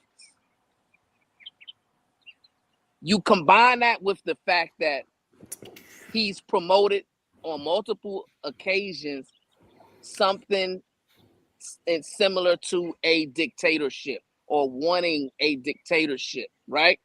And when he talks about foreign leaders, the people he talks fondly of are dictators. Kim Jong-un, Vladimir Putin, right? They asked him a specific question, Rilla, last night. I don't know if you caught this. They said, well, hey, do you want Ukraine to win the war? Oh, I missed He couldn't answer it. He couldn't answer it. He said, well, if I get in there, I'm going to talk to Putin and I'm going to end the war. That's what he said. That's what came out of his mouth, right? So when you combine that with what Omni said, that whoever gets in there is going to have immunity. We got to look at this logically and reasonably and understand that if that man gets in there, we could be looking at some major, serious national security repercussions. Well, not could be. We've already, right? Because he's a traitor already. He's gotten documents and shared with Putin and other people, Hungarian people. These people have already mentioned this. He's been impeached for such things already. And that's what the Florida case is about, where that Cannon woman is about to be thrown off the bench, right? Because of what she's doing. But they found all those documents in his home. He was hiding them. He's no longer the president. What did he take them for? Why was he trying to keep them? Hey, I want to shout out to the people that's unliking the likes. That's hilarious. They unliking it. Oh, wow. I see we was at 90 likes. I was just about to say we need 10 more likes. Now we back at 86 likes. That is insane. Well, hit the dislike button then. It's engagement. Hit the dislike button. I don't be liking what Sharon say either. I hit the dislike button all the time. All the time. It is okay. And make sure you hit the super chat, 99 cents. You know, make sure, because we are attempting to have good conversation in real time with a bunch of different feel free to cuss me out. Feel free to cuss me out and spend money at the same time. Just the Brownsville. Goddamn, yeah. Forget what Sharon's saying about like. Oh, my bad. No. You right, Sharon. You right. Super chat, cash app, all that. But hit the dislike button. Don't just like unlike the video, because the engagement still counts. You know, every voice counts, right? Hit it back, goddamn it. Make sure you like it back. What's wrong with y'all? Hit it back. What's wrong with these people, man? I don't know what's wrong with them, MJ. MJ, what is wrong with these people that they constantly want to attack the people that is attempting to move forward? Why do people want to be stuck in degeneracy? And this is why I believe Donald Trump is still relevant today, because people want to be stuck in degeneracy. Tell me why, MJ. People like to argue. Shit. And a lot of people like to be right. That part. So that would be like really those are the two main things that comes to mind as to why things happen the way they do. So I think I need a drink. I don't know what time is it. I told you've been putting tequila in that water since earlier today. I don't even know what you're talking about. Sharon, you drink? I don't. Oh, okay. I'm I about to need, say, I wait, need what? to. I need to start. God damn it. He lying. He been mixing that tequila from way earlier with that water. That's just the way he is. Actually, MJ know what I drink. She was with me when I was drinking. She know what I Oh hell. drink. Damn. So man, but I think all the Trump supporters, they are in, the ones that do have logic sense, they are in a strange spot because they starting to see that this man is deteriorating, that this man is not as coherent as he used to be. This man is a liar, literally a liar. He was lying last night on purpose. Easily though, Sharon. Like on purpose, Chicago. He literally said, "With Kamala, you can have a baby deletion after the baby's here." He been saying that for months, like a couple what? years now. That's why I was glad old girl checked him at the end. Yes. Yeah. So there's no way in the country that happens, right? But I wanted to say something to what Brownsville said because I think it's important. Brownsville was saying that he's a registered independent, right? And I think it's important because the reason why I use the gangbanging language, the Democrats and the Republicans, is because I think we as Black people, we don't have the luxury to gangbang one side or the other. You need to be paying attention to what policies and positions that these candidates are taking, and then making a judgment call based off of that. I don't have the luxury. I'm in a blue city. I do not have the luxury to lean blue just because it tickles my fancy, or what they say sounds or whatever. You kind of see what's going on here, right? So you better relax with all that gang banging and voting on personality, and just pay attention to positions and policies. And to the young blood that was up here earlier asking, like, what is somebody gonna do for Black people? I'm gonna ask the same question each time. What are Black people asking that candidate to pass on our behalf? Right? What are we asking? I think that is very important that you cannot. Hey, Diva, I don't know if I heard your position on that. Go ahead, Sharon. My bad. You cannot wave a red flag or blue flag. You need to be like Chicago Gorilla and independent and have a rainbow flag when you have all the colors. Hey, yo, hey, I'm about to drop off this damn panel. In certain states, like y'all, I hear y'all say y'all are registered independents. In many states, you can't be a registered independent. Because there's no such thing. Like my husband wasn't able to vote yesterday because he is an independent. And the Republicans have been challenging everybody who is everybody's voting rights. So when he went to go vote, they told him he couldn't vote. Why? Because he's an independent. When I lived in the South, it was like that. Yeah, when I was in Atlanta, it was definitely like that. So it wasn't until I got back to Chicago that I could vote my true conscience. So, well, you can always vote how you want to vote. I don't know what you mean. Like I could be a Democrat, and when I go in that voting booth, I could vote how I want. That's always been that way. Yeah. But go ahead. I can see the point. Go ahead. No, I'm saying that's always been that way. I could go in and vote down ticket or vote the other side down ticket, or I could. So that's always been that way. I'm not understanding. But this thing where you say we shouldn't take a stance on either side, you have to if you want the power in order to make them do what you want them to do. You are not counted if you are not a voter. No, that's not what I'm saying, Bob. What I'm saying is, for decades, we have taken a position, right, either waving blue or red, as opposed to making demands based on what's best for us as a people. Yeah, but that's not true, though. We have. Okay, go ahead. There's been a lot of Black Democrats and a lot of Black Republicans. I don't know why it started to be shared that Black people are Democrats and we follow Democrats and stuff like that. And when they do that, they go all the way back to slavery and Jim Crow, right? The people who promised us to get out of those things. But there was also Black people on the other side, and always been. There's always been people on both sides. So yeah, I know, I agree with that. The argument is not that there's never been Black Republicans or that there aren't Black Republicans, right? The conversation is overwhelmingly Black people vote Democrat. This is what we typically hear, especially in major cities where you have high concentrations of Black people. You agree with that? I can agree with that except that where most black people are in the South, Mhm. what are those states? Are they Democratic states? So that means No, they tend to be red, right? But the major cities tend to be blue. So, like, I know specifically Atlanta, which people get it confused. They think because Atlanta is blue and has a loud voice that Georgia is a blue state, and it definitely is not. As soon as you set foot outside of Atlanta or Fulton County, you're gonna realize how red Georgia Absolutely. really Same is. thing with New Jersey. Exactly. And you step foot out of goddamn Newark, New Jersey, Mhm. Irvington, Orange, as soon as you 30 Brick minutes. City, yeah. Yeah, 30 minutes from New York is blue. After that, and Jersey is huge, it's all red. Same way with New York too, upstate. That's what I was thinking about too. I know Sharon is from Poughkeepsie, so what is it like in Poughkeepsie? Or is it Schenectady? Is it Schenectady, Sharon?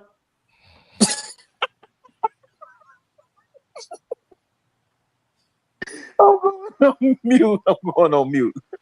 But Take to answer Rilla's Bomb phone Cherry, right now. Cherry's question, as an independent, right? The only restriction that you have is that you can't vote on the primaries, right? So if you're not a registered Democrat, you can't vote for any of the Democrats running in the primaries. And same thing with the Republicans. You can't vote for any of the Republicans running for the primaries. But if you have your voting card, when it comes to the national or local elections, then you can go and vote for whoever you want. Right. So you get to make the last decision, but you don't get to participate in fully in the democratic process. You get you foregoing it, and so I wouldn't recommend that. Hey, I also want somebody put up the Virginia governor that was about these late baby deletions.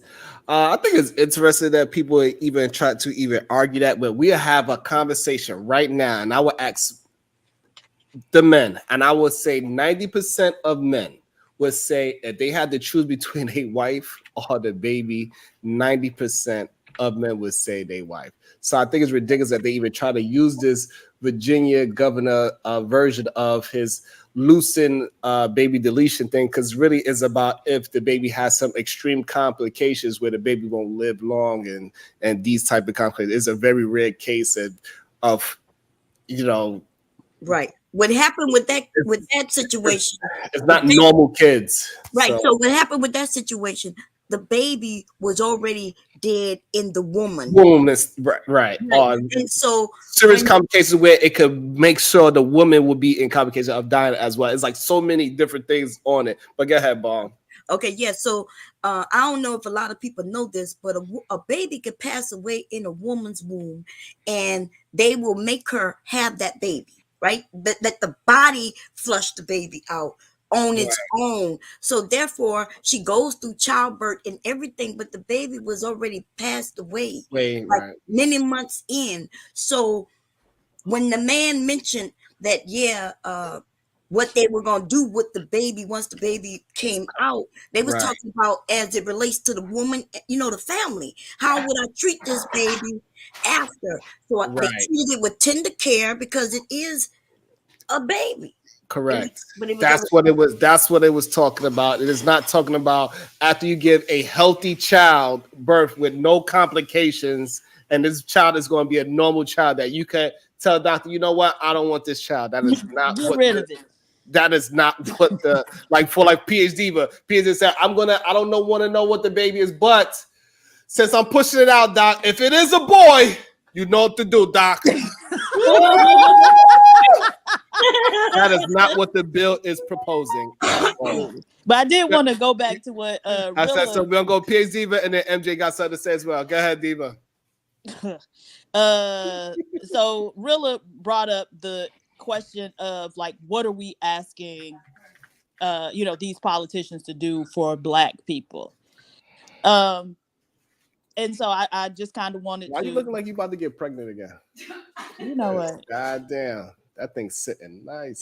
You know what? Nasty, nasty motherfucker. Talking about I wasn't on mute. Go ahead, Diva. I want to hear this. Well, no, just because I've been reading the book has raised a lot of issues, and so one of them was how the FHA played a big part in it, actually created the policy that led to a lot of what happened in Chicago during that time. And so I guess I just wanted to have a discussion on like, what do we want these people to do? Because once that happened in the 50s, and so we in 2024 now, right? And so that's had an effect. It's had children of the effect, and now grandchildren of the effect.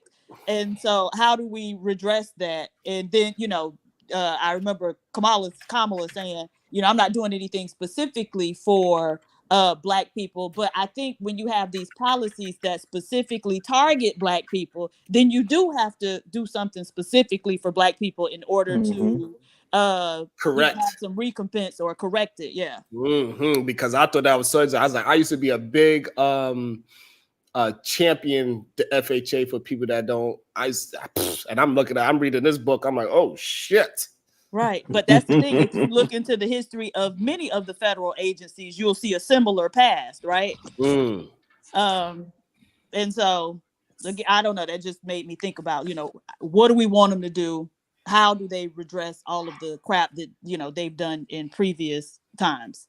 And I also want to say, young Riaz, don't worry, Black Dahlia is a part of that community as well. Go ahead, MJ. Okay. Pass. I'm passing it. Pass me. Pass the mic. Pass the mic. What happened, MJ? What? I was not expecting that. You just gave me my head just hurt right now. That you can't pass me. Damn, I gotta go buy MJ some tequila. God damn it. God damn. Lord Jesus. Shit, help us all. So Diva, when you talk about because I know you said like reparations, right? I think so. First of all, I think that the country owes a debt. The part where I get stuck is that the further we get away from this country's original sin or what have you, the harder it's going to be to collect on that debt. Well, so doesn't mean they don't owe it. I just, I think we just got to get creative about how we have them pay the debt. In terms of the farther we get away, when did we get away from it, right? Because it wasn't like they stopped after that, right? So it morphed, right? And so we know that, okay, when the institution of slavery was abolished, then they moved into debt peonage and convict leasing. And all of these things, sharecropping, but all of these things were basically systems of slavery, right? And so when did we get away from it? How far away from it? No. I would agree with that. I would say, even when you read the what is that, the 13th Amendment? I would say that it still exists today, right? Slavery in that form, right? The challenge is because the language is never worded like we'd have to include that language in there, right? That we still the country has never gotten away from its original sin. It's always, but when we have the conversation, it's always just strictly on slavery. We don't talk Reconstruction. We don't talk Jim Crow. We just strictly talk slavery. Right. But I also think we don't have to reinvent the wheel. I think this would have been the perfect opportunity to go back, and for those that agree with Ice Cube's plan, this would have been a perfect time to go back, look at parts of that plan, and present that as a starting point. Build on that as a starting point. Well, first, let me say that, first of all, we're going in reverse. And young people, right, in ignorance, because they just got rid of affirmative action. And I listened to young people for years talk about, oh, we don't need that. And because Black people, we have this ego issue where they'll say something like, you probably got this job due to DEI or affirmative action. And then you want to be like, no, I don't need that. And then I listen on panels where y'all say, we don't need affirmative action. But that was to correct a lot of the issues. So I think the real reason why people feel that way because they're not in positions where they're the only black person around. And the way how people look at you and talk to you and talk down to you or attempt to talk down to you, where you're the only black person in that goddamn room, and people potentially have this equal power or a little bit more power where they can influence other people to sway them into their kind of thinking. So I think that's what it is. That most people are not attempting to move up a ladder, corporate ladder, or a blue collar ladder, to understand that most of these people in the white collar community do not respect blue collar human beings at all. They might say it on paper. They like, hey, man, I love the way how to construct. They are full of it. Because when I see them on the goddamn elevator, they see my boots a little dusty. They thumb their nose up at you. But yeah, I mean, I think no matter what color you are, right? You see the garbage man, and he'd be like, oh, he got that job. But that's right. But let him stop picking up your trash. Right. It's a problem. Right. That's a fact. That's a fact. I mean, then all of a sudden, then that's when you see all you ain't the gotta like me, respect it though. But listen, you just miss one thing, Omni. They will let all of their vitriol for you out. They're like, you mean to tell me you? He's like, I just said good morning to you yesterday, sir. Where did all this? It gets wild. You know what? Just remind me. I got to send PhD email of this crazy email that I got. Oh Lord. Bomb, can I shoot these shorties some bail real quick? This generation. If I start reading this email, you're not going to believe it. But go ahead, Chicago. No, just really quick, because I agree with Bomb with the way that this generation said, oh, we don't need that. Like, it's America. Like, I can compete fairly and get the position based on my merit. And what is racism? And one of the reasons that they have that lens or that viewpoint is because they went to school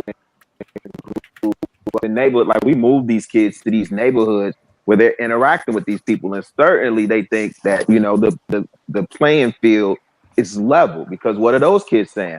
Oh no, Jaquavius, like you're the same as me, Don Terrius. We're brothers, until it's literally time to compete for that job, right? And so that's the part I'd say. I think we just, again, that Michael Hop phrase where Jesus, I butcher it every time, but hard times create strong men create good times create weak men create hard times. I think we're in the last part of that statement where weak men are creating hard times. Absolutely not. We are the strongest. We are stronger than our generation before. Oh, we had this conversation. I disagree with you, Sharon, still. Oh, yeah, I highly disagree. But that's the thing, though. They definitely are stronger than us. Black people weren't the primary beneficiaries of affirmative action, right? So in the final that part, Diva, we know that in the workplace, white women benefited more than any other group. And then if we're looking at college, like, we see, we weren't the beneficiaries. I guess maybe they was giving as a whole. We are but not as a whole though. Bomb Cherry, as a whole, we wasn't the beneficiaries. No, that's not true. That's not true. Listen, this affirmative act, that's what they started telling us, so we could then say that, so we could then say we don't need it. That is the trail down. But women, the affirmative action helped women. So because they are women, that's why they got it. But in the federal government, if we talk about the federal government, because that's the only place affirmative action is valid, right? It's not no regular job. Yes. Anybody who's dealing with the federal government, whether they get money or anything from them, then they have to abide by certain things. And so they made it to where it got to be a percentage of women, black.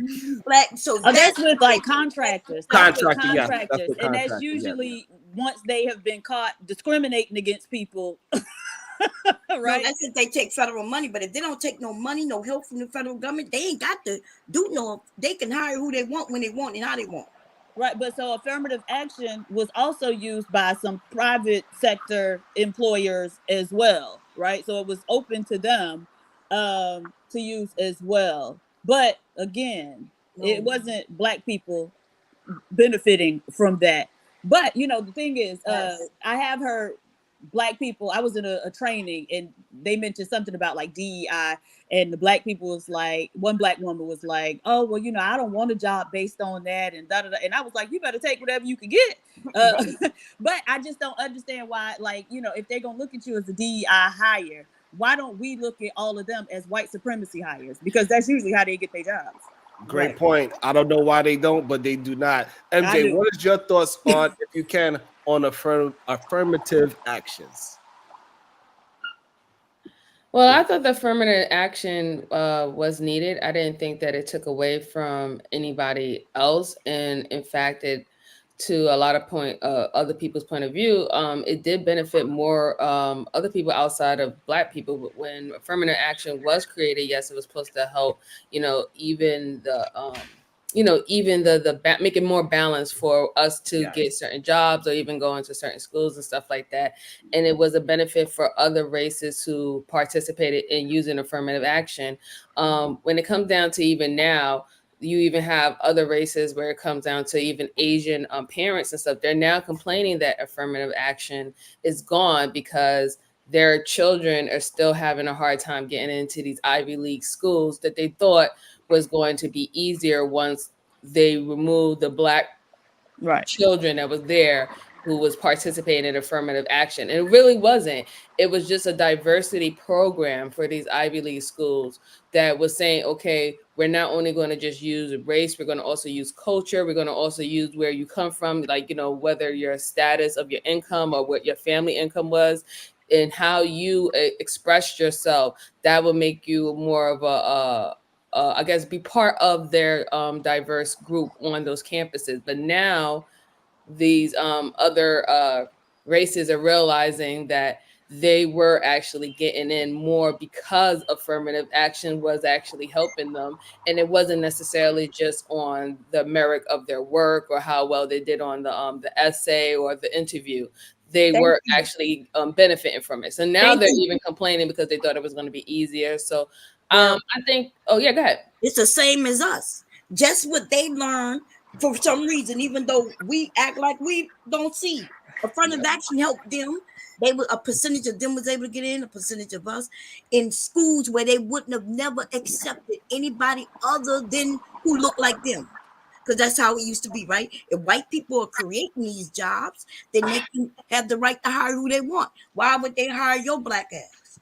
Right? Yeah, it helped a lot of people. It really did. It really helped a lot of people who never would have think it. Like, we know that we like to say that white women have white privilege. However, if they didn't have the scores or wasn't even a part of the legacy program, a lot of white women wasn't even getting in either. It was literally those legacy programs was being held to like white men and things that I saw. So the argument was the ones who was saying that affirmative action was not needed or was keeping on being racist and stuff like that. They're now realizing that the real issue was the legacy emissions, because the legacy emissions were too large.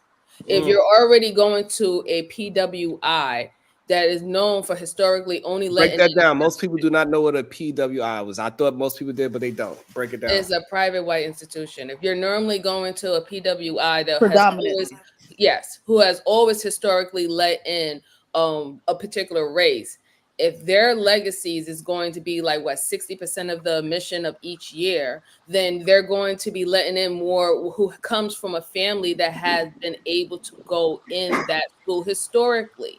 So they never thought that was the issue. They thought that it was just letting in a minuscule amount of individuals, by like saying, hey, it's not your background, it's not how much your parents' money have and all the stuff like that, we're going to let you in. They thought that was the issue. But these legacy emissions, a lot of them don't even have the grades. They don't even have the grades that the ones who are participating in affirmative action have. A lot of them is only getting in because their family was able to donate to the school, and they've been high donators to the school for decades, and this is why they're getting in. So now they're realizing what reality is, but then, like I said, people have their biases, and then you have people who do propaganda, and this is where we're at right now. The situation is now people are, it's getting harder for people to get into these Ivy League schools now.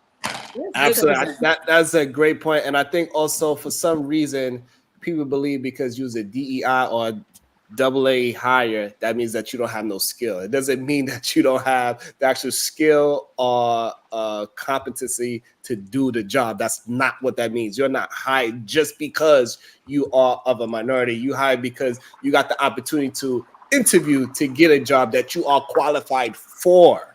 Right. And they tend to forget that even Harvard put out an article, I think last year, before they actually remove affirmative action. They said that 95% of Black students that get into Ivy League school graduate and have their degree and graduate with honors. And that's more than the actual student body.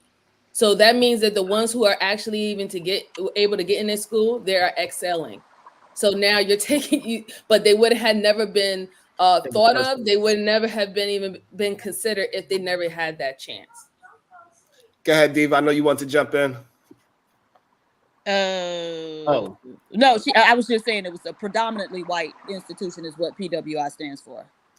Okay, go ahead, Chicago. I know you sound like you want to jump in as well. No, I was saying the same thing as Diva, and I think that distinction is important because the predominantly white institutions extend to the research schools of a lot of these things, right? So like UGA is a research school, that's a PWI. Georgia Tech is a research school, that's a PW. You understand what I'm saying? So it's not necessarily just the Ivy League schools, it's truly predominantly white schools. So institution. Yeah. Let me not correct you on your letters. Yeah, sure. Sure. Hey, did Adam eat the apple or the fruit still?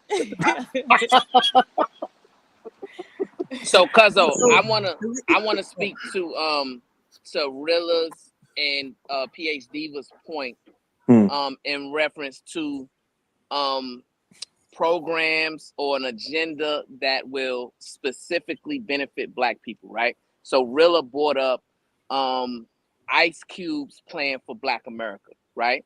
And then PH Diva brought up reparations or reparations bill getting that passed through Congress, et cetera, right? So my question to the panel is, what do y'all think we need to do in order to galvanize enough political pressure to make these things happen, right?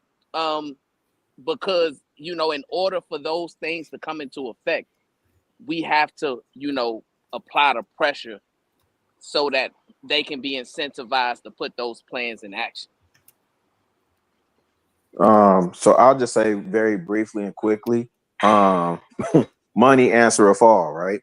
So if we don't have a political action committee, or if we're not contributing to a super PAC, or if we're not funding a candidate, then most of these conversations aren't going to go any further than what they have been going traditionally. I think we have to find a way to pull resources together.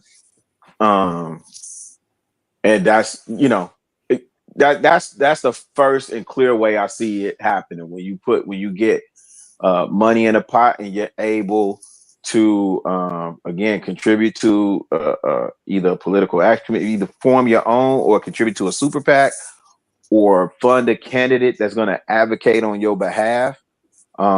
That's the way you're going to get these wheels moving. Because, you know, to be honest, I think people at this point, when I look at a lot of these conversations outside of our communities, it's almost like people look at us like we do a lot of talking and ain't gonna bust nothing with a sledgehammer. And a lot of people, what you say, Sharon? That sucks because Baltimore schools is but God, I'm sorry. No, they do. They look at it like we just do a lot of talking and ain't gonna bust a grape with a sledgehammer, and then it starts coming across in their language like, well, all Black people do is whine and cry. And so again, I just think that, you know, we've been having these conversations on these panels for 4 years.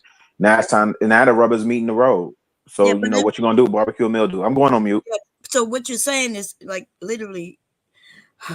Oh my God. So you do know that we put money behind Obama. We put money behind Kamala. Like they got millions of dollars just sitting and dealing with Black people.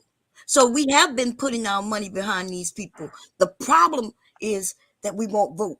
We tell people not to vote in our community because even though Obama was the president, we didn't go and vote locally for the people who would be in Congress and the Senate. So he can only do so much. We could get. Oh no, I'm not talking about that, Bomb. No, but so let me be clear, because when you say we put our money, right, we're saying as individuals. Yes, I'm assuming that's what you mean. Yes, we putting our money behind politicians. As individuals, right, that we want them to win, and then we hope and pray that they do something for us when we get in the office. What I'm talking about is go ahead. I'm sorry. No, I know that's on the lower level when you talk about individual, but we do have the caucus, right? We have people. Some of y'all don't know how to get involved. You don't know how to do that, and if you don't, then that's why you don't know what they're doing in these arenas. So what Chicago is trying to allude to is that like we should have our Black YouTube Congress. Sure, right? yeah, something. Right. We all over here, even though we don't agree on this one thing, we all put our money into this one pot. We're gonna we're gonna elect MJ to hold the money, and Lord. MJ, and then MJ's gonna go over there and she's gonna lobby for our bills or whatever. We're gonna say, hey, listen, man, we got $10 because clearly I can't get a goddamn super chat today, but we got $10 in super chats and we need our bill passed. And we're gonna give you this whole $10. Don't look at it as slight because we had over 1,000 views already today, but still we couldn't get $10. But that does not matter because I know we're going to get these people together and we are going to vote on one block. And I'm going to get all of these people to vote for you. There it is, voting block. That's what, yeah. Go ahead, though. And so in our space, even though we don't like to support each other, especially the ones that is attempting to move the needle forward, we like to support degeneracy. We are making a change today. Right. So did y'all know that just a few months ago in July, just Black men on Zoom helped Kamala Harris get $1.3 million? Now this is now I agree with you, Bomb. Crazy. That was crazy. That's but right. listen, And but women wait. get even more than that. So when you say that we don't put our money behind, that's not what I said. It's not directed, and it's not a voting block he wants. It's not. Now we putting our money behind her. That's a vote. Yes. So I agree with you, Bomb. I know that people contribute. 5 here, 10 there, 20 there. I'm not talking about. Can you tell them to do that for me? Yeah, that's what I'm saying. Hit the. They don't listen to me though. Yeah, hit the super chat. Hit the preferably the Cash App.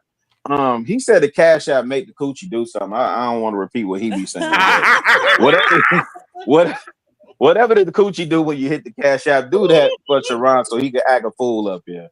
I just would rather Bomb. I'm not saying that we don't do that.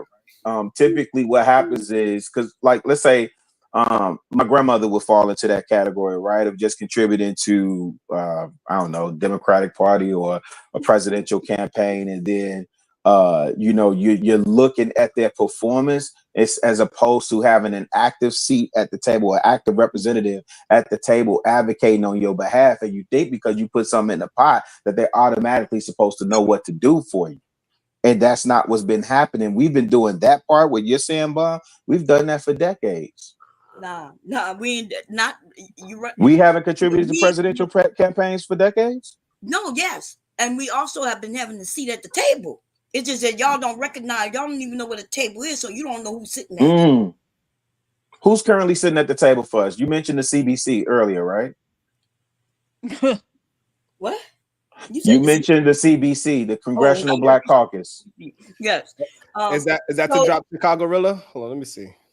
You don't know who's sitting at your table in your area? Because we're not in the same area, right? I'm in Delaware. Well, now I'm confused. You said caucus. You said Congressional Black Caucus earlier. So, yeah, I mentioned that I'm on record, right? So I know Robin Kelly is my congresswoman. I know Chris Welch is my state representative. I know Brandon Johnson is my mayor. I know Anthony Beal is my alderman. I'm very in tune with what goes on around me, right? I know Dart is my sheriff. I know those elected official positions, right? So I'm in tune with what's going on here. What we're talking about nationally as a collective, I think is what we were trying to kind of problem solve for. So I was asking when you injected the CBC, I was saying at the national level, who's speaking for us at the national level? Your senator, who is your congressperson and your senator from your area? Who's sitting on the national level, right? That's a national level, right? You vote them in. They're from your area. They're supposed to represent you and the people in your area, and they go up there and they support the president. That's how this works, right? Every state has two. So, so every state that says the representative there, right? Those representatives don't speak exclusively to Black issues, right? Robin Kelly doesn't speak exclusively to Black issues. So what I'm saying is we need representation in the way that I see this, and I could be off. Like somebody could tell me different, or maybe we need another overhaul of the system. But the way that I see it work is that you have lobbyists. And you have lobbyists through political action committees and super PACs.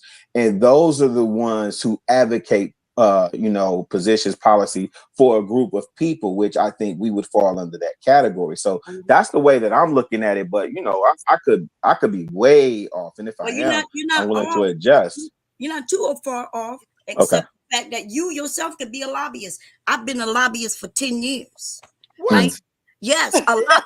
I am the person who go at ground roots, and then I'm the one who get all these people to sign up, get them to help me back up whatever policy we're trying to push, and then I went to the Congress in my area and say, this is what we want, and if you don't give it to us, then we're gonna vote you out, or we're not gonna vote you in. Well, Bomb Cherry, I need you to lobby for the vagina go whoop whoop when they spend some money. Everybody hit that cash app, baby. Everybody hit that cash app, okay? But I gotta push back on the idea, and I think now that I'm reading this book, like the issue of Black pathologizing is at the forefront of my mind, right? And so I have to push back on the idea that is somehow our voting habits, right? Because Black people vote more than Latinos and Asians, right? And so we are getting out there voting. As a matter of fact, the last election, they say, thank you, Black women. Without y'all, he wouldn't have been able to win.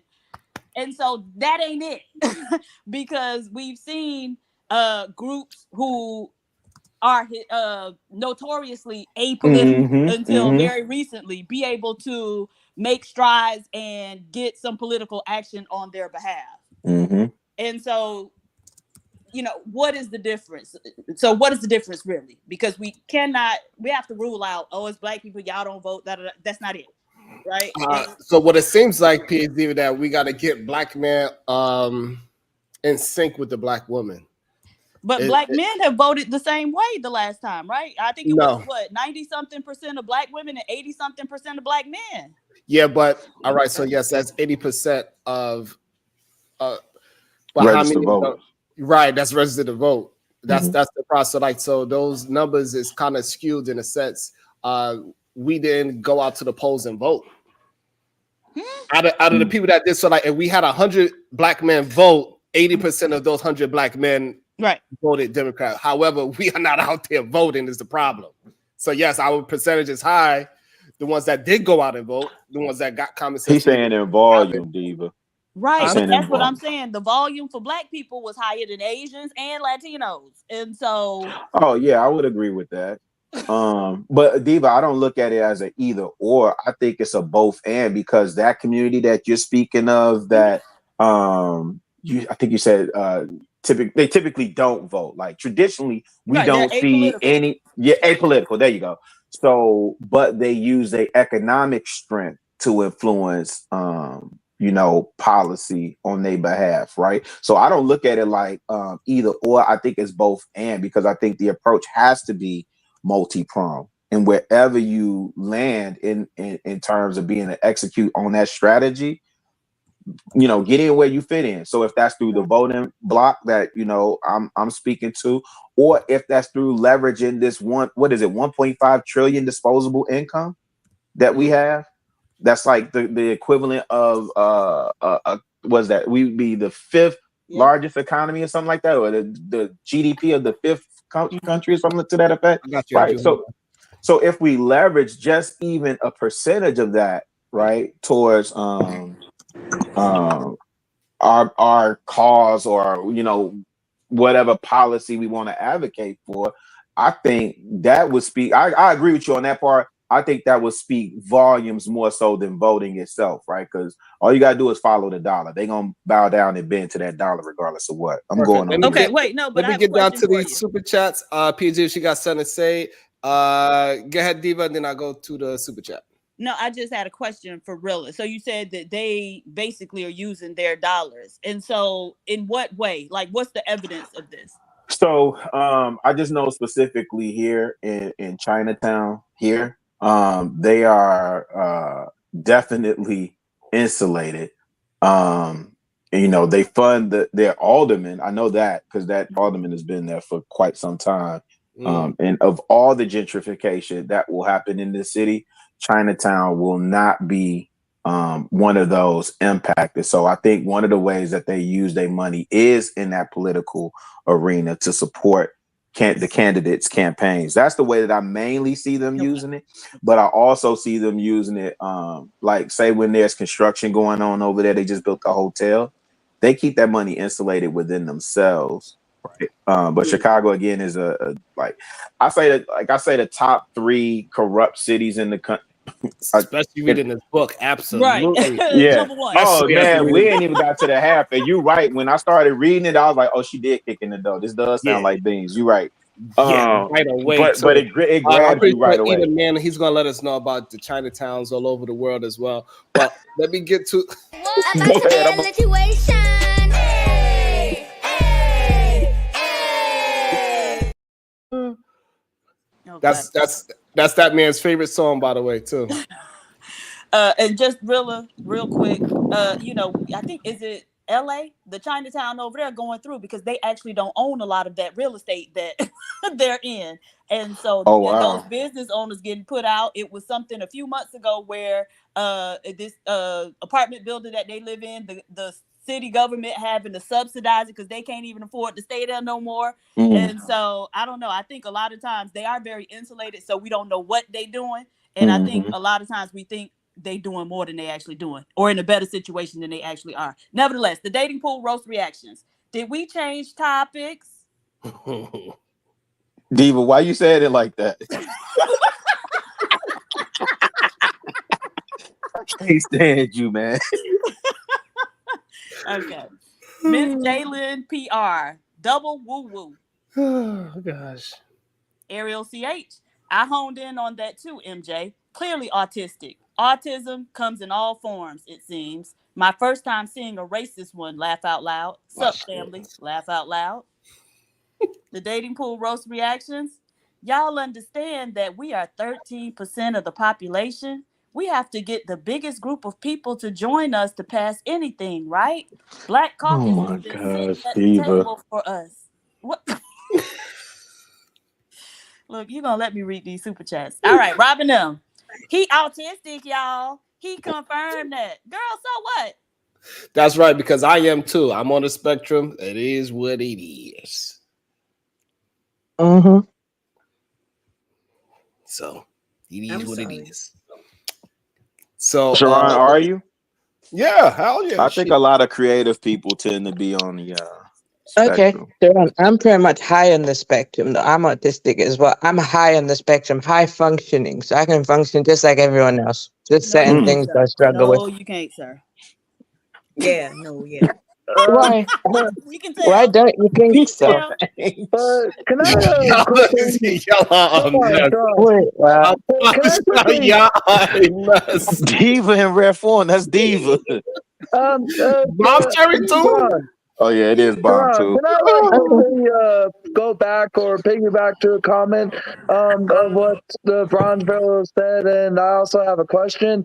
I don't think me and Trump are the same people when it comes to characteristic. Like, obviously, I'll have a problem with stuttering because I've always had a problem with that from a very young age because of my speech impairment, with my autism, ADHD, bipolar mood, and seizure disorders.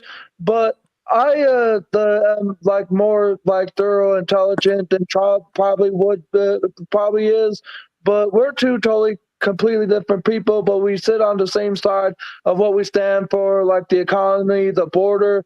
But my question to you, Bron, why is that anytime you get on camera, man, you be wearing that hoodie as though you're gonna rob a goddamn Subway? Because you can't dress fresh, sure as hell you can't eat fresh. Got him! That's right. We got jump too.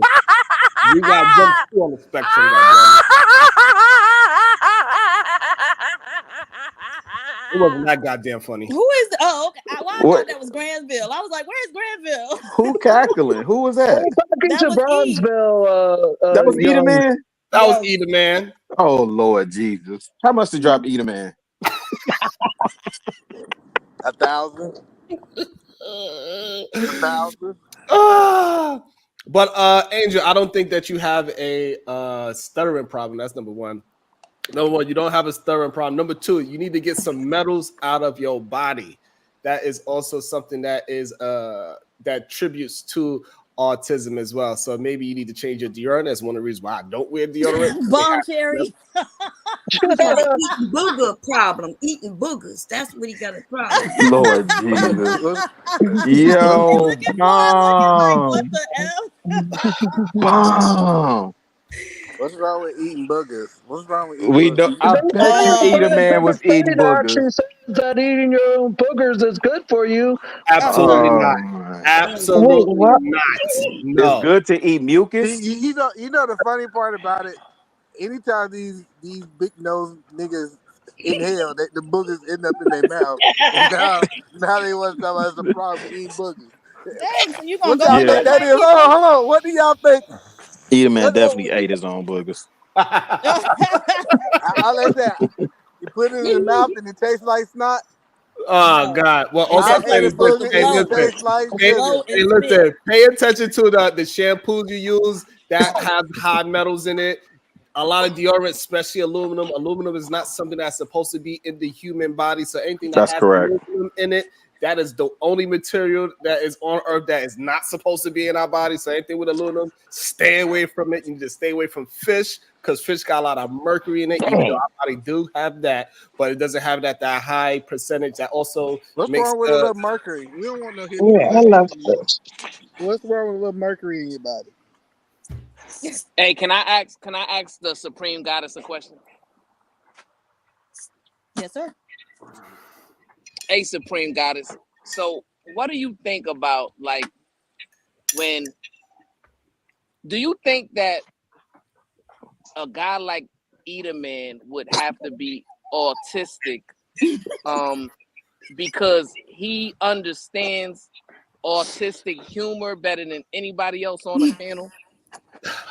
Would you deduce that maybe, the reason why he can understand that type of humor is because he relates on the spectrum along the same playing field? So Brownsville said it takes one to know one, nigga.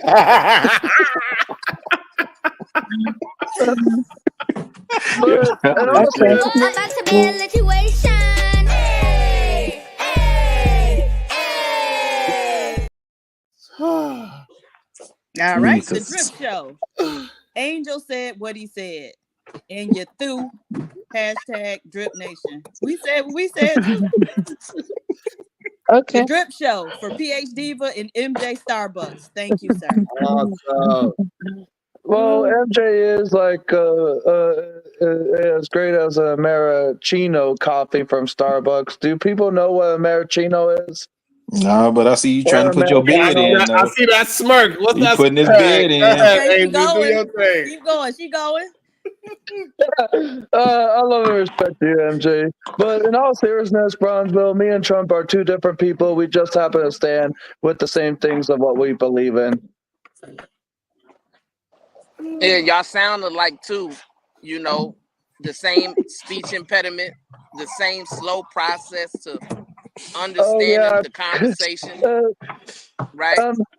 I don't think insert that Trump clip has of Trump much of doing a problem. You know what I'm has a talking about bigger when he was speech imitating the problem slow. than You Trump know what I'm does. talking about? If somebody insert Oh that yeah, shit, the I'm out of reporter. here. Yeah, I can't remember. Yeah, Yo, Trump was wild for that. he was. When he did that, he was wild. Oh my god. And he was so dead ass serious. He was. Man, what? I don't even mean to laugh at fucking Trump, but that shit was yo. Did he walk that back? No, he did man not. was dead serious. He That did nigga. not. Hey, Trump is. Hey, you could tell. Is he a boomer? He's a boomer, right? Diva. He is 70. Yeah, that's the one with Yeah, the he's orange. 78. Yeah, He he's gotta be. president. He ain't moving off of shit. He ain't walking shit back. He ain't I taking love it. shit back. And he a Gemini too, so you know. Oh shit. That's Tupac. Damn. And he a New Yorker. And Oh he shit. And he's a Queen's head. it's just, He a And the rich though. waterhead. He a waterhead. That's what he is. And the rich That's though. waterhead. Oh, you using my terminology. But Yeah, I'm glad to Bronzeville, use it. but Bronzeville, me and Trump have never fell down the stairs as much as Biden has. We have never messed up on a debate stage as much as Biden did on the first night of the debate I back don't in know late about that, June. Angel. So if we really want to compare of ourselves being like the same, me and Trump are not the same, but yet you think we speak as bad? Just look at how bad Biden was when he was like still running for president, man. Hey, Angel, can I ask you something? I often hear you when you're over there with CT. I often hear you speak about the plight of Chicago, what's going on with Chicago. Even when you came up on this platform earlier, you talked about the migrant issue in Chicago. What exactly do you know about Chicago? I keep up with Chicago quite a lot, even though I've never been there. But many residents, Black residents to be precise, have complained about the migrants taking over cities like Chicago. And I believe that if the migrants weren't put into this country, Chicago would have been as great as it was under the first term when Trump was in office, when the borders were actually closed. And the reason why Trump said about the black jobs is not to make it sound bad as the rhetoric that was put Don't go to the in a black negative jobs. way. Wait, let me finish, Rilla, please. Sure. It's because the migrants are taking American jobs, and that includes Black-owned businesses and Black people jobs, and that's what he meant by black jobs. Like a majority of a city like Chicago that is being taken over by illegal aliens or migrants, as they're commonly called, but I call them illegal aliens. Black people are losing their jobs just as much as the American people are. Like, imagine if Tyson was a whole Black-owned corporation, Tyson Food, that is.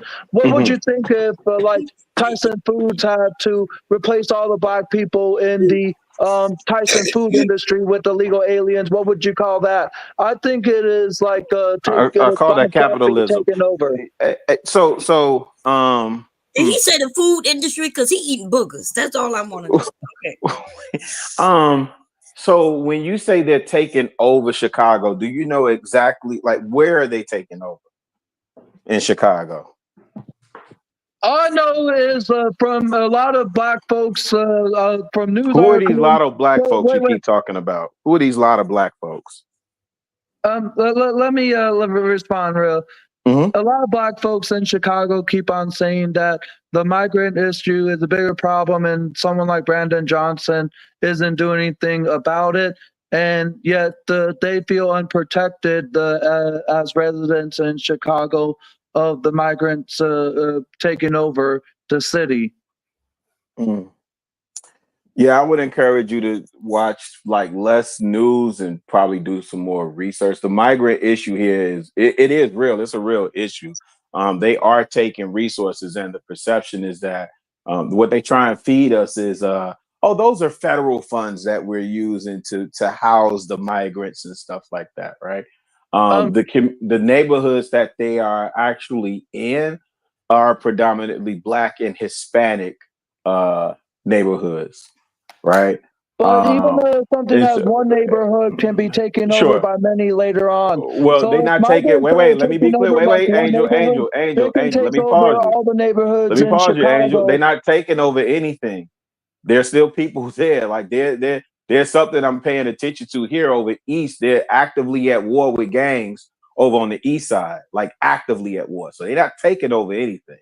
They're there, like make no mistake about it. Like I see them even where my grandmother is. They moving in. Like I'm not saying that they're not, but the way that then I don't really think you have gotten outside of the part of Chicago where you'd be being at where I be at, where I be being at. Because well, if you're in Chicago, I don't think you've expanded to the north side, the east side, All right, or Bob. the All right, west Bob. side of Chicago, because the part of Chicago.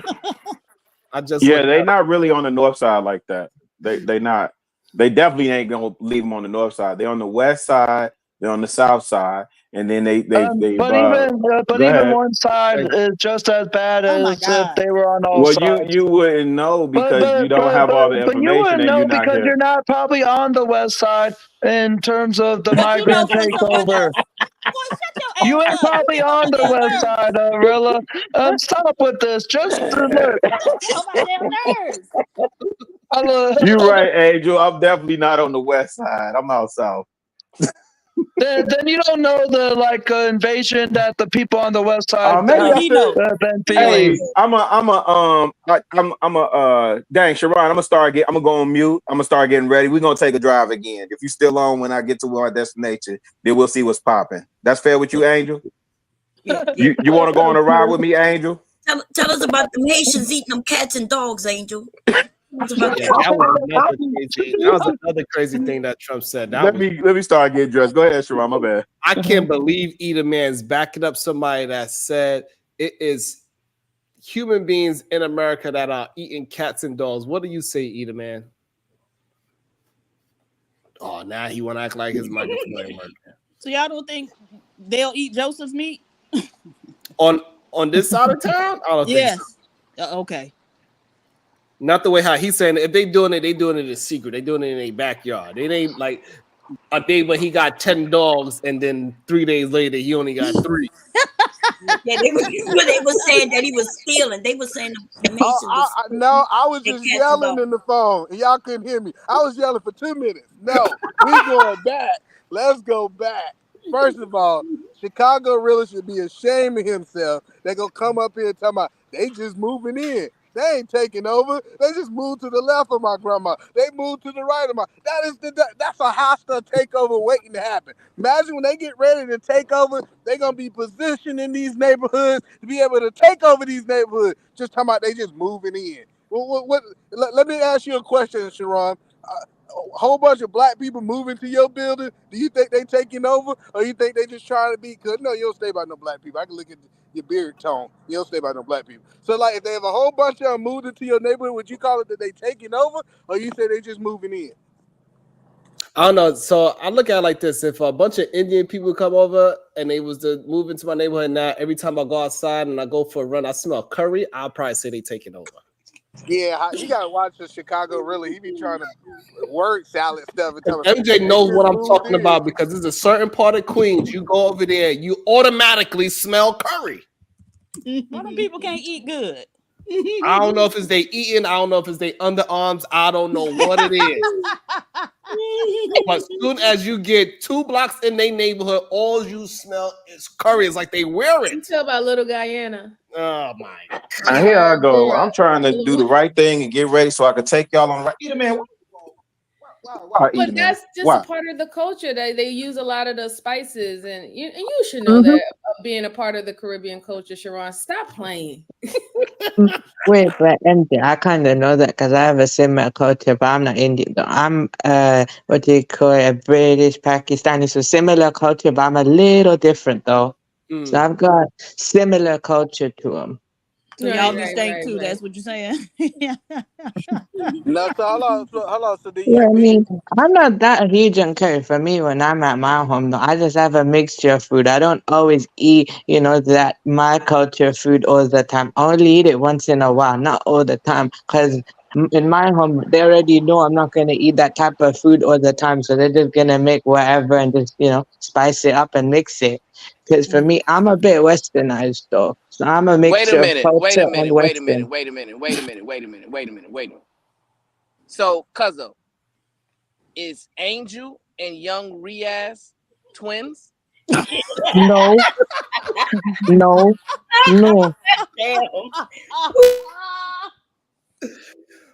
Oh, boy.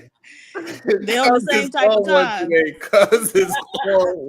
They on the same type of time. They with Trump. I'm not though. I'm not for Trump. He's from a different country, so he's not from here. So he's over there in England. From a different I'm continent. talking about mentally. I should say. Yeah, mentally. Trump is mentally unstable. Wait, but I'm not for. Wait, but I'll be honest. I'm not for Trump though. I'm not for either of them actually. I'm just gonna remain out of it, man. Okay, Sharon, we gotta address it because it popped in my head, and I seen several people in the chat like, "Wait, what?" Okay, so you're Caribbean. I can't hear. Hold on, let me see. Let me fix my. So you've been cosplaying this whole time. I can't hear for some reason. It's something. Y'all is each other, y'all. Hold on. I can't. Hold on, PSV. I couldn't hear you yet. Hold on. Bumper Clyde. Wait, y'all didn't know that? Y'all didn't know that? Oh man. Did I blow something up? Oh God. Oh darn. That is too funny, Bumper Clyde. You know what's crazy? I bet you don't even know what Bumper Clyde means, where they came from. Have a good day. PAZ, where did Bumper Clyde come from? It's some type of clot. It's a clot. Blood clot. The lady, right. Blood clot. It's a Democrat. So where it comes from is from back in the days, women used to have to use a cloth for when it's that time of the month. They used to have to hang it on a tree. And so that's what they used to say. So it was just the most foul. Said, yeah, you want a blood clot. Oh, so they saying cloth. Yes. Oh, I thought they were saying blood clot. No. Okay, the blood clot. Oh, that's disgusting. Okay, so what's a rise clot? And okay, your ass clot. Oh. Yes. So what's so the when you wipe your ass? Yes. What the rise clot? Okay, what's the bumper clot? But that's what it is. That's the bumper clot. It's from women's menstrual, and they used to have to hang it. So that's the same as the blood clot. Yeah. So you Jamaican American? What they call it in up there? Things you learn living in New York. Yeah. I say you're Jamaican. No, I'm not Jamaican. He's a jerk American. Where you from? Well, I was born here. My father was born here. Oh shit! That's how you know they start that bullshit. Right. Where they was born at, nigga. You know we asked where you was born. I was born here. My daddy was born here. And, my mother is from St. Kitts. St. Kitts, yeah. So I don't need so she didn't need no passport. So it's still a virgin. It's still American. Yeah, U.S. Yeah, it's part of the It's part of so you like the cousin of the FBA. Like you like the cousin. Not really. I remember it was a show called, what was that? College Hill, and they sent the kids to USVI, Virgin Islands, and the Black Americans and the Virgin Islanders fought the entire season. They actually fought. It was great. That was a good season though. But after that, they took the show off. Of course, you like that season, huh? Right. I might go look for that. It was on BET. For some odd reason, it seems like someone may have timed me out, Sharon. I don't know. Wait, did I get timed out or something? Because I was trying to type in the chat through StreamYard, and it says this comment has failed to post to Sharon Bracy, and usually get the. It says it on my end too. Like I can't write it either. Even me as well, Sharon. To be honest, man. Yeah, I'm not sure what's going. It's probably a link or maybe I don't know something else is going on. But I can't write in the chat neither. his So toy. I got a question. So do we are we saying Nah, that the migrant? it's something with the system, Angel. Nobody can write a Yeah, chat. yeah. I can't Can write y'all hear neither. me? Yeah, we Can hear Yeah. you. you? All right. Yeah, the nigga Sharon talking like he don't hear me. So I was trying to wonder, do y'all guys think the migrants a problem? Y'all feel like they're not a problem? I think the America always had this situation. They always been moving with immigration. America is a melting pot. A lot of our stuff is built off of immigration in the first place. So So now What you do you mean answer by that? questions like Carmela, Cam. You got Wait, what about you mean? Cam A Cam? lot of our stuff built off immigration. What does that mean? No. I need him to answer the question. Is it a problem or is it not a problem for you, Sharon? I think illegal immigrants is a problem. Illegal immigrants is a problem. Yeah, Okay. illegal ones. If you come here properly, you do all the paperwork, it's all good. Well, yeah. I Okay. think legal Wait, I immigration can is Hold more agree. of on. a problem. Y'all Y'all, don't agree that y'all, legal immigration is more of a problem? no, y'all. We got to take notes. Sharon say that illegal immigrant. I'm taking notes. Hold on, is a problem. Okay, check. Love and Are respect you to you, actually the man. writing? But I want you to explain what you meant by a lot of this stuff is built off immigration. Why I can't Oh, hear you? his nah. We can hear you. Because I said I hope I ain't get no copyrights because nobody could type in the chat. But what I mean is that a lot of the things that we import and export most of everything that comes here. So everything that we do is a part of some kind of other culture. It's always been Oh, okay. So you like saying important next? Okay. yeah, like so we always depended on the multiple cultures and all those things. That's why America is moving the way it's moving and attempting to maintain it. No. We're not gonna let him move the goalpost. If that wasn't a moving of the goalpost, I don't know what it is. He said, "Are immigrants in America a problem?" He said, "Well, since we import from China, I don't see them as a problem." Do you not see a problem with your answer, sir? I said illegal ones. I said illegal ones is a problem. If you do all the proper steps to get here, then I don't see no problem with it. Yeah, I can agree to that, Sharon. I can agree with that because my family technically immigration. My grandfather's originally from Pakistan. He's not from the UK, so he came over legally and actually, set up and everything. For me, I'm just second generation, a British Pakistani, but I'm multicultural, so I'm exposed to multiple different cultures. But I'm second generation. My father's the same as me, but he's first though, so I'm second generation. I got you. So, hey, so Baby Sharon, Richard hold on. says he can send a super chat to Sharon. All right, so Sharon, let me Hold ask you on, a question. eat a minute. Hold on 1 second. Eat Yes, a minute. sir. Since you're here, right, and since you're on the spectrum yourself, can you serve as a translator for young Riaz and Angel? I can do Y'all that. better leave those people alone because y'all messed up my damn super chat button. I think I don't know. Go ahead. Hey, No, Sharon he's said, telling the truth. hey, I just tried to send a super chat and then got a error. So Sharon said, "Fuck just check this your show. email. I'll see y'all later." He said, Wait, but I think this is wrong. But I think you're gonna probably need an international translator though, because the way I speak English is different from the way you do it. I'm speaking UK type thing, so maybe that's why you have a little bit of a hard time understanding me because I use different words though. I don't know, man. I'm just saying. I'm thinking it's on YouTube's end more than likely, Sharon, that is like causing people not send a super chat or comment. I don't think it's StreamYard. It must be a YouTube thing as of right Yeah. now. That happened to me multiple times. What I had to do, I had to report it to the YouTube Health Center. I had to constantly report it to, Google, and I had to phone them, and then they had to transfer that to the YouTube support team, and then they fixed it. Yeah, I had to do maybe that. something going on with you too because I went to another channel. I tried to send a message. I couldn't send a message, so it could be. Wow. It could be a lot of "Well, things. I can send messages. I just can't. I'm trying to see if it'll let me send a super chat." So Maybe Yeah, probably.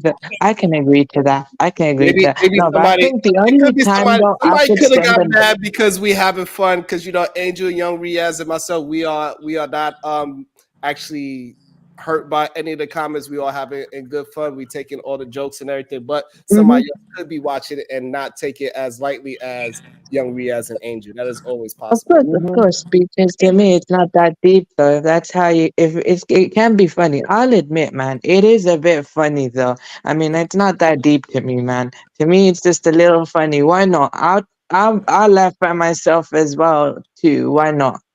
Right. So it could be a little bit of both, or it could be just is the coincidence. Hopefully, it's a coincidence. Hopefully, I don't know. Yeah, it Man. is. Like you said, it's other channels too, because I checked. And it's Yeah, a but I YouTube. guess the only ones I could type in, the chat though, is the ones with the blue wrench. You know, the ones where you have a blue wrench and stuff. That's the only time I could type though. When the ones that don't have it is the ones that I can't do it. Yeah, I think. Check on a random human music channel. Yeah, I tried on a random channel too, and it didn't work. So I think it's just YouTube working on something. So some people, I think they're just working through something. I think Robin just Kind of like a software update that will be a Right. change, or like a mechanical kind of issue that really is like something that will occur every so often, but nothing Yeah. to be worried about. I understand what you mean. That's what I think. I have a question for you, because I'm shocked you haven't called me the N-word today. Like when we in other areas, you call me the NB, right?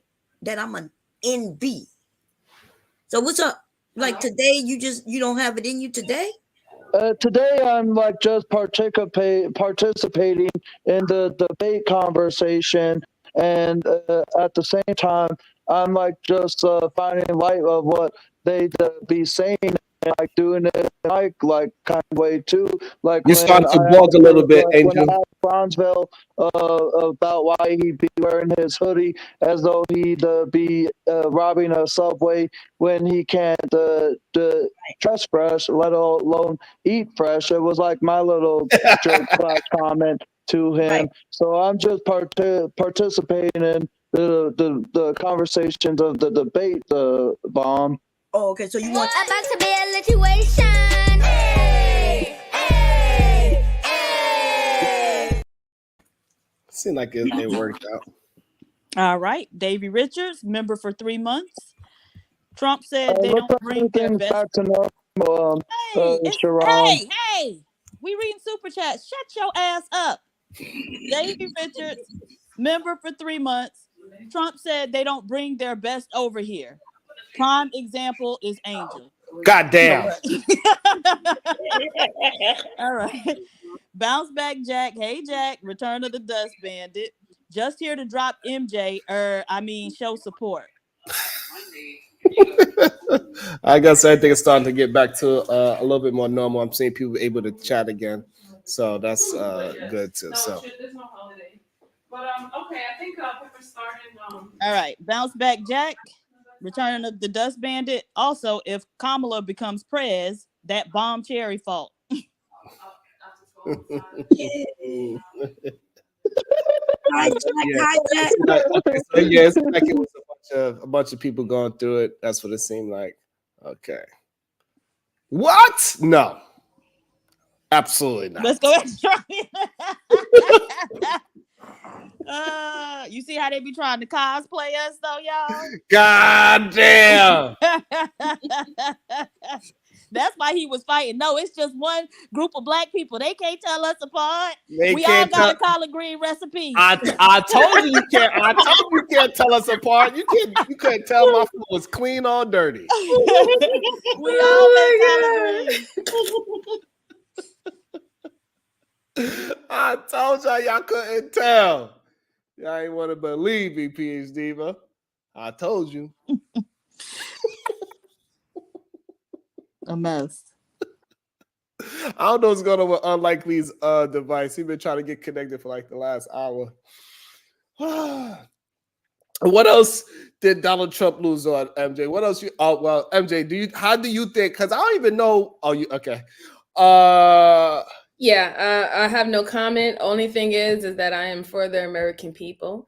And whatever the best decisions that they make for themselves, please go out there and vote.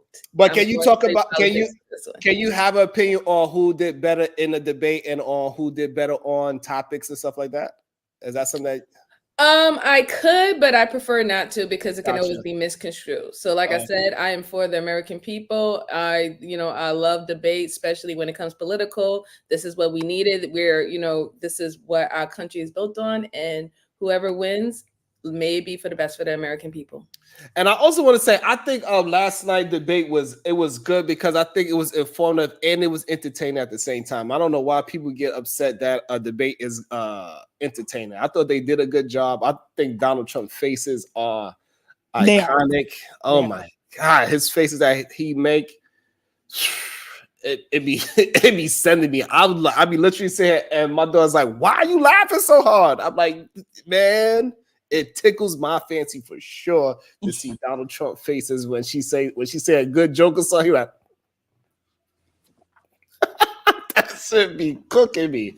I'd be literally in tears. I thought it was. I'll say one thing. I thought it was quite interesting that right after the debate, the news notified everyone that Taylor Swift endorsed Kamala right after the debate. Ooh, I didn't even hear that part because I turned it off right away. Yeah, Taylor Swift herself announced that she supports Kamala after the debate. Okay. Oh, okay, that's good for her, though. I guess So that's up she gonna to get her. the Swiftie Whatever vote? she- Yeah, she getting the Swiftie vote. That's okay. I mean, no, that's her decision. Her decision. I gotta play respect the that, music though. for y'all to see the super chat. My bad. About to be a situation. Hey, hey, hey. All right. Bounce back Jack, Return of the Dust Bandit. Hey to the chat. Hold the line. I'm out. But yeah, I think that might be. I'm not sure if that stuff really sways anybody. I'm not sure if it really does. Chicago, do you think celebrities saying I'm voting for X, Y, and Z actually sways people's vote? If you're there, maybe he's not there. Absolutely, cousin. I think it's something to definitely worry about. You can go first. I'm MJ, sorry, I'll go Angel. I after you. apologize, Angel. I'm just saying that that is something to actually worry about because she do have a very large fan base. She and you got to also think about what her age group, her fan base is too. And then you remember she is like what American sweetheart. Like literally, she's the example of what is like supposed to be great and beautiful when it comes down to America. Blonde, blue eyes, white women. So single cat lady. Is that what you mean? The single cat lady? Why she a single cat lady? But that's what she put, remember? And the reason she said that because J.D. Vance talked about you women who have no children and having cats and dogs. Oh, yes. Right. You're right. Yeah, but I think it's going to be interesting because, like I said, her fan base is very powerful.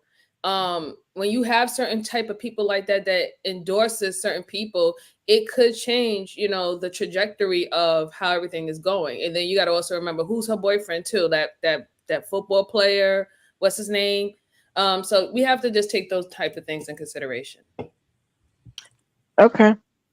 They do, So yes, Kamala got the people on her side, but he lied.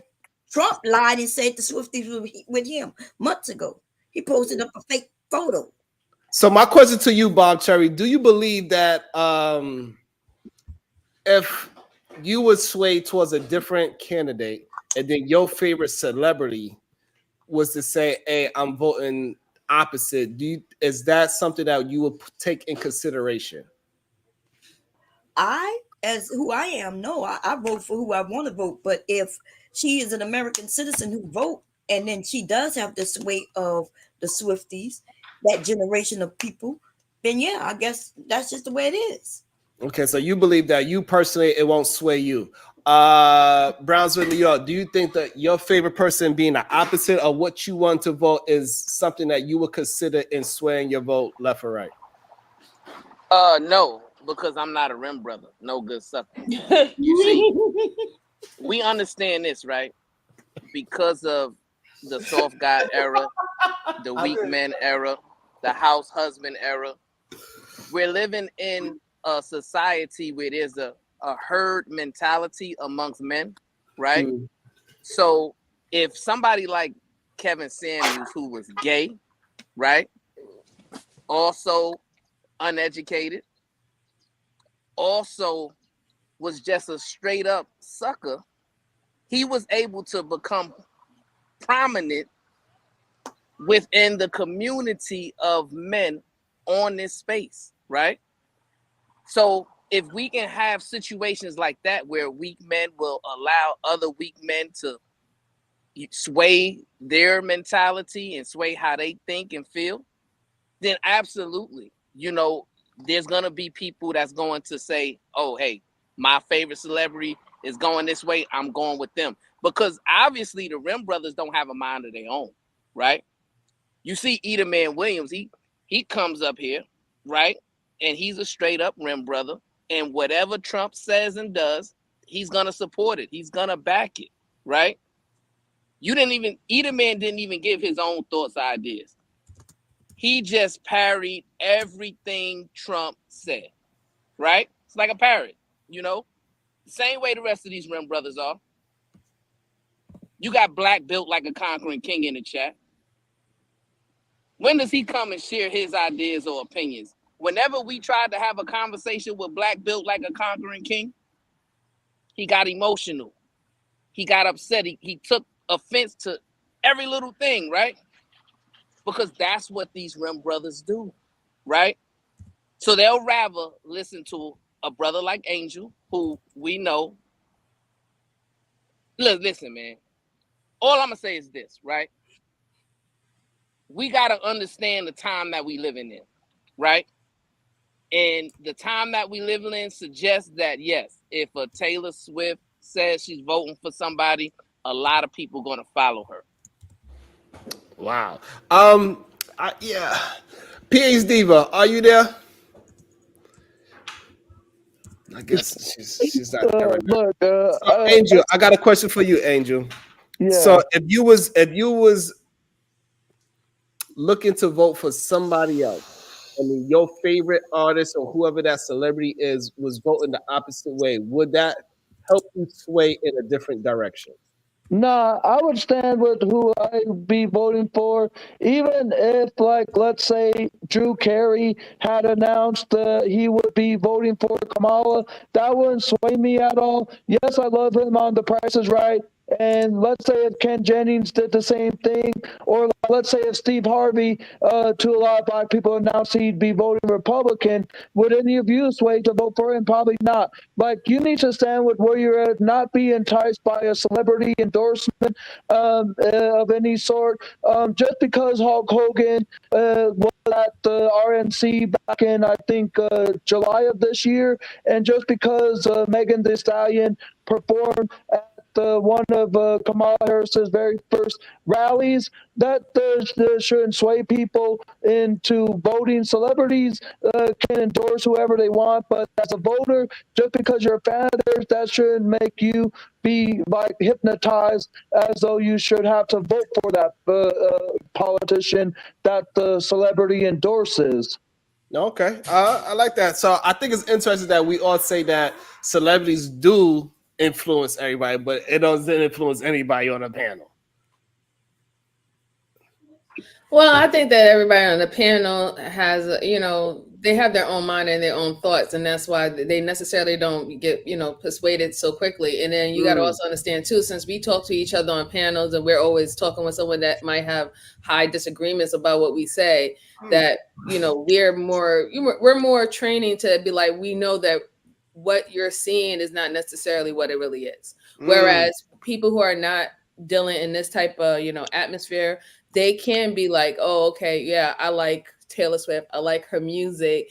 And she always seemed like she's a feminist. So if she's saying that she's okay, then I might go over there and, you know, and vote for her. We do know that this is a reason why that on both sides, politics have always brought out people who are celebrities or people who are like in the, you know, in the news now or really are getting a lot of attention, they would love to have these people align with them or even come to their events or speaking engagements, because they know that that's how people are. People motivate in that way. In the masses, as a collective, people can get motivated in that way.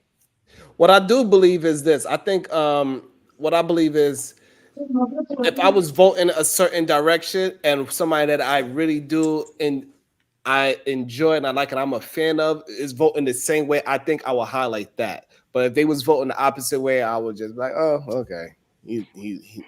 But I think if they voted in the same direction, that's something I would highlight. That's what I think is what would happen normally. Right. No, I agree. So if I'm voting for deodorant first. Let's make that clear, Sharon. Pushing off the bottom of your feet. Right. That was aluminum free, my brother. You know what I'm saying? No free plug because they ain't paying no sponsorship, but aluminum free. But yeah, no, I think that's human nature that, so let me say this. First of all, when I was younger and a much more uninformed voter, absolutely celebrities played somewhat of an influence on my voting decision. You know what I'm saying? Like, I factored that in. Even how do we think Diddy's vote or die campaign got as big as it did? Right? Like, these politicians know what's happening. This is why you would get a Meg the Stallion. Remember Rock the Vote? And Rock the Vote, all of those things, and Rip right? the Runway. I was at Rip the Runway, so back Lord. in that time. So it was a Don't lot. tell your age, that MJ. Don't was tell going your on. age, sister. But the thing of it is, these politicians understand that, by and large, the majority of the population, even though these celebs like typically couldn't identify with a smidgen of what we may endure on this level, people find a reflection of themselves in celebrities a lot of times. So if that celebrity is voting that way, then that candidate must be good because Jay-Z and Beyonce said, do this or do that. I mean, remember, Jay-Z had a bunch of adult males wearing button-ups and Yankee fitteds. So the power of influence is real, and it doesn't mean anything less when you go into the political arena for an uninformed and really highly impressionable mind. But they was wearing button-ups and Yankee fizz because they wanted some vagina. Said, give me some of that vagina. I cannot. Hold on, I think I got another. Somebody take Sharon, Mike. I'm telling you, there's tequila in that water, man. They thought they was gonna get it to the 40-40 club, Sharon. We keeping it a bean. That's what they thought was gonna happen.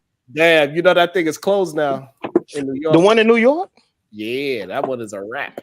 What? It took a minute. I thought they had been closed, but they showed a picture. Oh, go ahead and read the super chat. Yeah, that joint is closed. Like, it is nothing but it ain't nothing in there at all. It's still in the what you call it?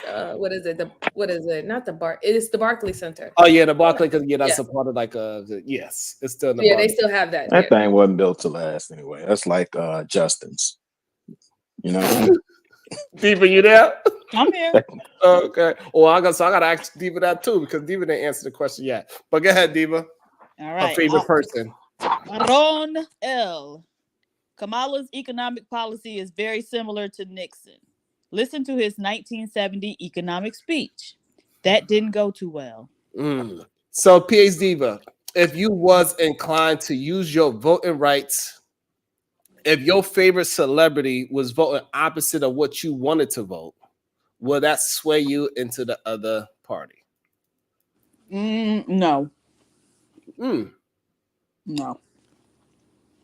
Do you think so? Everybody on the panel said that. So do you think it's because we are used to opposition at all times and we are just equipped to dealing with people that we like and dislike to be opposition? So that's why we all said it. Or do you think the society would normally choose their celebrity over their own thoughts?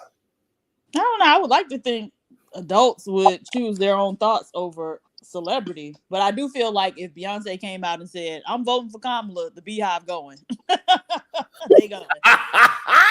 They 1000% going. Also, Sharon, I think we're older, so we we've been exposed to so much information and stimuli that we kind of know better. I think at this age, you just kind of know to compartmentalize people for who they are. I do not think Shaquille O'Neal, bless him, I don't think he has one political opinion that I would side with one way or the other just because he's Shaquille O'Neal. You know what I mean?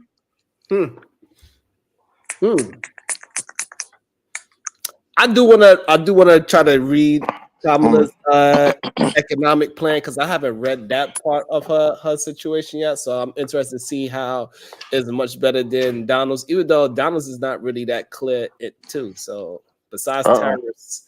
I'm not sure, but didn't he say yesterday that he did not have a plan? Didn't one of the speakers actually said, "So you don't have a plan" to him? Because it's not really out there yet. Right, because like his economic plan is taxation, pretty much. It's like he going. Well, this is what I keep asking Trumpites, right? He doesn't have the same team that he had in his first term. Correct. Right. So how does he plan on replicating that? I would love for Aaron L to let us know how because he's another. He is trying to not be in the rimology, but for some reason. Rimology. Wow. Jesus Christ, man. And even beyond that, Rilla, right? Let's say that for argument's sake that Trump had a great economic plan, right? Does him having a great economic plan supersede him being a danger to national security? No. Shit. Not for me. But for people like Sharon who are self-employed, they think twice about it. I would definitely think twice for sure. I hear a lot of brothers that are self-employed say that. Definitely. Yeah, or but business the problem with that though, and this is what Sharon got to understand, Rilla, is when COVID happened, right? Was Sharon able to make money? Yes. Was you able to make the same amount of money you was able to make prior to being shutting down? I made more money. Well, I was about to say you had to make more. Yeah, because I was in the HVAC, so a lot of the government was implementing a lot of HVAC situations, especially in hospitals and schools. So I had to take care of a lot of hospitals and their whole system, right? So their whole system had to be rewired for COVID, and I was the main component. So I had to change all the units' filters and make the units stronger so they could handle the new filters. These filters are much stronger because hospitals before COVID was working at a MERV 9, which was able to keep out most bacteria and viruses, but now they have MERV 13, which eliminates COVID-19. Oh yeah, you was making money. So look at this smart Sharon. This is smart Sharon. And those filters are expensive. Most people do not want to pay for those filters. Hey Sharon, did your equipment arrive on time when you was doing those jobs? Just out of curiosity. No, absolutely not. Everything was back. Yeah. Well, all we gotta do is let Trump get in office and bring another coronavirus, right? Because he's the reason why that. You mean the Kung flu? Yeah, because other presidents stopped the viruses, right? Every president has had an attack with a virus, and the one dude who allowed that to come in is Trump. Oh wow. I didn't think about that. That's a good point. I've heard Obama speak on that they had systems in place and mechanisms in place to avoid that type of thing. And that was handed off to the succeeding administration and those instructions and those mechanisms were dismantled. That's right. I've heard him speak on that. On purpose. He pulled out anything that Obama set up. Obama didn't set it up, but he was in office when everything came together. The previous president said. And I think that was another good point, Bob, because that is something that Trump definitely ran on. He's doing the opposite of whatever Obama did. That was one of his main campaigns. Is like, hey, I'm going to do the opposite. Oh, he got Obamacare. I'm going to do something better. It's going to be much, much, much better. Like it's going to be many, many, many million times. You so silly. Yeah, that's what he said. And then Teron be talking like he got personal beef with Trump, man. Is it a Queens thing? he tried to get it away 90-something times, even though he claimed he had nothing to replace it with. Hey, listen, I do have a little bit of a personal beef with Trump because Girl, I was just about to say that for a minute. I'm about to say, wait, hold on. The way how Sharon is, how you looking at him, I'm like, did he not let you into the golf course over there in the Bronx? What happened, Sharon? no, he be in Bedminster. He be in Bedminster, and the house over there is pretty nice, right? He be in where? He be in where? It's called Bedminster, New Jersey. Bedminster. Yeah, so it's a really nice part of Jersey where your land is like it's ridiculous over there. But I did a house over there. It absolutely doesn't make sense to be up. And it's two old people that live there, and they got a house with a house. It's ridiculous.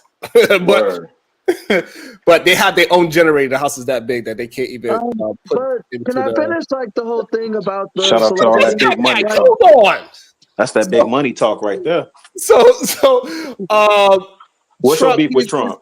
He also somebody that didn't respect the construction world neither, because he makes sure every time it was time to pay up, he'll find a way to pay up his business. So like the reason why the Trump in Atlantic City was demolished, well, it's not demolished, but he had to give it up, is because he never paid his debt to pay the construction workers. He found the way to bankrupt it, so this way he didn't have to pay nobody. So he pretty much got that shit built off the back of other people.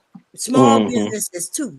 He cheated small business. And this is what they call him as business savvy. It is in a sense, because he got the loans. No, it's opportunistic. Because he got the loans to pay these people. However, he also bankrupted them, so he didn't have to pay those people. I don't think people who do bad business are business savvy at all. And I think a lot of times in this country, we give credit to people who do bad business and excuse their behavior by saying, oh, he's just a businessman, or he's a shrewd businessman. No, he's a bad person. He's a scammer. I mean, let's just be honest about it. He's a scammer, right? Yeah. And what does that say? What does it say about a leader, right? Ooh. When everybody who comes up under your purview always says bad things about you once they leave, right? Nobody ever says anything good about him and about his leadership. That's scary, right? I mean, I don't understand why people never talk about that, right? Edelman tried to say, well, it's because he fires everybody, right? Yeah, what kind of leader are you if you got to fire everybody who works for you, right? Did y'all catch that subtle shot that he even threw towards J.D. Vance's way when they asked him about the abortion bill and they said, well, hey, J.D. Vance said this right here. And then Trump said, well, hey, I ain't talked to J.D. Vance. J.D. Vance got his own opinions, but he didn't talk to me about that. That's crazy. Yeah, that was kind of wild. And I know PhD Diva, she understands of how construction people could definitely run off with the money. What's up, PhD Diva? Here go Aaron. I'm not sure she's there. Remember when he tried? Oh, okay. I wasn't sure. Aaron L. Remember when he tried to end travel to China before the pandemic spread here, and y'all called him xenophobic, and the Senate stopped the travel ban? Wow. That's what you think happened? Yeah, that's what he think happened. Wow. What happened? MJ, is that how it happened? Is that what happened? We didn't want to stop the travel ban because of that. I don't know. The reason why when all that shit was happening, the reason why they didn't want to stop the travel ban because people had to come back. Yeah, I don't think that was necessarily that's not how it went. There was a lot of Americans that was literally out of the country at that time. So a travel ban would affect Americans getting back to American soil. And I think people don't understand like how much Americans travel outside of their own country. and a lot of other countries do not get a chance. Unless you like live in like Europe, right? So yeah, they get to travel, but they don't need no passport to travel to the other so-called country because it's like going to another state, right? They just hop on a train and they go through like 20 different countries. Where if it was the same thing over here, the same way how we hop on a train to go from New York to California, that is the same thing they do over there. Yeah, it's definitely in the European countries. Like you can literally go to different countries on train, and it's very similar for us to understand. Anybody who has a subway system here, an underground system here, how we travel to different towns, it's the same exact way how they do it. It's not the way how y'all think. Like we travel abroad a lot compared to other countries. Like Russia's, for example, they go. The only way they can get out of their fucking country is to go to Thailand and China. That's it. I've always wanted to ride the under like subway system of like New York, but here in Arizona we have a above ground light rail system. So when you come into New York? I've always wanted, but right now I have no plans to come to New York as of right now. Sharon, my brother was actually in New York about a month or two ago, but he went with his girlfriend. I had wanted to go, but he just didn't have enough to cover the cost of traveling for everyone, including me. You have a girlfriend? No, I do. Well, technically, I kind of do. It's a long distance. She lives in Florida. He lives When have you seen her? When the last time you seen her? I said she lives in Florida. I didn't say he.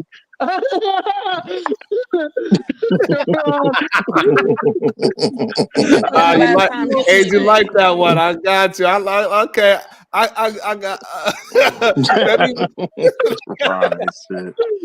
She lives in Florida, not he. When's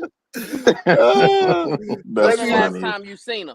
I actually spoke to her on I think Facebook Messenger camera to camera about a week ago. Okay, she's not catching. Camera to camera. He said it was camera to camera, so he knows for sure. Because we are so long distance from Arizona to Florida, we have never really met up in person. Okay. Man. So pen pal. Yeah, you are guess that's the way best way to put it. Really, is pen pals. Yeah, I get you. And let me welcome somebody back. Let me welcome somebody to the show that I didn't see in a long time, and it's absolutely a pen pal. Big West. Hey, we're gonna make America great again, baby. Yes, sir. Hey Wes, hey, before you cook, bro, let me Brownsville, I forgot to I saw you over on the other channel breaking down that Tyreek Hill situation. Thank you for being objective and approaching that from a professional and logical aspect and putting the responsibility, the majority of the responsibility where it lay. So appreciate that. I did catch some of that, brother, and I meant to tell you I appreciate that.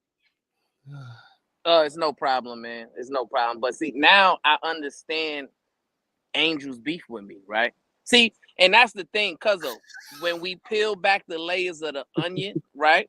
And we listen to these men, we understand like where they fall, right? You see, he has an issue with me the same reason why Big J had an issue with me. They're both incels, right?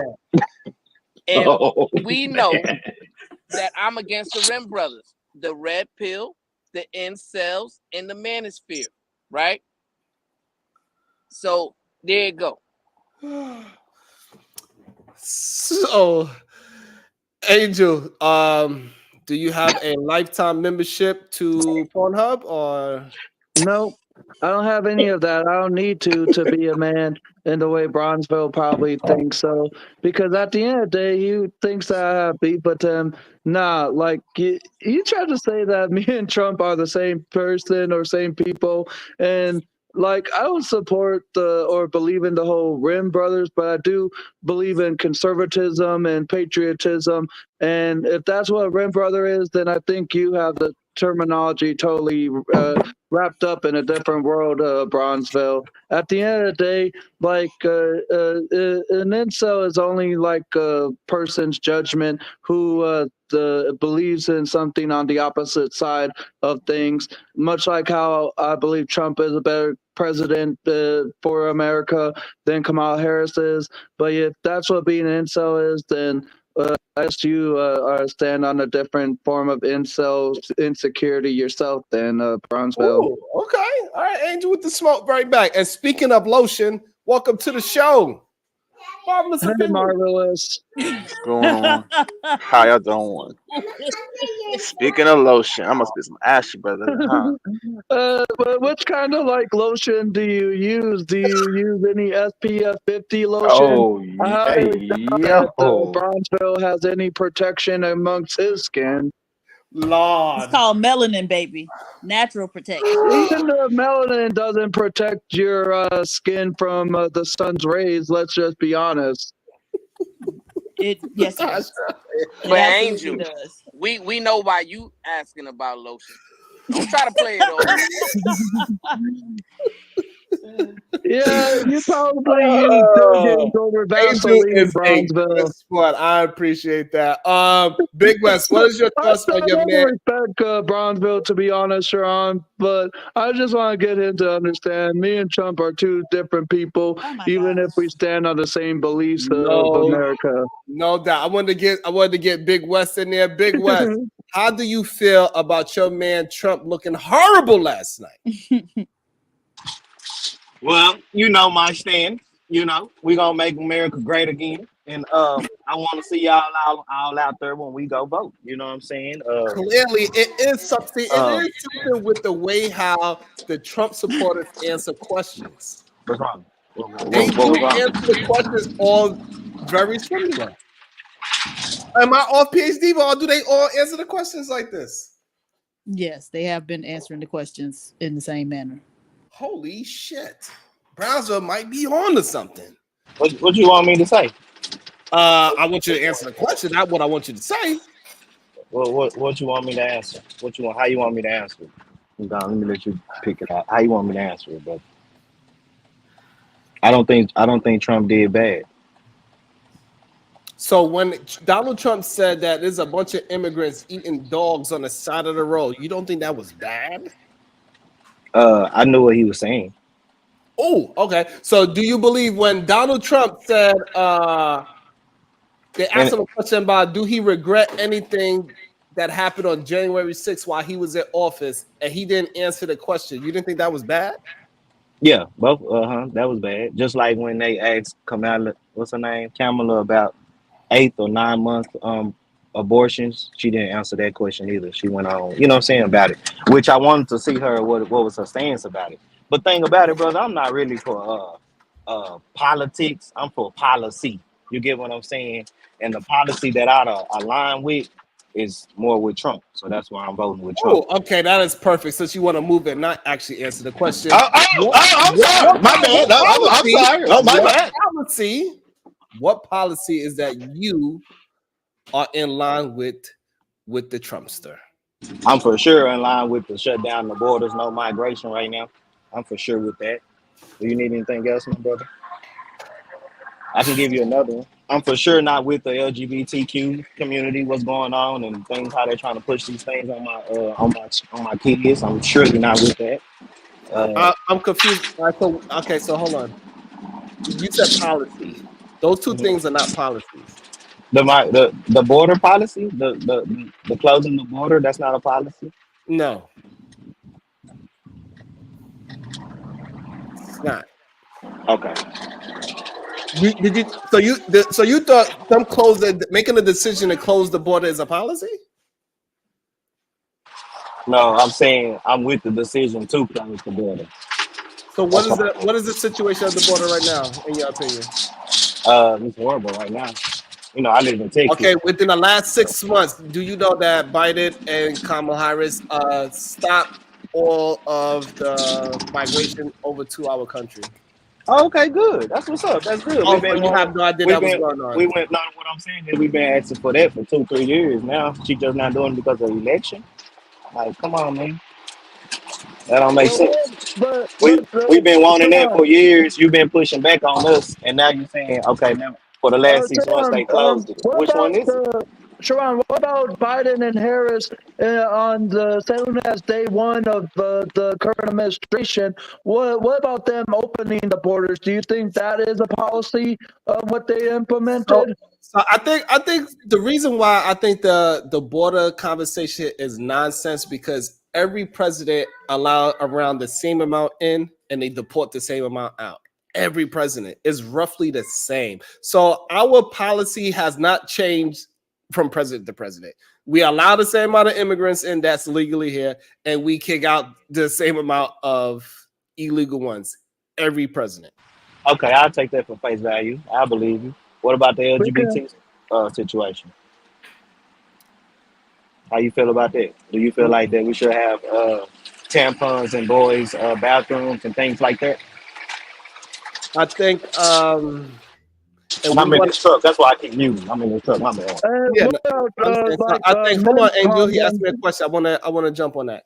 So what I would say is this: if we want to keep born males out of female bathrooms, then yes, you should do that. That question, Big West, is like asking would the women be okay with Trojan condom being in the women's restroom? Right. I don't see no problem with that neither. I see a big problem, to be honest, Sharon, with tampons in the boys' rooms or Trojan condoms in the women's room.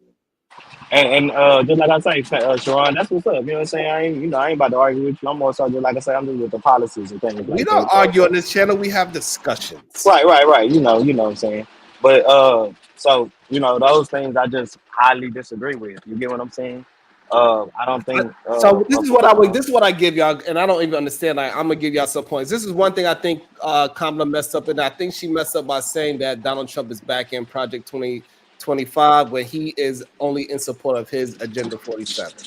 Right. I think that's where she flipped up at. Yeah, it was a lot of like gaslighting and a lot of lies and things like that. But it was mostly gaslight on your side. Stop. You know what I'm saying? For both parties, you know what I'm saying? But like I say, I'm just more so with the policies, brother.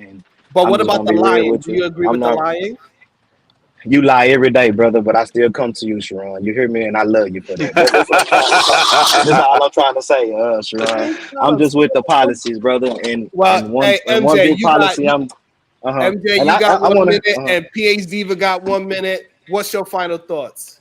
Oh, okay, go ahead. Yeah. So final thoughts is that please go ahead and get involved with your local president. Go or join a board within your community and stuff like that. Anything that you really want to see a instant effect within your community, you have to know who your local democracy is. Like, you have to know these people, and if you don't know these people and you're just banking on the federal level for everything to be passed down, then you're setting yourself up for failure, right? Because there's a difference between federal and state are allowed to push in whatever they feel that will be better for their particular community or their particular what is it called, county, right? So you want to know those people within your county,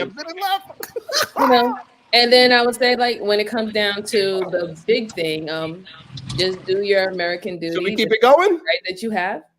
Go ahead and vote. Keep this all rolling, man.